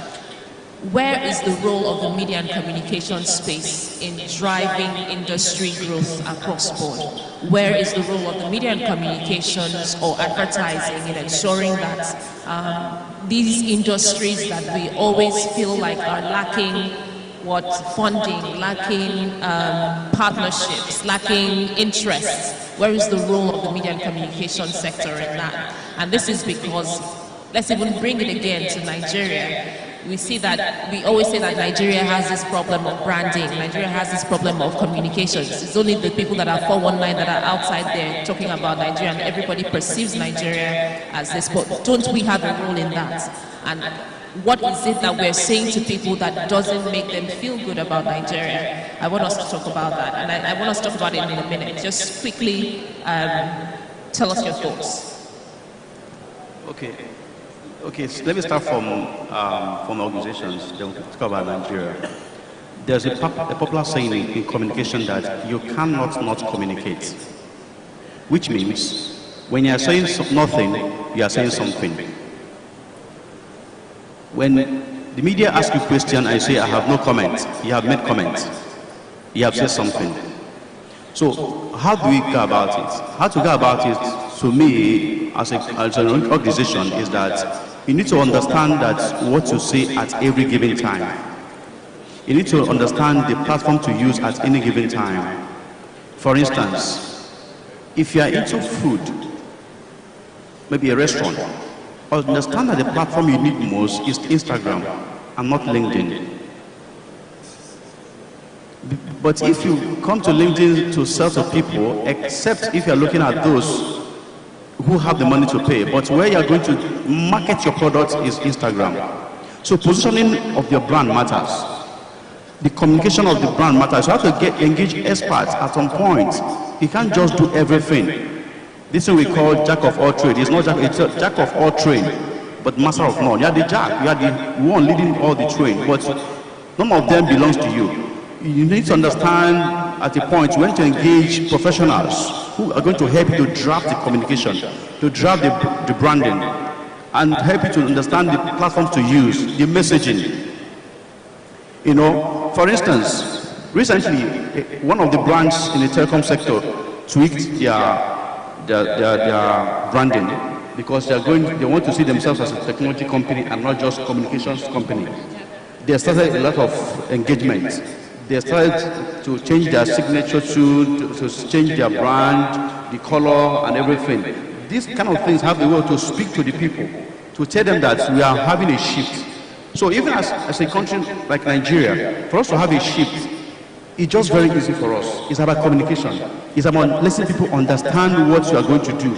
Like I told you, sometimes in a diversity, how do you harness our diversity to speak to a country as a brand? So it's not just about me, I'm from this place, I'm from this, that, and you're having different languages. How do we use all those things we have, put them together, and have a national outlook that this is what we want to achieve? So that's what I think. Okay, thank you so much. One of the things I also want us to talk about, please remember, is just the role of communications, media, and advertising in ensuring growth across sectors, because innovation is not limited to one sector, it's cross-cutting. And please go on. Okay, let me speak on the advertising part of it, because for every business, advertising is synonymous to growth, and advertising rides on media. Now, from the startup to established business to already unicorns, advertising is what you're going to do every day. Now, let me flip the coin to call it customer acquisition. From the beginning of the time when you open shop, your goal is customer acquisition. Now, to the point when you think you have become $1 billion business, your goal is still customer retention. And that is where media and advertising can never be far away from you. At every stage, your strategy could be different. Now, at the startup stage, your strategy is, I want to get users at the least minimum costs. And you look at platforms you use to advertise, you look at social media. But at the point where businesses get to, they need to protect their image, they need to have a reputation, they now flip from customer acquisition to image branding, to image laundering, to image advertising. And that is where the goal of your advertising at that point will be, I want people to always see me. All of us know Coca-Cola, and it is one of our choice, but today Coca-Cola is one of the biggest spenders in advertising, because they want to do that mental engineering that Coca-Cola should compete with water for you, so it should be on your face every now and then. So it is engraved in one of the things every business must have as a strategy. Your growth strategy should include advertising, and it should be executed properly, because that determines whether you're going to succeed or you're going to die. If you're not advertising, you're probably going to die. Right, and so you should always reach to your customer, be strategic about that, intentional about that, intentional. Could you please contribute? So I think the question starts from if these industries are ready for that boom or that influence from the media or advertising industry. It has to do with if these industries are really ready. You could see the influence of the media in spaces like financial services business. You've seen that when you get to most of these media platforms or the big ones in Nigeria, you see that there is always something to talk about in the financial services sector. And if you also look at the logistics sector, as well, you are seeing some level of change in how the narrative is constantly changing because there is innovation. I think it has to start from the point of, are we ready for this boom? Are we ready for this changing narrative? Are we ready to take over that space? Are we ready to embrace advertisers? Are we ready to embrace media professionals to help us change the narrative of this particular industry? There are some industries that are not really ready for this change, and it has to start from that point of acknowledgement, because once that is done, it will help to properly align with your corporate strategy, and from there you begin to see how this will play in your marketing strategy, your PR strategy, and every other aspect of your business. So in every industry, depending on the kind of industry it is, there needs to be that point of acknowledgement that, oh, this is what we do at this space, and there needs to be that alignment with different spaces for you to experience change across different sectors. Thank you so much. Just in addition, because sometimes if you are going to do something for next year, you should not be able to overlook government regulations, whether for advertisements or for communication. I'll give you an instance. Recently, government came up with a policy that says if you are doing an advert or a jingle, don't use a foreign voice. It is debatable which voice is foreign or not. But if you are going to do some advertisement that is what? That is visual, who are you going to use? So that you don't just do things and at the end of the day, you have done it wrong. It's going to cost you double of what you have done. Thank you. Okay. So there's a need to understand the policies around your communications and advertising. We don't have much time. But one thing I did want to say, and just in wrapping up the session, is that communications is really about partnerships. And it's partnerships across, but whether it's partnerships with the media, with the platforms that you use, or about the influencers and content creation. And content creation influencers are the way we go about our business now. But one thing I just want to leave us with, and this is because we're also out of time, is that whatever the decision that you make, first think about your strategy, think about the intent, and like somebody said, what it is that you want to be seen for. Whether you're communicating or you're using the media or not, you're always communicating. And that's very important to note. But more importantly, like I said, it's really about partnerships. And whether it's people you're working with, media platforms, you're telling people about who you are. And so I hope that the session has been helpful. I want to thank our panelists for taking the time to be here. And we hope that you enjoy the rest of the session and the summit. Thank you.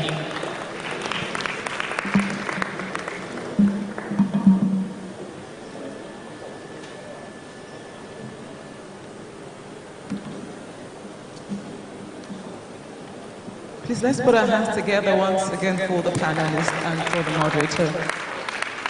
Thank you so much.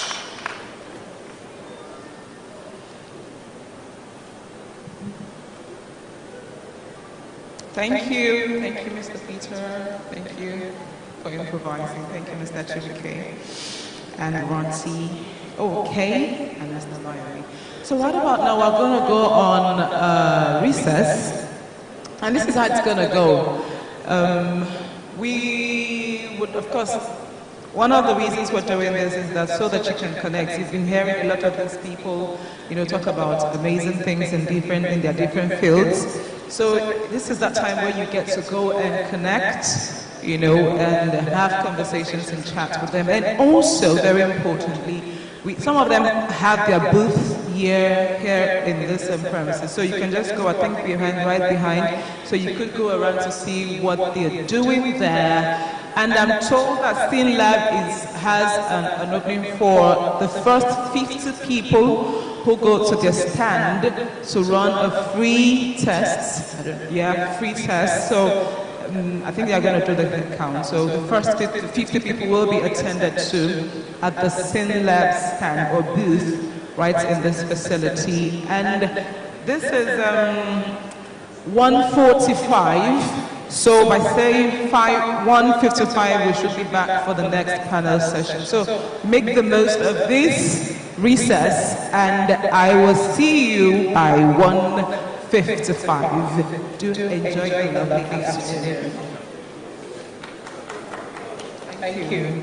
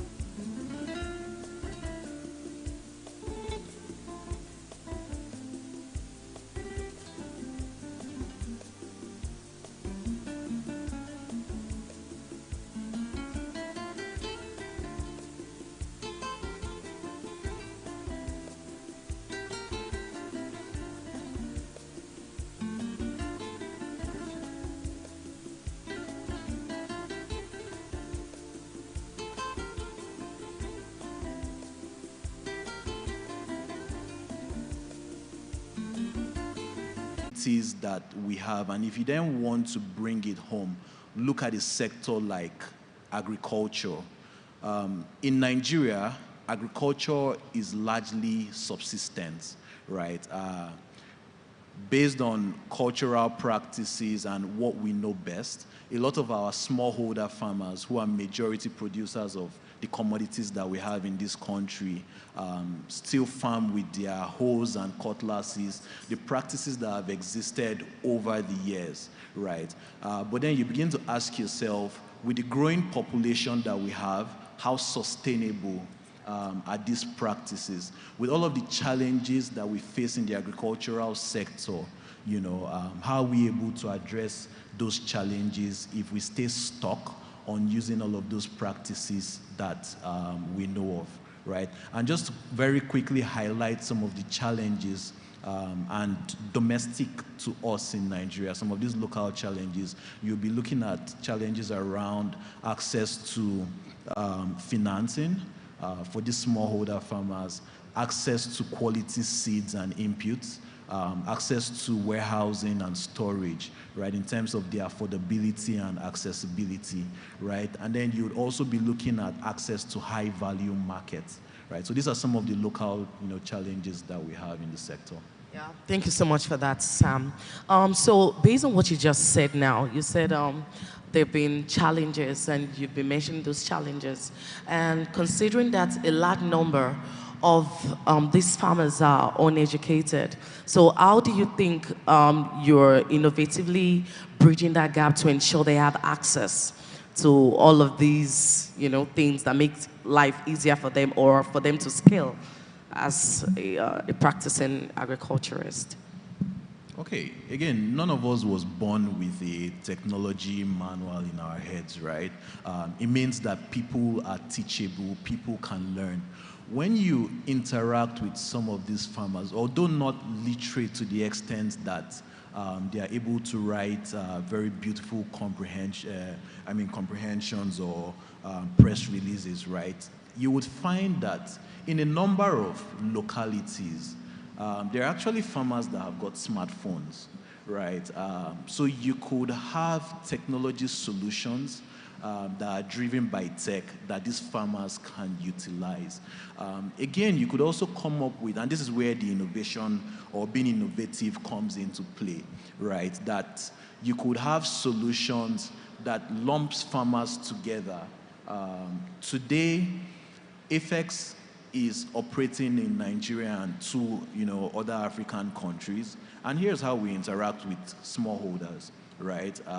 Because a significant chunk of the commodities that flow through the exchange are drawn from the operations of these smallholder farmers. So a smallholder farmer works on his farm alongside other farmers in his locality. And what we did was, first of all, put these farmers into cooperative groups, right? So you have a unit that comprises a maximum of 25 smallholder farmers that are able to provide support, to one another. Out of those 25 smallholder farmers, you're able to find one or two that has a better understanding of tech, right, that is able to drive the objectives of that cooperative group, that is able to represent them at meetings, at events, is able to learn good agronomic practices and then teach the other members of the cooperatives, right? What we've also done is set up warehouse infrastructure across the different locations where we operate. Today we have about 130 warehouses spread across 22 states in Nigeria, right? And these warehouses cater to farmers that are in those cooperative groups around each of those locations. You have a warehouse manager and field extension officers that know these farmers down to their homes and down to their farms, right? So there's a continuous learning process for these farmers. He's able to teach them all of these new advancements in technology and in the agricultural sector as a whole, right? And then we've been able to see productivity of these farmers just based off on that. And imagine if we can further scale this, increase those locations and the number of states where we operate, or have other players adopt similar models. Thank you very much for that, Sam.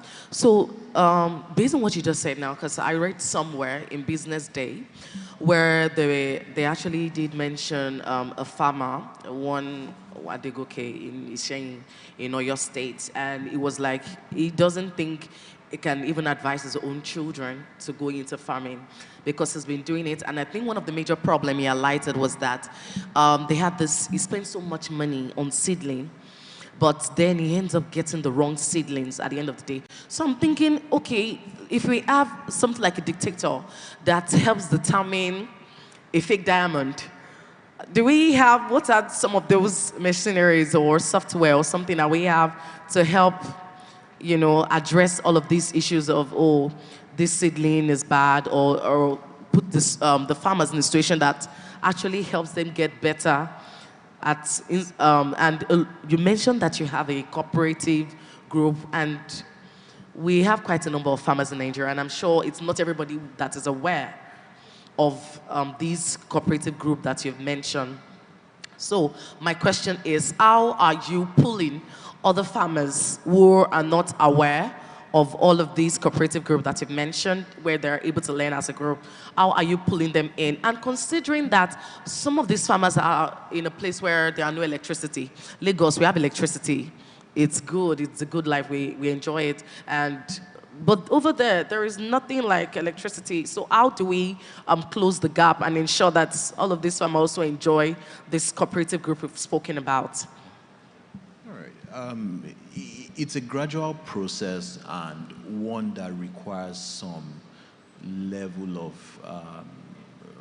or that requires being deliberate, right, in how we approach it. So AFEX is a business, and there's an extent to which it would cover, right? It has to match all of its costs with the revenues that are coming in. Again, you don't want the business to implode, right?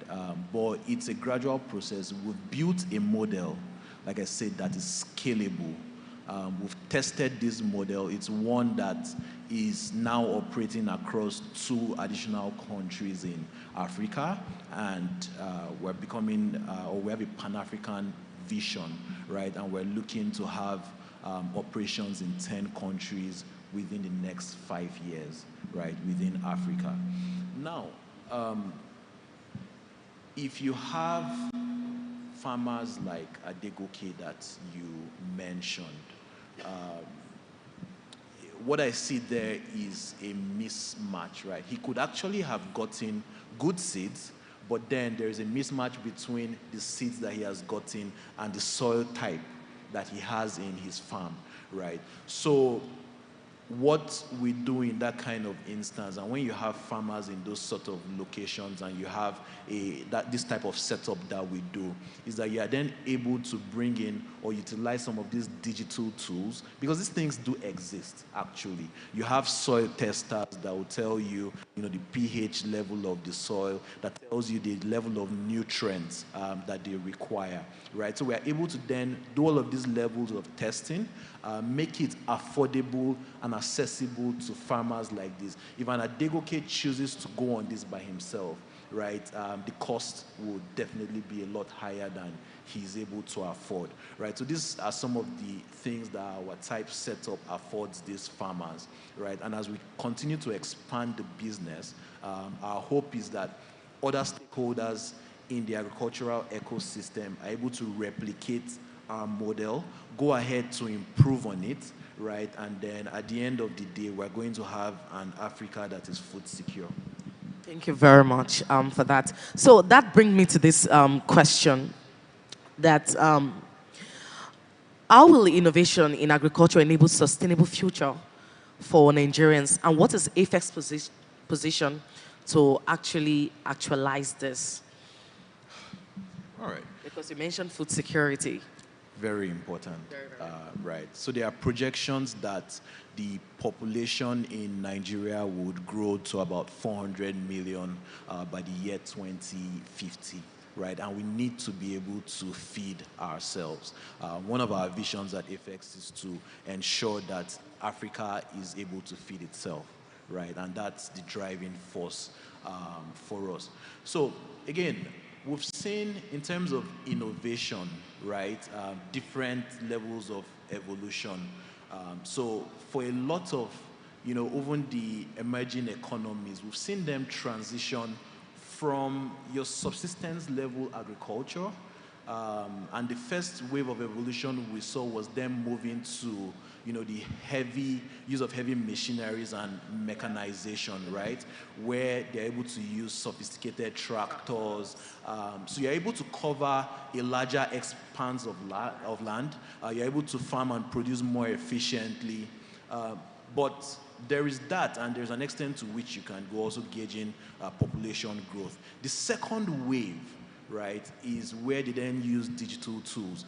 So you see that there is now automation, the use of robots, drones, autonomous tractors, right? So you see some farms where the tractors are actually going ahead to work all through the night, and there is just an operator sitting down in one office and monitoring their operations, right? We've also seen precision farming, where on the same hectareage of land, someone adopting precision farming is able to produce a lot more. These are the sort of innovations that we hope to see. At Apex, what we're doing as part of our operations is we're not just setting up the exchange, but we've done some level of backward integration to ensure that these farmers are able to increase their productivity. They're able to get access to quality inputs. We're able to entrench, good agronomic practices, incorporate that into their farming practices, right? That we're able to reduce post-harvest losses by ensuring that all of that warehouse infrastructure is being utilized. And then you're providing value to them through our market infrastructure, right? So those are the sort of things that we're doing. We're also able to unlock financing using the exchange's infrastructure, because we can structure products that are safe, secure, that bridges the gap between those in the financial sector that have money and are looking for where to deploy these monies, and then farmers on the other hand that are able to do this level of production. And we just serve as a conduit for those funds to flow, to be utilized, and then there is value at the end for everybody. So those are the sort of things that we're doing. We're creating funds, working on a food security fund that would, invest in infrastructure in the agricultural ecosystem, right? And also seeing how we can boost production. We're having a model processing plant being launched on the 11th, by the governor of Kaduna State. And it's a 100,000 metric ton multi-grain processing facility, right? With an adjoining 30 metric ton model warehouse, right? That's one of its kind in its country. And what we hope to do is to replicate this across the different, geographical locations in the country. And, there's value at the end of the day for everyone. Okay, so I just got not like the time is over, but one final question before we wrap up, and that will be, so what are the windows of investments available to farmers and investors in Nigeria? Okay, so I could speak about that, for the next 5 hours, right? Because when you look at the challenges that exist in the agricultural space and the agricultural ecosystem, it then provides a window of opportunity also. I think between COVID and then the Russia-Ukraine war, we ought to have learned a lot of lessons as a country, right, on how we can, and the need for us actually to better our agriculture. Whenever there is a gap, there is an opportunity. Your typical farmer today wants to go to farm, harvest his commodities, sell off at whatever prices, and he takes money. If you're looking up north, he would very likely go take a third wife, right? That's what he would do with the funds. You also have a company somewhere in the southwest of Nigeria that needs these commodities, right? And so he wants to, or he needs to have sufficient resources to be able to purchase these commodities. And then you have an investor, someone sitting in this room that has some cash and is looking to deploy this cash, right? So we bring all of these sort of people together and then structure products, that allows them to benefit from committing their resources to this venture. So a farmer, by going to farm, is able to, get input very likely on credit using our infrastructure. He's able to increase his production, right, and the yields on his farm holding because there's access to finance and access to inputs. Now, a processor is able to get all of the volumes that he requires, getting the right quality and quantity of these commodities. Also, we're able to create products, financial products, that will allow an investor sitting in this room, right, to deploy his capital for the period, purchase those commodities from the farmers, right, meaning the farmer is getting value immediately. He is holding the assets, right, in a portfolio, and he's essentially holding that asset pending the time when that processor would need those commodities, right? So the processor doesn't have to tie down his funds. And with this structure, what we've seen, is a cost reduction or cost savings on the side of the processor because he's able to use the structure to access funding from investors, that have these funds. The investor is also able to get returns that very likely beat inflation, right, just by deploying the capital. When you look at all the assets in the market, I think commodities, if not the only, one of the very few that is able to give you returns that match and even, perform better than inflation, right? So those are ways that we're working and making sure that everybody benefits by investing in agriculture. Thank you so much, Sam Okor. Thank you so much. We've come to the end of this fire chat. Thank you all for listening. Thank you so much, Sam. Yeah, it's been a pleasure. Thank you. Thank you indeed. And that. Before I go, if you need more information regarding what Apex is doing, their stand is right outside. You can go in and ask for more information. Thank you. Please put your hands together again. Together. And that is innovating in the oldest profession. Agriculture is rendered by Sam Okor and moderated by Maria Egunjobi. Please, you're to take a... Hello? Hello? Remember, you're still to take? Yes. Thank you very much.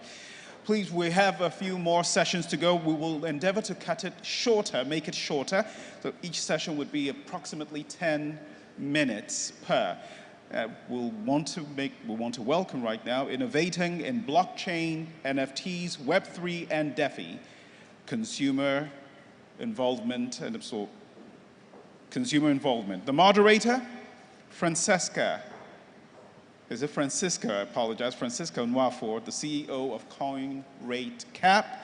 And the panel will include Ruth Iselema, the founder and CEO of BitMama, and Oluchi Enebeli, the founder of Web3 Ladies. Please do indicate, let's have it. Remember, about 10 minutes, so we can have other things. Please put your hands together. Oh, and for the record, those of you who yet have questions or such, do well to do so on the various social media platform hashtag NIS2022, that's 2022, and hashtag NISW 2022 or 2022. Please put your hands together again for them.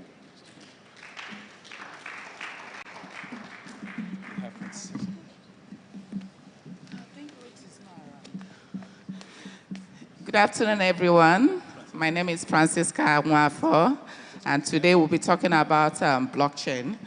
But before we delve into that, okay, Ruth is coming. We'll first of all introduce ourselves. Yeah.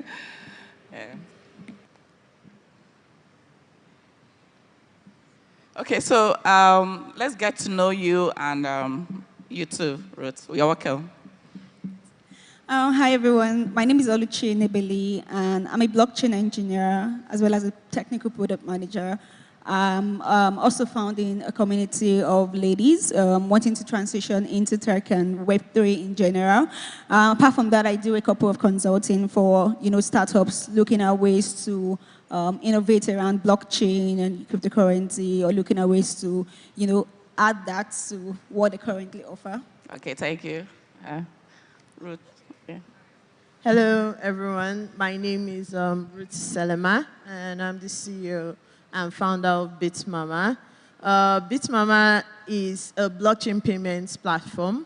We enable people make payments using the blockchain. So you could send and receive money using crypto. You could pay for your Amazon, Alibaba, AliExpress using our virtual crypto cards. And you could do a whole lot more. You could basically even book your flights with crypto on our platform. Okay, thank you, thank you. Okay, so we've been hearing about blockchain, Web3, and I know that Web3 is still new. It's something that is still evolving, So can you tell us in a layman's term what blockchain is? Over to you, our blockchain lady. Awesome. In a layman's term, okay, so I'm very sure everyone is conversant with ledger or bookkeeping, record keeping, right? We keep records in every areas of our life, whether it's health record, or it's business transactions, or it's markets, you buy, you import and export, and you're keeping records of that, right? So let's particularly record, we need to record transactions, and we need to record ownership as well, and that's what we've been used to. So imagine having this record, right, not being kept in just one place, but having this record distributed across like different persons, right? So see it as, say we have a record of, say your health record, right? Yes, yeah.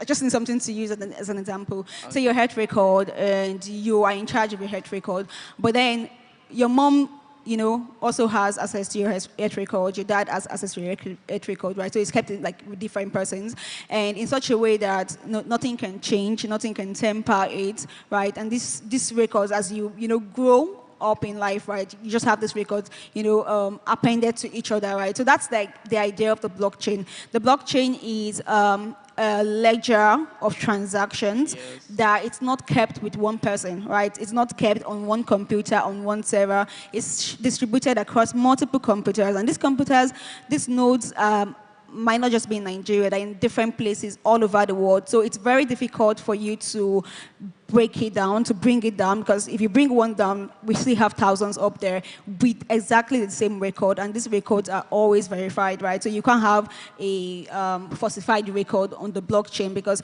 immediately there's a falsified record on any of the ledger, it gets kicked out, right? Okay, thank you.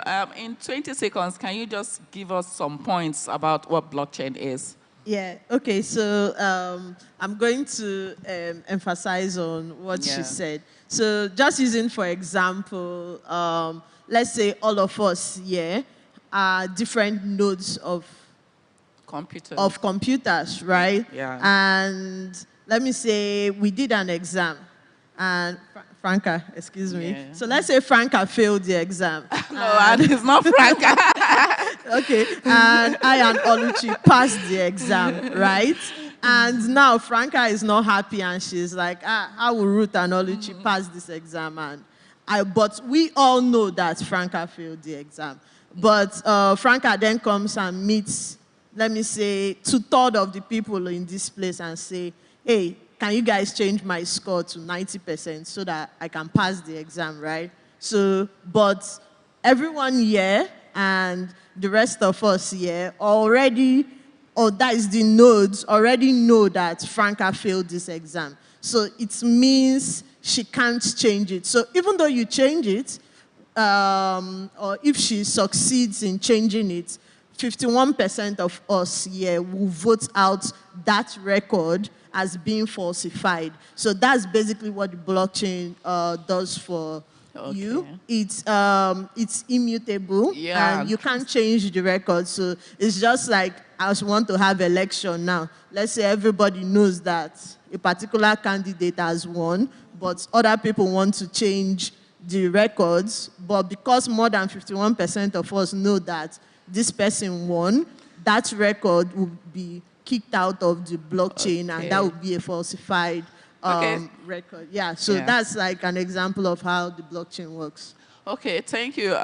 In what ways do you think that the adoption of blockchain can change the economy of the country or is business in Nigeria?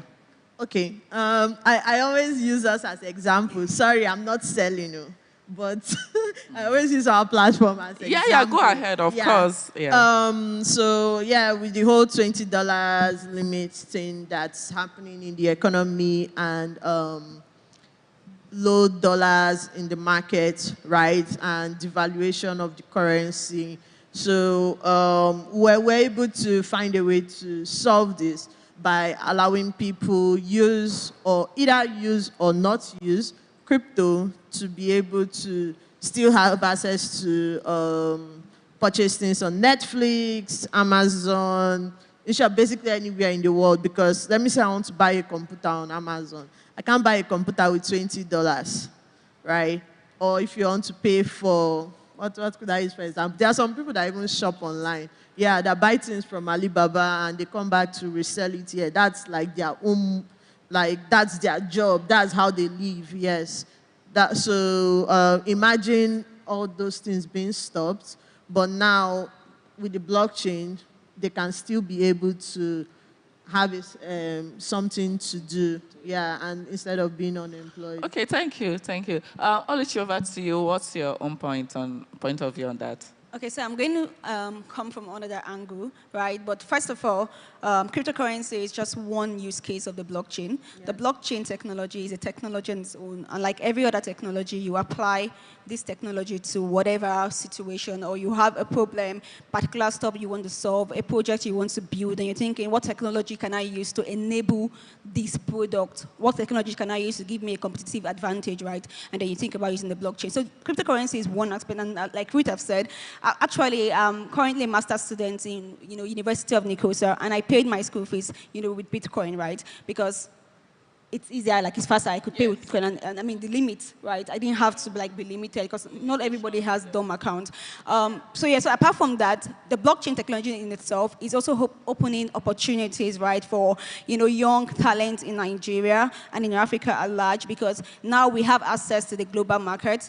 You see some of Nigeria, our youth, right, are becoming more aware of this technology and are coming in terms of their skills, right? So as an engineer, you can thrive in this space. As a product manager, right? Because people are building and innovating different ideas around the blockchain, and this is one way our youths are keen into global opportunities and are getting paid what they actually truly want, right? And apart from that, a lot of countries outside, right, Africa have seen Africa and Nigeria as a place where innovative solutions can be built, and a lot of them are looking to come into the space, right? They're looking to connect with African businesses. They're looking to connect with African stakeholders. How can we come into the country? I mean, there's the Nigeria partnership with Binance to create a free, a virtual free zone, and this is something that we have in Dubai because this technology helps us attract investors, because a lot of these investors are looking to, come into the country because of this. Why? They feel like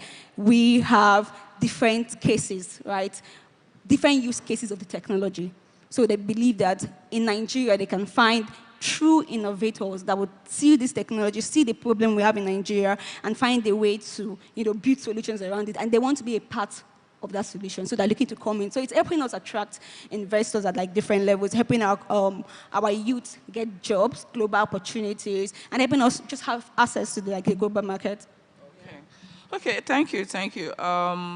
What is the scope of, let me start by asking what is DeFi. A lot of people heard about DeFi, NFTs, and Metaverse, and some people still don't seem to understand what DeFi is all about. Can you explain in 30 seconds, tell us what DeFi is all about? All right. So DeFi is like a short form for decentralized finance. Basically, what DeFi means is that we are not, so we have centralized finance, and we have decentralized finance. So with centralized finance is what we basically do, where you do what we call on-ramping and off-ramping. So you move from fiat, which is your naira or your dollar, to crypto, and you off-ramp, which is from your crypto back to naira, right? So when you do that on a centralized platform. So we call that one CeFi, which is centralized finance. So but with decentralized finance, it's mainly based on smart contracts or the Ethereum blockchain, which is like the popular one most people use. But you have other layer 1 protocols, which are Polygon, Solana, and Celu. So smart contracts, how will I explain this now? Everybody will understand. So for smart contracts, what happens is, it's like, if we build a smart contract now and we say, okay, if Root gets this job done, then pay Root this amount of money, right? So with decentralized finance now, so let's say Franca is giving me the job. Franca puts some Ethereum on that smart contract, saying if Root does 50% of this job, give her this. If Oluchi does 50% of this job, give her this. So basically what happens is, if I don't do 50% of that job, that smart contract doesn't pay me, whether Franca is there or not. So that's the essence of building that smart contract. But decentralized finance has evolved into many forms over the years. What do you call yield, staking, and the rest of them. For NFTs, okay, this is not my expertise, but NFTs are basically like, let me use your university certificate, for example. So if someone forges their certificate and I want to verify whether it's real on the blockchain, I can put that certificate, or your school can put that certificate on the blockchain, and it becomes an NFT. It becomes a proof that every other person knows or sees that is original. Or it can even be used for events. Let's say Burna Boy ticket, and you want to see Burna Boy, and they put that ticket on the blockchain. You are now able to have special access to Burna Boy because you have an NFT of that event to see Burna Boy. So that's like the simple way I can break it down. Thank you. Okay, so blockchain has brought about this DeFi, now NFT, now we are metaverse. How is it disrupting the traditional system? And how is Bitmama solving the problem? So I think NFTs and decentralized finance still have a little way to go in the traditional system. I don't think they've solved the whole scam and everything, exploitation. See, Binance was even hacked a few days ago. So maybe when they solve that, it will see some applications in traditional finance. But for NFTs, we've already seen NFTs being used. I think there's a project that even uses it to do land purchases in Ghana, so that you know that the person that said they own this land is actually the person or the family that owns the land. People are already using, put their university certificates. It's not the other buy and sell one that we're buying monkeys and, but that one too was fun. But most times there is always a route to enter something than real life applications. So for the metaverse, I would say we are already in the metaverse. It's just that we are getting into it little by little. We don't know yet. So like when you do your Zoom call, when you do your Google Meet call, I'm not here, or somebody is in the US and you're already doing your Google Meet, you're already doing your Zoom call.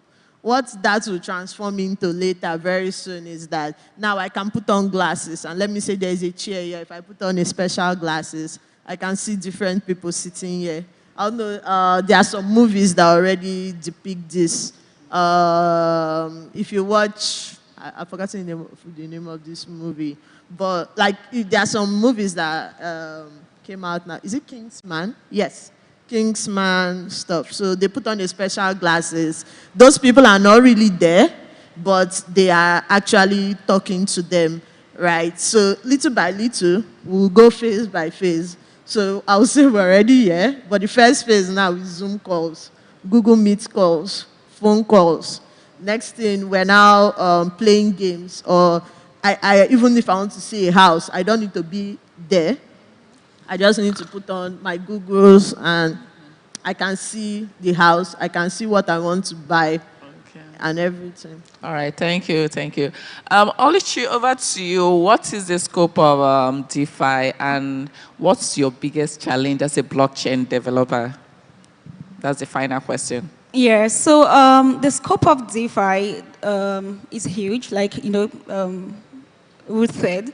There's still a lot of stuff that we can build with DeFi. DeFi is basically decentralizing finance and, looking at other ways that people can earn, interest on their, cryptocurrency or on their, current assets. How can we increase the yield of those assets, right? That's where, DeFi comes into place. And apart from that, right, think about anything that you can do traditionally in traditional finance, right? There is a decentralized aspect to it. And one would say, why do we need a decentralized aspect to it, right? There are a couple of reasons and a couple of ways, right? And you'd see that at play with, what some of these DeFi applications are out there, allowing users to be able to, just switch from one currency to another, allowing users to be able to like stake your cryptocurrency or your funds. So imagine staking, say, something worth 200 naira today, and tomorrow you are able to like redeem about, say, 500, right, from it, and it's in the currency that, it doesn't devalue, right? It's something that is addition to it. But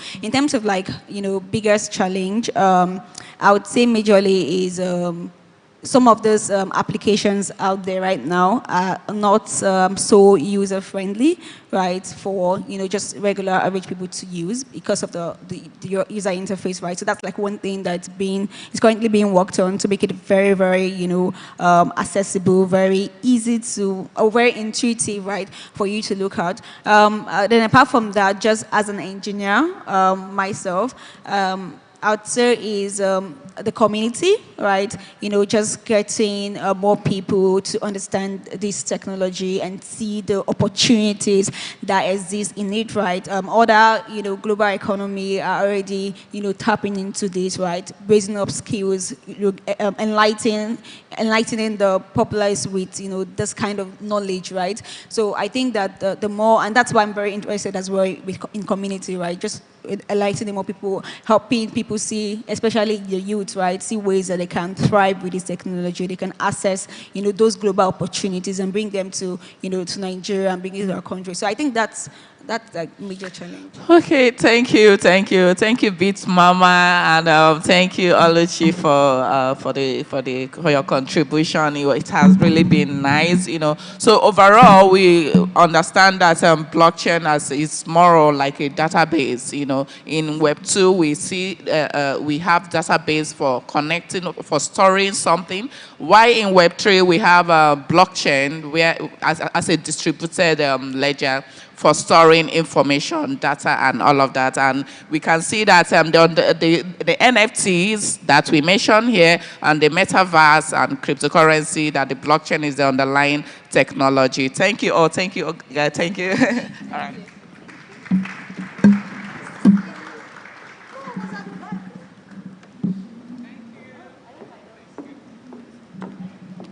Please stand for a snapshot, please.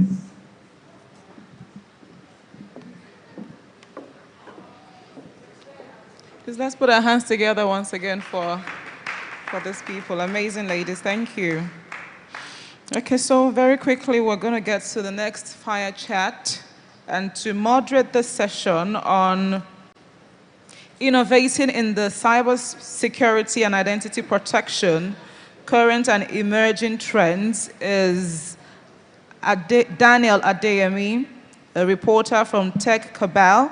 And the panelist for this session is Mr. Lanre Ogungbe, CEO of Identity Pass, who's been represented by Oreoluwa Ajayi and Mr.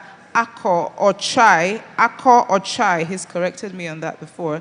Mr. Ako Ochai, Head of Channels, Digital and Innovation, Union Bank of Nigeria. Ladies and gentlemen, let's put our hands together for these people as they take these fire chat session, and this would last for about 10 minutes, please. So Daniel Adeyemi.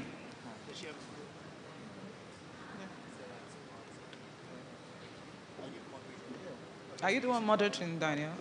All right, okay.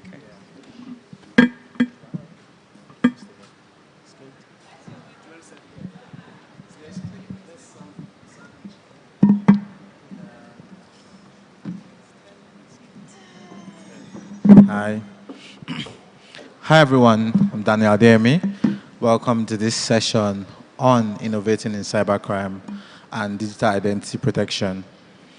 I think this is a very interesting and very important session for everyone because we've all heard about cybercrime, or as we all know, Yahoo Yahoo, right? So it's something that's very important. And even if you've just heard in the news, we all know how we freak out when you see a debit alert that's not your own, and you're like, whoa, did I make this purchase? I think it's very important, and I'm happy to have two persons with me who are well equipped to discuss about this. Lanre Okungbe and Ako Chai. Yeah, My name is Ore. From Union Bank. Yeah, representing him, right? Yeah. So I'll just get right to it, actually. I think I'll start with Lanre. So currently there are about estimated 500 million internet users in Africa. So a lot of people are actually, many aspects of our lives are becoming digitalized. And more importantly, it's important for people asking for safety, especially when it comes to financial transaction and aspect. I'm curious, so it now appears that the role of digital identity is more important because every now and then you want to make a transaction and they're like, oh, prove that it's you. Or you change your IP address and I'm like, is this still you? So what's this new role of digital identity and how would you place this in this new space? So that's for Lanre. Yeah, I did. No, Lanre. No, my name is Ako Chai. Is that for me? Ako Chai. Sorry, mixed it up. All right. Actually. So thanks very much. My name is Ako Chai. I work for Union Bank as the head of Channels Digital Innovation. So to answer your question, I think we are in a space where identity is everything. Okay.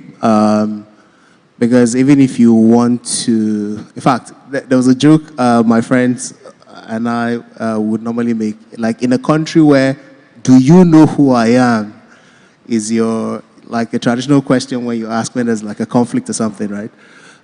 You can understand that who you are is a very critical sort of like position or essentially it answers your identity, who you are and, either in terms of your standing in society, in terms of, your placement, exactly.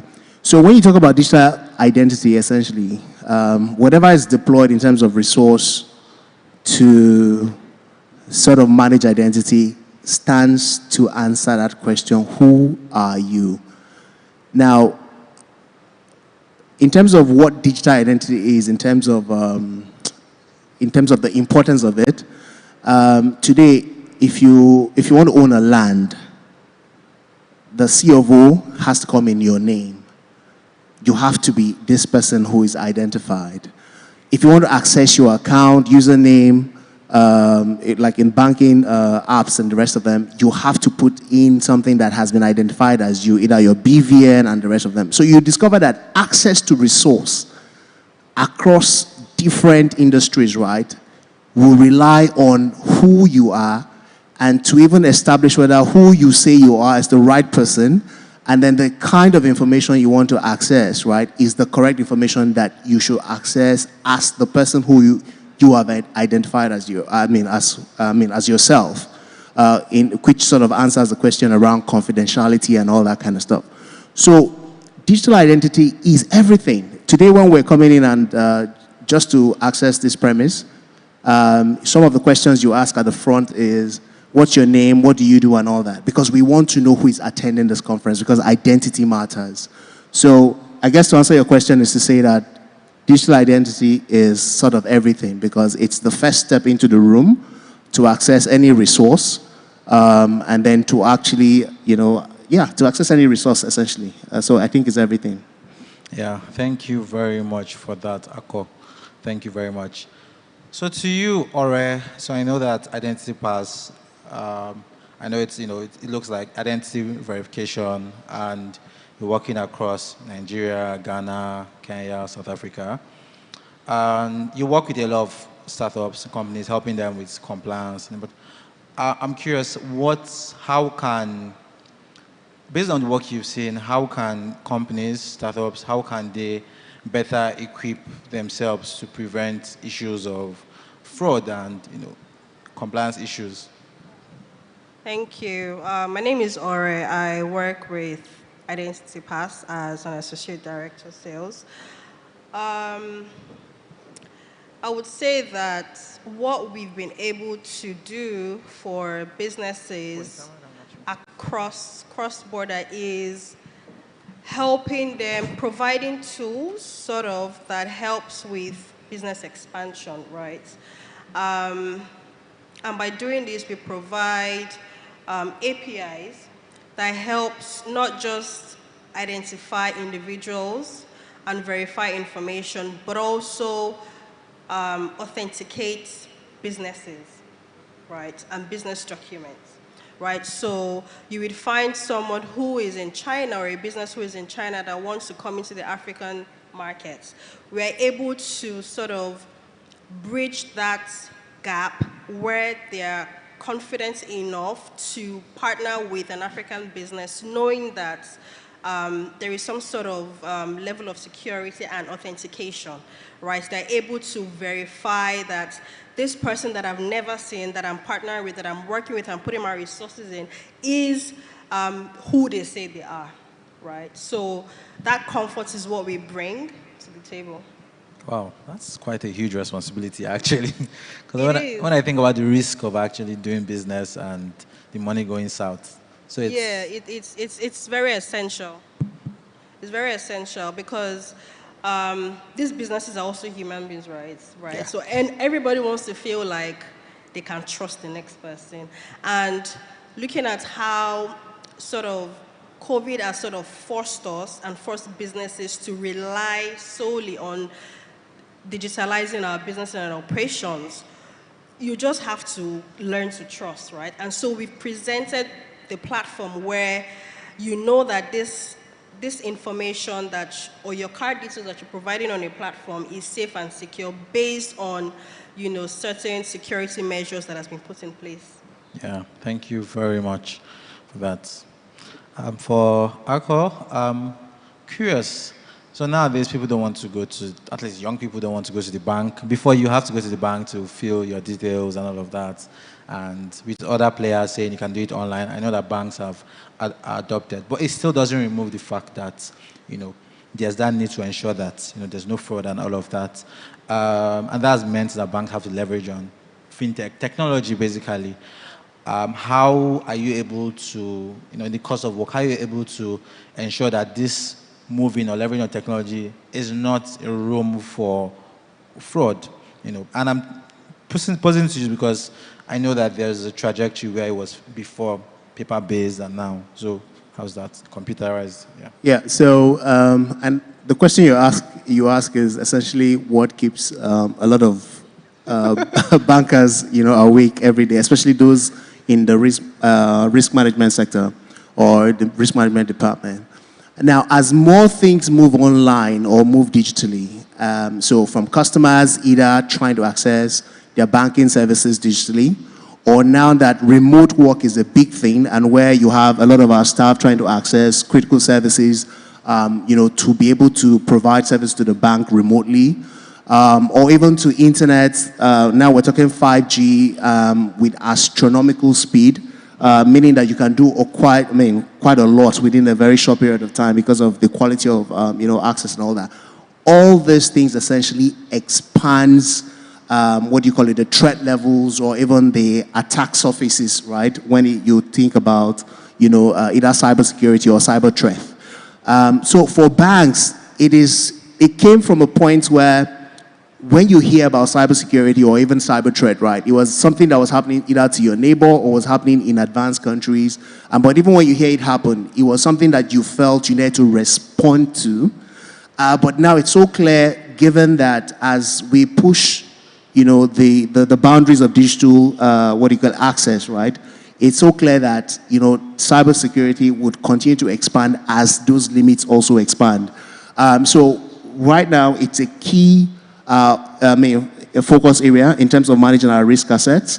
In terms of, handling risk management within the financial institution. And we know that it's a key investment area to make sure that as we expand our scope into the digital space, we're able to protect, our services, make sure we keep up the services running, because of course, that there are different types of cybersecurity, there are ones that would just even disrupt services or even access to service outside even the fraud that you've spoken about.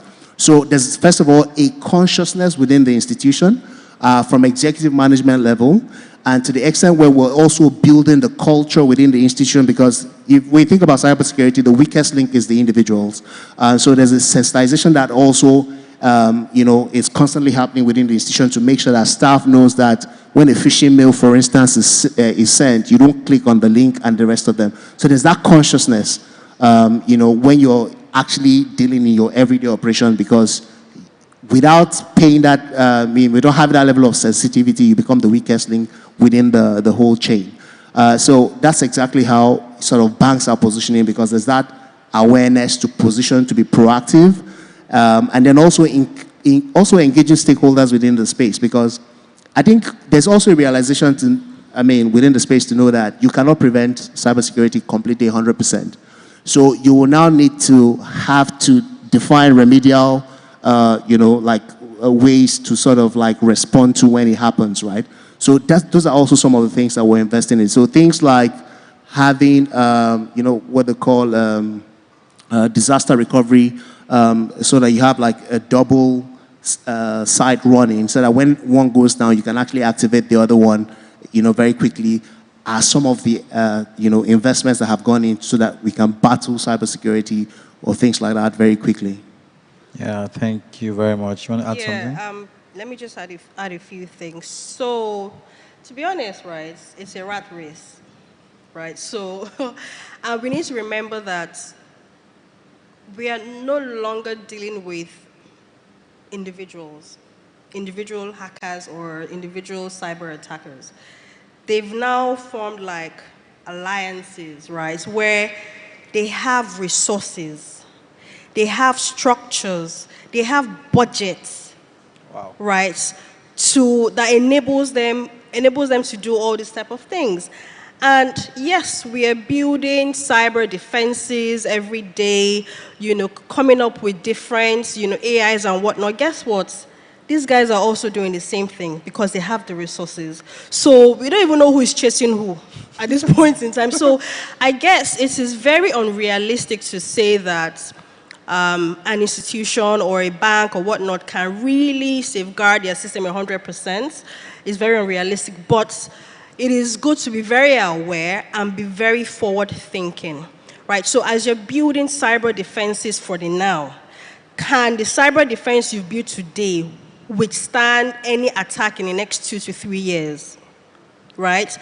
Are you putting in resources? And when I say so, there was a report that I read, came out, TransUnion brought it out. It said in Q1, there was a 23.8% increase, right, in cyber attacks in the first quarter of 2020, right? And then when they compared, 2021, and when they compared against the previous year, it was 60% of that 23.8% was financial institution attacks, right? Wow. And this is just to say that these guys, what I read is because of the sanctions, right, that is being levied on them should their system be infiltrated, they rather spend or put budgets aside post-attack than pre-attack, right? So if, for instance, their system gets, or maybe Uber or whatnot, the system gets infiltrated and data is being released and whatnot, yes, they will get fined, they will get, clamped on, a lot of those things. And they spend money, but they would rather do that as opposed to put money to prevent such attacks to happen. Because they actually cost more. Wow. Do you understand? It costs more to spend money to build a cybersecurity system, to put AIs, to get new technologies, put a whole system together to prevent it than paying the fees that they've been levied on. Do you understand? So it's, I think what we need to do, not just banks, but really even fintechs and other institutions, even governments, is to take like a vigilante standing where you're always guarded. So, you know what they say, how for you to catch a thief, you need to wear a thief's hat, right? To know how they think. Put on the hat of a cyber attacker so that you can gauge their thinking pattern, right? So that you can maybe not a step ahead of them, but at least be at parallel. Yeah, thank you very much. Wow, that's very insightful, and this will bring us to the end of this session. Thank you very much, Ore and Akol. Thank you for insightful. Thank I believe you. you're welcome. I believe we've learned a lot from this session, and it's to go and start thinking like the hackers. Cyber attacker. Yeah. All right. Thank you very much. All right, thank you very much. Yeah, Thanks for having us.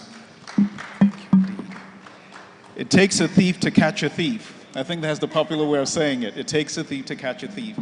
That was cybersecurity and identity protection, the trends emerging, moderated by Tech Cabal's Daniel Adeyemi, and panelists, Identity Parsers, CEO's representative, Oreolua Ajayi, and Union Bank's head of channels digital, Ako Ochai. And right now, for those in the medical field, those in the health practice, innovations for healthcare. It will be moderated by Yomi Kazim, the Senior Consultant Nigeria for Salient Advisory. The panelists will be the CEO of SynLab Nigeria, Kenneth Okoli, and the CEO of Advantage Health Africa, Abimbola Adebakin. Do well to continue the conversation online at hashtag NIS2022 or hashtag NISW2022. Healthcare innovations. Please put your hands together for them as they come up this way. 10 minutes, and we're almost at the last lap, or rather at the last lap. 10 minutes.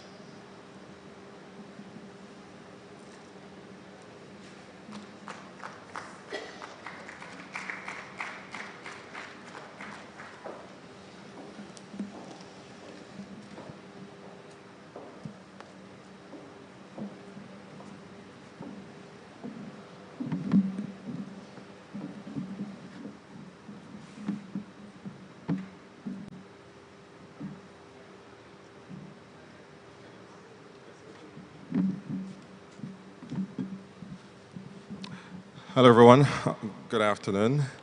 This is the Innovating in Healthcare panel session. My name is Yomi Kazim, and I've got two of Nigeria's most promising health tech founders here and executives. We're going to be chatting through the idea of innovations in healthcare.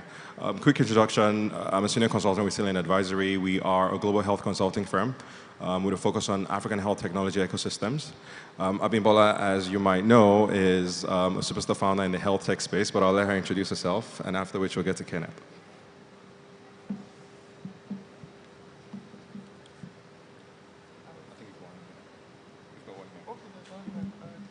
Good afternoon, everyone. My name is Abimbola Adebakin. I'm a pharmacist. I'm founder and CEO of Advantage Health Africa.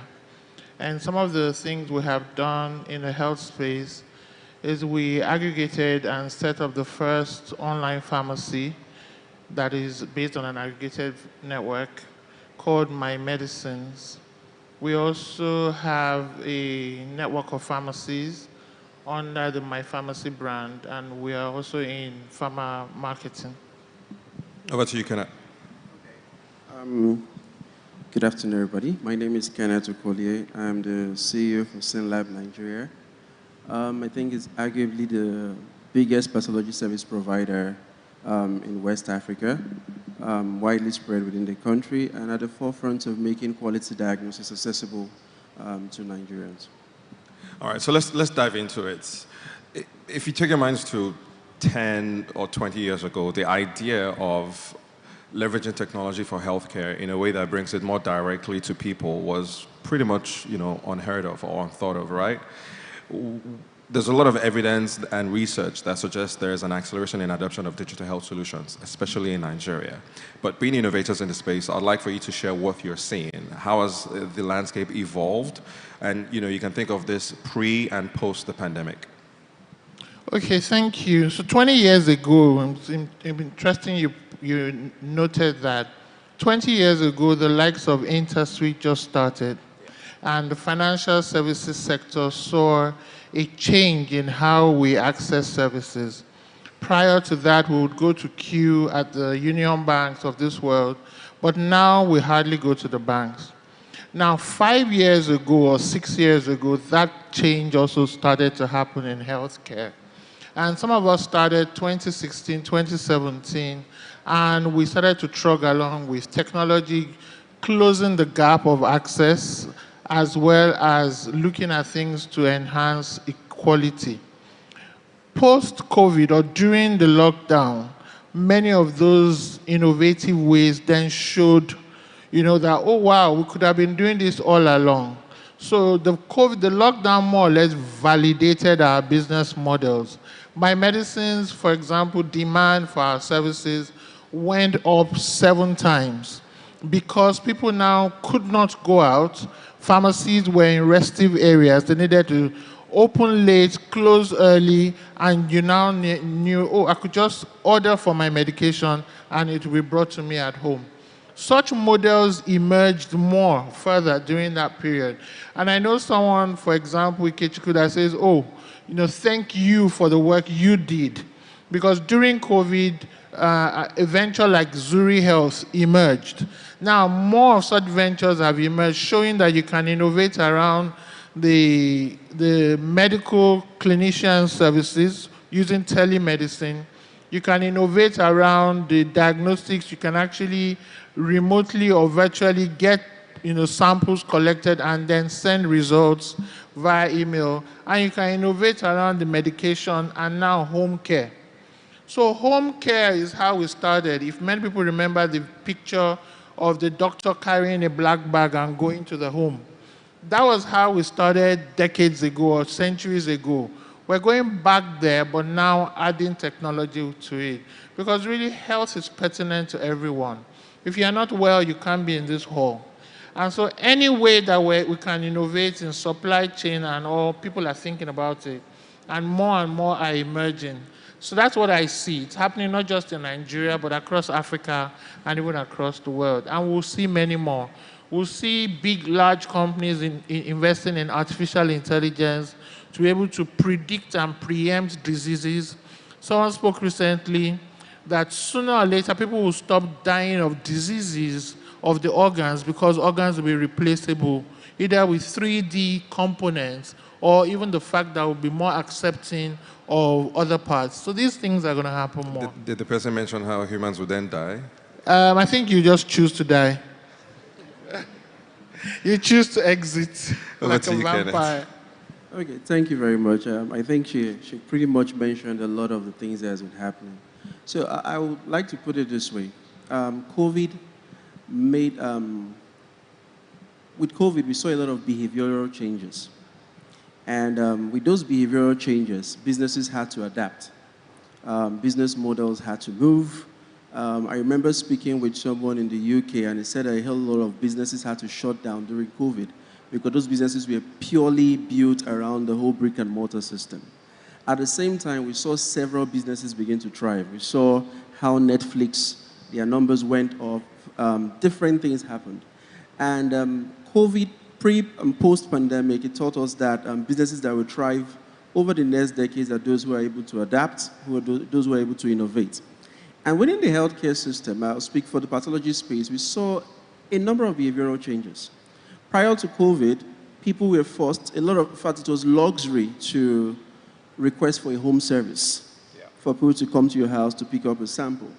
But now, it's almost like if you do not have the service as a choice, you can't function. Okay, especially if, let me say, if you're in the major metropolis like Lagos and Abuja. And that was a major shift that happened. So you begin to see people aware of the fact, people demanding several kinds of services that were not available in the past. At the same time, we're also seeing with innovation, people also are saying, I don't also want to even come to a physical center to see a doctor. How about if I could just go on the website or go on your site and request to speak to a doctor? And that's where telemedicine has begun to really gain a lot of traction. Of course, telemedicine was there before COVID, and everybody had their, oh, would this work? Would this not work? But mainly COVID hit, post-COVID, we're not saying it's a way of life. All right, currently, from a pure business perspective, we're even looking at it as a way to cut down our FTEs. Because rather than having one doctor in every single center, I could have one doctor in a remote location who is able to attend to different patients who are connecting to him from different places using already existing technology, Teams, Zoom, whatever the case may be. At the same time, you also, who would have imagined? I remember as far as 8-9 years ago, where we had strategy session and we're thinking about, imagine if people will be able to buy tests online the way you buy goods online. And they're like, no, it's not ethical, blah, blah, blah, blah, blah, and to shut down. Today, it's almost the norm. You mean self-test kits? Not just self-test kits. You could go online, pay for a test, what's it called? Order the test, and you could either walk into a center to have the sample collected or someone comes to your house to have the sample collected. I'm still coming to self-test kits. That's even another case. I think COVID made that really, really blow up. And I think in the UK, Nigeria, there were still regulations trying to fight it. But I was in Hungary a few weeks back, and what we had always said was not possible, I saw it really, really happen, where full blood samples were collected with self-test kits. Like, they just put it on your finger, correct capillary blood, and really, in diagnosis, most innovators or most companies are every day innovating on how to use smaller blood samples to make diagnosis. And once you can get 2 ml of blood, that's enough to do stuff. All right? And all of this could be done by you going to a pharmacy, buy the test kits, buy the test, you come home, collect the blood sample, call the lab, come and pick up, and then you get your results, not even via email, okay? Either via a platform or an app or something. So clearly there is a lot happening that is really easing the way healthcare is being assessed right now. Right. I mean, I'll just share a quick success story, and this is personal for me. Last week, I needed to speak with an endocrinologist. I reached out to a startup called Doctora. I was speaking with the customer care person after about 2 minutes. After 5 minutes, I had been set up on their platform. In 10 minutes, because I checked my time, in 10 minutes, I was speaking to an endocrinologist. Absolutely amazing, blew my mind away. For me, I would say that with the way we're leveraging on healthcare, it's literally democratizing access. That's really what is happening in every single industry. Access is being democratized, unlike what it used to be before. So let's flip that perspective around a little bit. You've both alluded to the fact that a lot of innovation is happening. There are more players in the space. Now, of course, you also run your businesses in this increasingly crowded space. So how are you adapting to what obviously is increased competition? How are you staying innovative yourself and ensuring that whatever customers are out there keep coming to you rather than the newer innovators in the space? Okay, so what we're doing, and Advantage Health Africa has never rested on its oars. We keep growing because we see so many problems. And the mindset we come with is if there are problems, there's one way to look at them, there are opportunities. So there are problems with access, there are problems with affordability, and there are problems with quality. We've cracked access. What we and the competitors are looking for is scale. So I can't say we're in a red ocean yet, where we're scrambling for few patients. We still have millions of people that don't know that they can access their medicines through us. So we're all like collaborating to compete. So we all want more people to access through these digital platforms. But we still have issues of affordability, and we're innovating there. For example, we've created a lifestyle type of medication insurance. With that, you can pay just 2,000 naira every month, and you will have access to all the medicines that you need for certain conditions.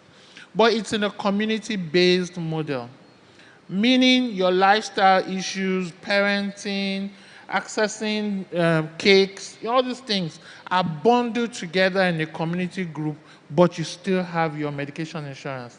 So we're trying to look beyond health as that thing, but more like health as this thing. Health is part of what we're doing, and we're making it more like we're riding on pop culture to sell health. And so online pharmacy is not the end, it's just a channel that is part of what we're offering.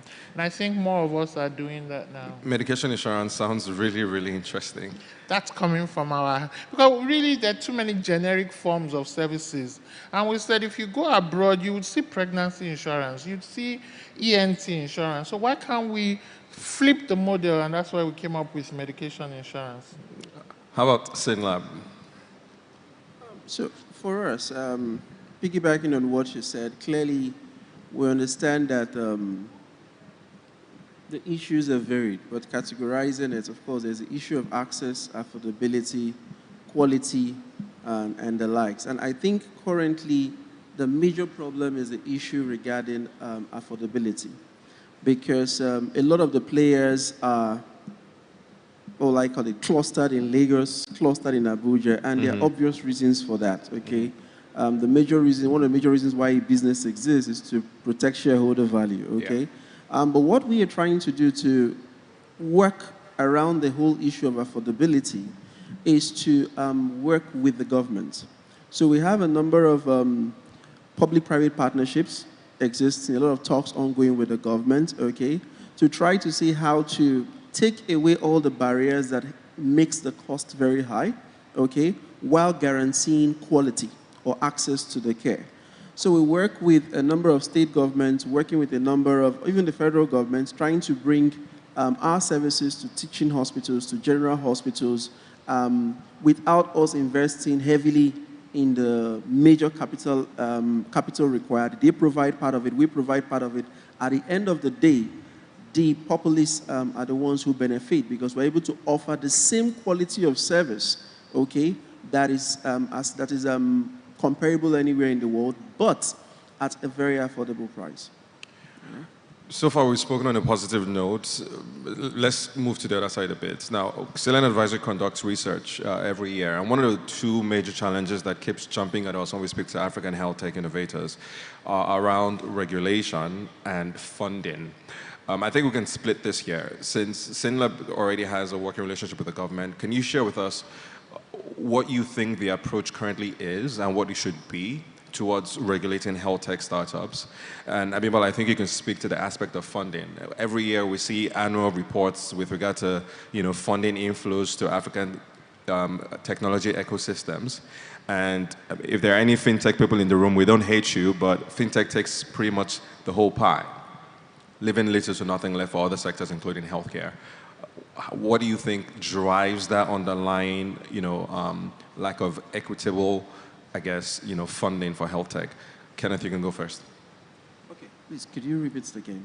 My own question. What do you think? What do you see with regard to the government's approach to regulating health tech innovation, and what do you think it should be? So, what is it now, and what should it be? Currently, I don't think the government is. The government hasn't really started paying huge priority on it. I wouldn't say they've started really, because you just mentioned fintech. There's a lot of money. Government is driven to to where the huge cash is. Okay, currently, I would say health tech is still at a very Infancy. Infant stage, okay? Because when you look at it, currently what's happening with health tech is basically home service collection, that's really it, online purchase of tests and all of that. So at the moment, I would say it's important because I was speaking with the regulator a few months ago and really they don't know what to do. So this is the best time for every health tech company to experiment, try to get whatever they need to do, get it done. Also, it's also important to begin to negotiate with regulators or meet up with regulators right now. Engage them, try to understand what their thinking is towards what is happening. You know, it's not the regulator's job to actually innovate.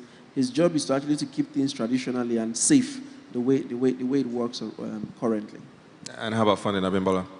Okay, so for us in health tech, we want more funding. But sometimes the funding is chasing known players. So more health tech players need to be visible and need to be in the networks where trust can be built. And we also need to be seen to be working in collaboration. Probably that way it gives more comfort to the funders. And I think working in collaboration helps them to see that you're covering end to end and there's no loose area that could become a competitive advantage against you.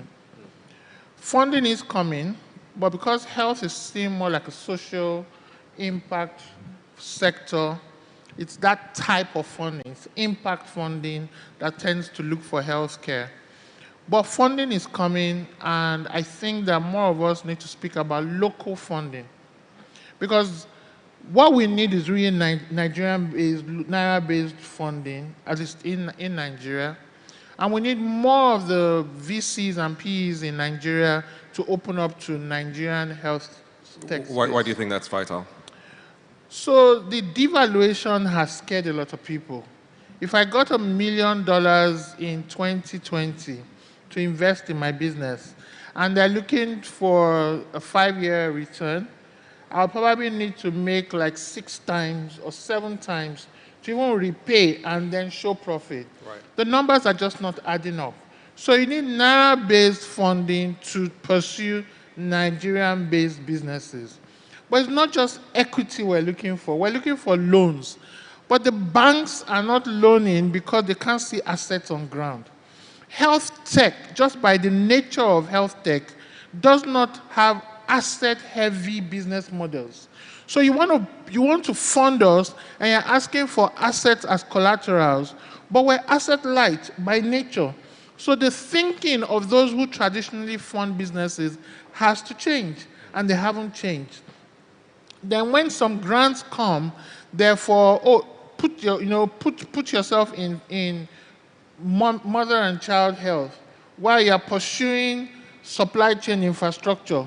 So the grants are so project specific that they're too narrow to be used across. So I think the language and the priorities need to be aligned. And if there's any body or organization that can align our thoughts, I'm part of one now that is getting funders and founders to sit together and talk. We need more of such in healthcare so that we can speak the same language and probably attract more funding. All right. Thank you very much. That's brought us to the end of the panel session for today. Congrats to My Medicines and SaneLab for doing a great job in this space.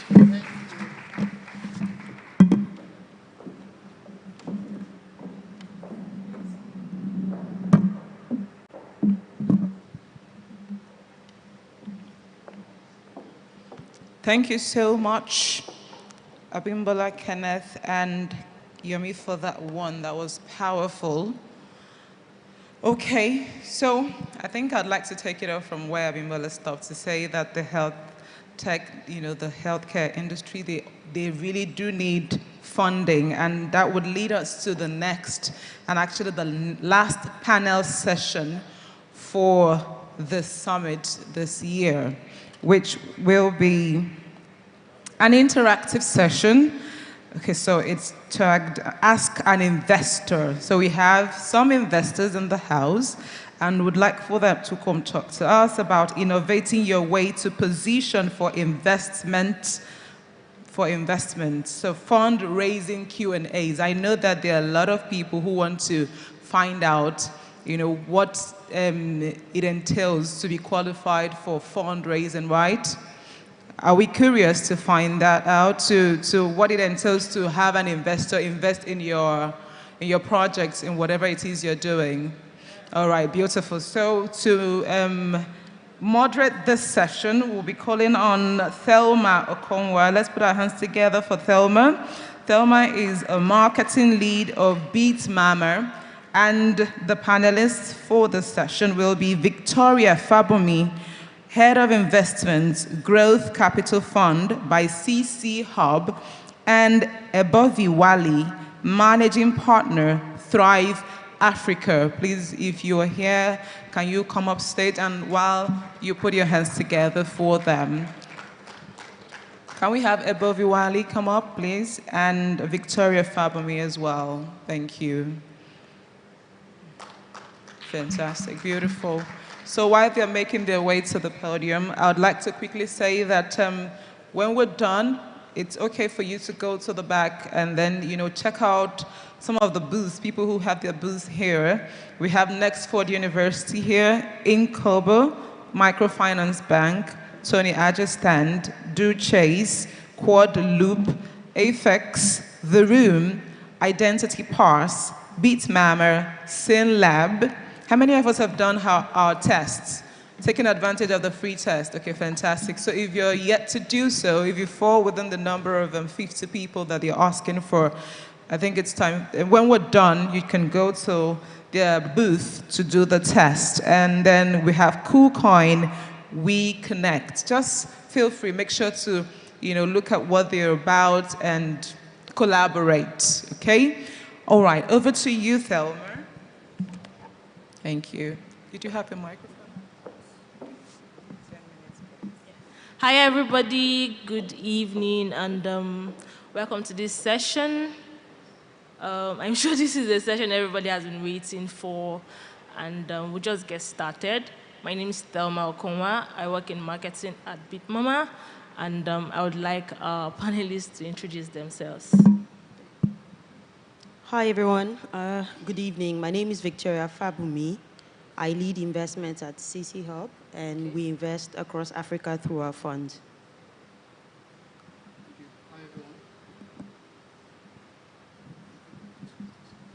Hi, everyone. My name is Ebovi Wali. I'm the managing partner of Thrive Africa Community.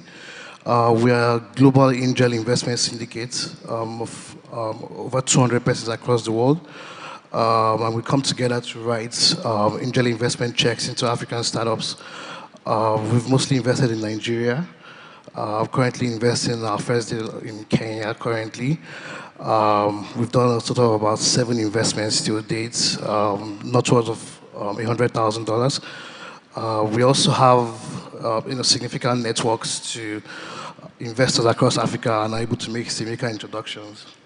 Nice, nice, nice. It's good to meet you both. So I'm just going to start very lightly. I'm sure we have a lot of business owners here, startups, and likes.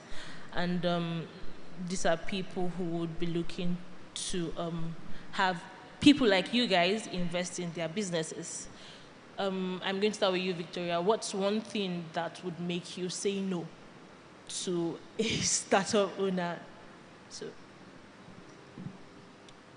So typically, when we're looking at companies to invest in, we look at several things. We have several criteria for which we select. We look at the team, we think about the business model, we think about the scalability of that model. Okay. We think about the problem they are solving, the social impact that it has, amongst other things that we look at. And so because we have an investment criteria that is aligned with our thesis, if you don't meet any of these criteria, we would say no. So what does that mean? If you're not an experienced enough founder that has an understanding of the space that you're looking to solve a problem, or you might not have the required experience, but you're surrounded with people that have that experience, it will be difficult for us to say, we'll give you funding because we know you might struggle to to meet or to even execute on the solution. So those are some of the things. We have our investment criteria. If the market is niche, we don't understand the market, we'll struggle to deploy capital to you because we perhaps don't have good understanding of that particular market. And we don't think it's large enough. So there's several things we look at in terms of deploying capital to early stage businesses. So if I get you correctly, you mentioned two things, experience and an understanding of the niche. All right, thank you very much. Now, Ebovi, let's go towards the positive angle. What's one thing that would make you say yes to a business owner or a startup owner, basically? Yeah, okay. I think, just to answer that question, let me just treat it a bit negative, again, just like you, because we get a lot of people trying to reach out to us for like fundraising, and it's good to know the things that would make us say no, and the opposite that make us say yes, right? So I think the biggest red flag for me is in a way you're solving a problem that is not a primary problem in Africa today or in the market you're addressing. I don't know if you understand what I'm trying to say, but there are people who are solving third degree, fourth degree other problems. I think where we are today in Africa, or where we are in this market, emerging markets, it's and that's why you would see largely fintech is taking a whole lot of financing. That's largely because fintech is addressing like basic needs, right? Finance, access to commerce. All of that is addressing basic needs, but like in just the other week, someone was trying to pitch a project that is relating to art in the digital space for some niche, very, very niche segment, and trying to raise X amount of money, and I'm like, maybe somebody else will give you the money, but not me, because it's not a primary problem. Right, so when you see people who are solving fourth degree, not even second degree, fourth degree other problems, it's kind of like a red flag. And then another red flag is no clear plan on how to scale the product. Right, that's the most. You can have a very, very beautiful idea, a very beautiful. Concept, right? But when you don't have any clear plan on how to scale it, right? Because you need to have a go-to-market strategy.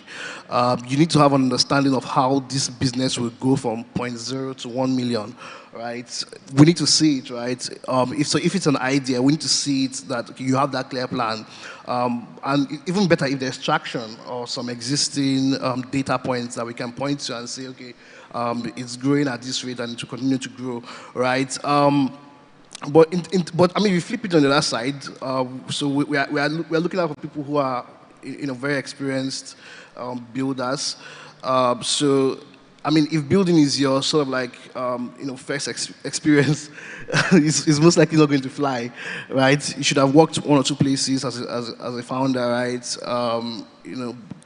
Garner the necessary experience, right? Because also for me as an investor, I'm also thinking about exit, right? How are you going to raise your next round? How are you going to fill up your current round and raise your next round? How are you going to move to the next point, right? So most times if you see someone who doesn't have the right experience, he doesn't have the right network. And fundraising, like, it's a game of network as well too, right? So I might be investing in you and get stuck in your business, right? So there's just so many things that we are considering, right? And then also, speaking about first and second order problems, we're also looking for businesses that are, almost immutable, they're as attractive as they sound, right? There's a startup we're currently investing in at my current organization. We've raised our largest check so far. As an investment syndicate just for that startup, and it's still an idea stage startup, right? It's a concept startup, but it's as clear as it sounds, right? So we're looking for very immutable startups, immutable concepts, immutable projects, and also like clear winners, right? Once you see it, it's just straightforward. So those are some of the things that we're looking out for. All right. Thank you very much for that one. In recent times, we've seen companies announce like pre-seed funding, Series A, and they make it look super easy. So I'm just going to ask, because I'm really, really curious, is that how it is? is it very easy to get funding, VC fundings from individuals like you or businesses like you? So, Victoria. No, it's not that easy. Fundraising is actually tough. If you speak to founders, they'll tell you it's one of the most difficult bits of their work. It takes months and painstaking time thinking about the strategy that you're going to be putting in front of the investors. So it's not that easy.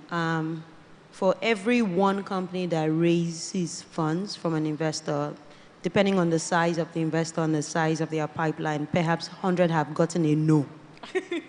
Right? And again, it's depending on the size of the fund. So some funds would actually have 1,000 getting a no for every one that gets a yes. So I don't think it's easy, but I'm happy that every day that goes by, Nigeria or Africa as a whole is put on the limelight, and more local funding and international funding is opening up to the technology and innovation ecosystem.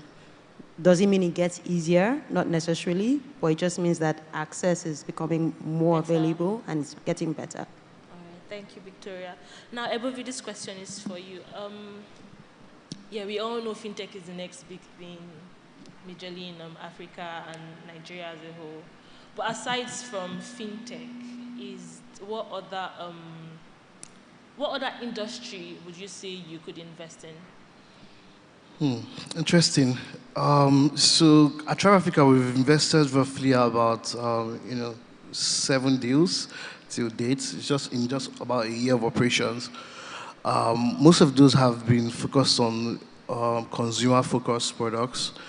So I'm not exactly identifying sectors right now. I think from a vertical standpoint, we're sort of like rejigging our thesis every day, right? In Africa, we are getting more and more bullish on infrastructure plays, right? We are also getting more and more bullish on B2B businesses, B2B startups. So, beyond consumer tech, right? Beyond consumer play, we are looking out for B2B businesses. We are looking out for infrastructure businesses. We think that's the next frontier.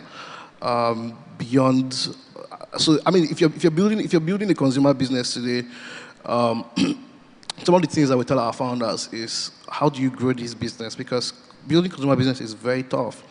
The psychology of the market, of the consumer market, is also very tough.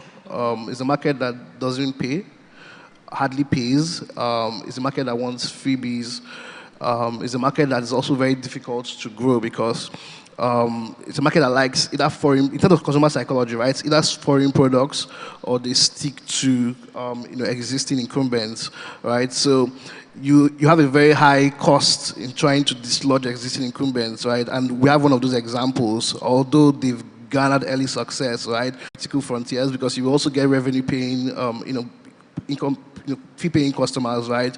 And it's easier to scale business, right? Particularly if it's very important, or like we saw, I don't know, was it sometime last year when there was a wave of these B2B marketplaces, that were raising a lot of money at that time, right? We think that space is still very, very undertapped. B2B form of businesses, right? That's what we're looking at. Then outside of that, for sector focus, we are getting more bullish on Web3 as it is today.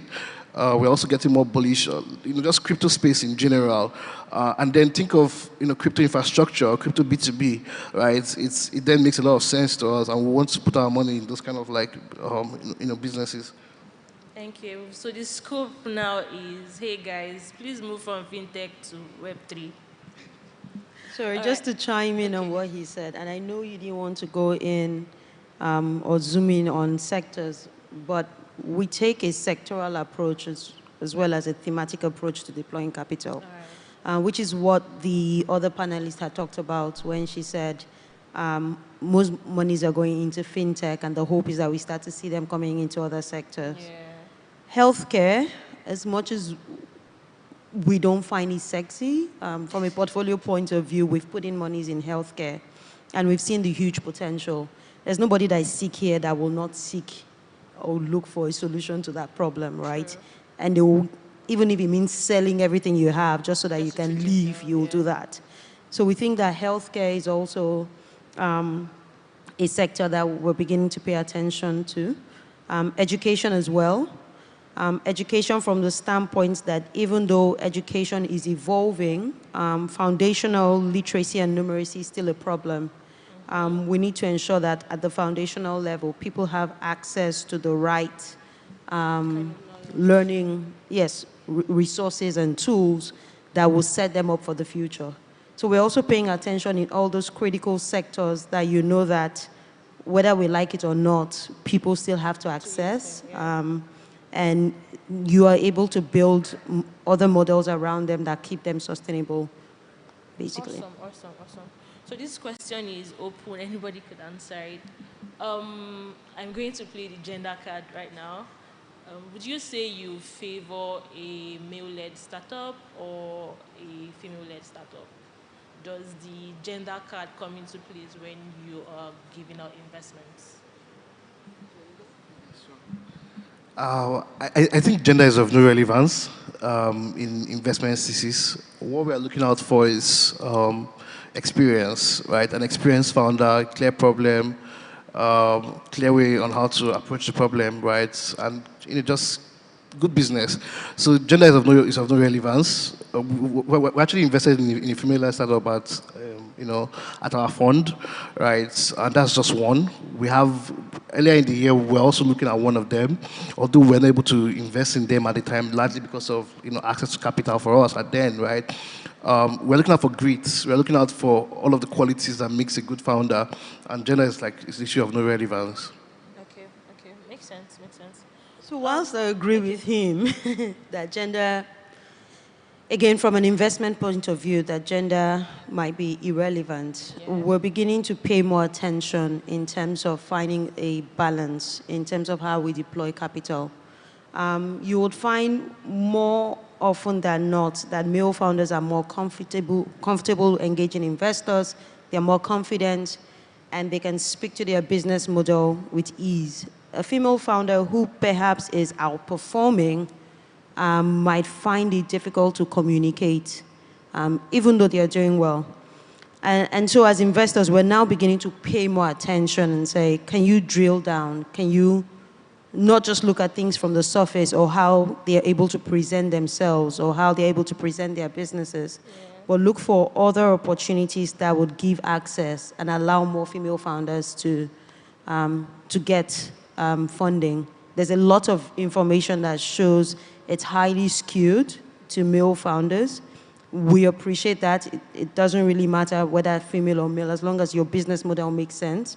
But now we're providing access and creating more opportunities for female founder, which means if I get two businesses that are at par, chances are to ensure there's gender balance in the portfolio, a female founder might get it first, just to ensure, just putting it out there. Yeah, let me just add something.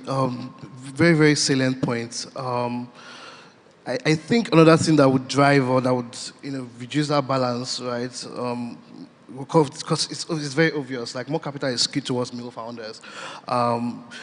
We are seeing a lot of thesis around like female-led funds, right? As well too, because there is also a bias, right, in terms of who is making the investment decision. See, the truth is that VC is not as technical as a lot of people make it seem. Most times, VC investment is based off of biases and who introduced this person, right? Who this person knows. That's just the honest truth. It's not as technical. They can ask you for financial models. They can ask you for all of that. But most times, it's a matter of somebody just saying yes or no. And then there's this bias. Is this a lady? I mean, ladies are more comfortable investing in ladies, right? So we are seeing female-led funds, and those female-led funds are actually like leading rounds in female-led businesses, right? Like, the last female startup that we invested in, the fund was actually, the lead of the round was a female-led VC, and several other female VCs also invested in that round, right? So in as much as we want to play to the, like I mentioned, the irrelevance card, it's actually as, to us it's irrelevant, but to a lot of the investors out there, like, they have those biases, right? And we have to appreciate it that it's existing. So I mean, the better way is to also like champion for more female VCs, right, in this space or more female allocators of capital. All right, so I'm going to ask this question now. How best can emerging startups innovate their way to attract and retain investors for funding? How best? Basically, the way I see it is if you're solving a problem that is very critical, right, people will look for you. Sure. So number one, as he said, think about the problem you're solving, right? Is it first level or second level order or third? Think about how critical the problem you're solving. Is it a painkiller? Is it a vitamin? Once you see that it's a major problem, think about the solution that you're applying or you're saying you're trying to paste on this problem. Is this a solution that would work? Have other people tried it and failed? Have other people tried it and it succeeded? Why did it succeed? Why did it fail? And then ask yourself, am I the right person to execute? If I'm not the right person, can I find co-founders who would make this? Yes, so by the time you think about all these things, and these are the things that investors would look at, you're probably 50% into getting funding. Then the other bit, which he talks about, is also your network. Because it's human beings, not robots, that are cutting the ticket. Everyone wants some sort of comfort. Were you referred? Who referred you? It also plays a role in how you're getting in front of VCs or how you're getting funding. And visibility also helps. Top of mind awareness. If I've seen a company or a billboard all day and then I get the deck in the evening, I can relate, right? They put it in my face. It's emotional. But absolutely. If I've not seen or heard about it, I have to go out there and say, oh, have you heard of this person? What do they do? So being deliberate about all these things is taking steps to ensuring that you eventually get the money from VCs. Okay, cool. I think that was exactly what I was going to say, right? Be what people want. Do not rush to be a startup founder. I mean, it's the attractive thing to do these days. Everyone wants to be a startup founder. Personally, I'm just founding my own startup, as well as like the VC fund. But before then, I went through the process of being an operator for about 5 times at different organizations on different levels. So it's much easier for someone like me to raise capital because I've built the network, I've built the experience, I've built the also like the design thinking to know how systems work and the right kind of idea to work on, right? So experience matters, right? People are looking for experience, and experience will also show in how you're doing what you're doing, right? So build that network first, build that experience. Fundraising is all about networking and who you know and who knows you, right? So you need to calm down, don't rush to build the network first. All right, so I'm just going to close with this question. What do you see becoming the future of investment in Africa? I think future of investment in Africa is definitely the Web3 space, right? And also B2B and infrastructure plays. Yeah. All right, Victoria? Well, I think that we'll see more democratization coming into it. Again, within the ambits of regulation and compliance. As the other founder said, it's now tough raising monies in USD and trying to repay back. So more local founders who don't have the risk appetite will start to come in, but it will be based on leveraging syndication or any other approach that allows them put some money down, but not take all the risk alone. We'll begin to see more of that happen in the near term. Any last words for our audience? You go. I don't want to sound like a bell or someone that's just ringing, but I personally think we have a very, very diverse audience here. People who are looking for funding, people who are also like trying to like become like VCs. I just want to add on, the best route to be a VC is actually being an operator first, right?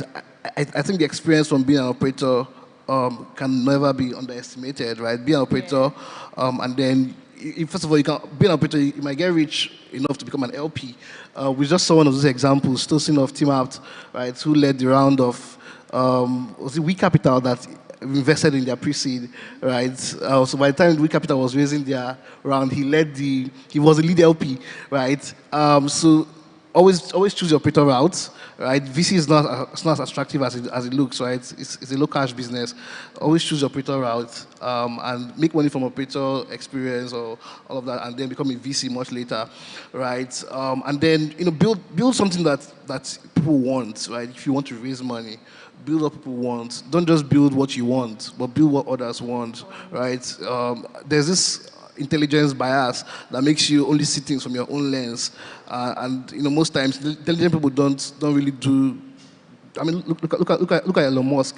Smart is, everybody thinks he's not as smart as based on the way he talks and all of that, right? But he's definitely leading the pack, right? So intelligence blinds you from seeing what people want, right? Only see what you want. So just be careful about that. Thank you, Abuvi. Victoria, any last words? No, I think he's said it. I think that build stuff that will last, perhaps outlast you. VCs are human beings. Try to develop relationships with them even before you need to get capital from them. I think that the Nigerian innovation ecosystem is at a point of inflection, but then there's only one way it can go. It's up. So find a good way to position yourself so that you can benefit as it continues to grow. Thank you very much. It's been a pleasure chatting with you both. And that brings us to the end of this session, guys. Thank you, everyone. Thank you indeed. That's Victoria Fabunmi, Ebovi Wali, and the moderator, Thelma Okonwa. How to raise cash. There's a venture capitalist or an operator. Please, the conversation continues on the various social media. Please use the hashtag NIS2022 or NISW2022 and the social media platforms. Yes. On Facebook, Twitter, Instagram, LinkedIn. Mm-hmm. You may yet ask your questions from there on there. Absolutely, and that brings us to the end of the Nigeria Innovation Summit, the grand finale. And has it been awesome or has it been awesome? Has it been awesome, people? I mean, if you're still seated till this time, then something has been keeping you, isn't it? And it has been wonderful. Can you please give yourselves a round of applause first and foremost? Okay. Now, the next round of applause will be going to all of our speakers and panelists. Can you please give a round of applause to our panelists and speakers? Can you please do that like you're really, really grateful that they came? Good. Amazing. Thank you. And then the next round of applause should go to the organizers of the Nigerian Innovation Summit. Do you think that they deserve a round of applause? Or maybe you think that they even deserve a standing ovation? Don't you think so? Please, if you think that they deserve a standing ovation, can you stand and put your hands together for the people who have put this together? This is incredible, isn't it? Thank you. Thank you. You can have your seat. This is incredible, isn't it?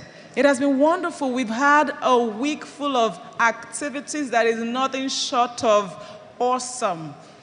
I'm telling you, from the day one up until this time. Look at all our speakers, well loaded, well knowledgeable about everything that we brought them here to talk about.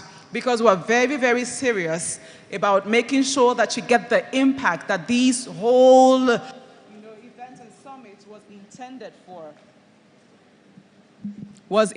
for. Thank you.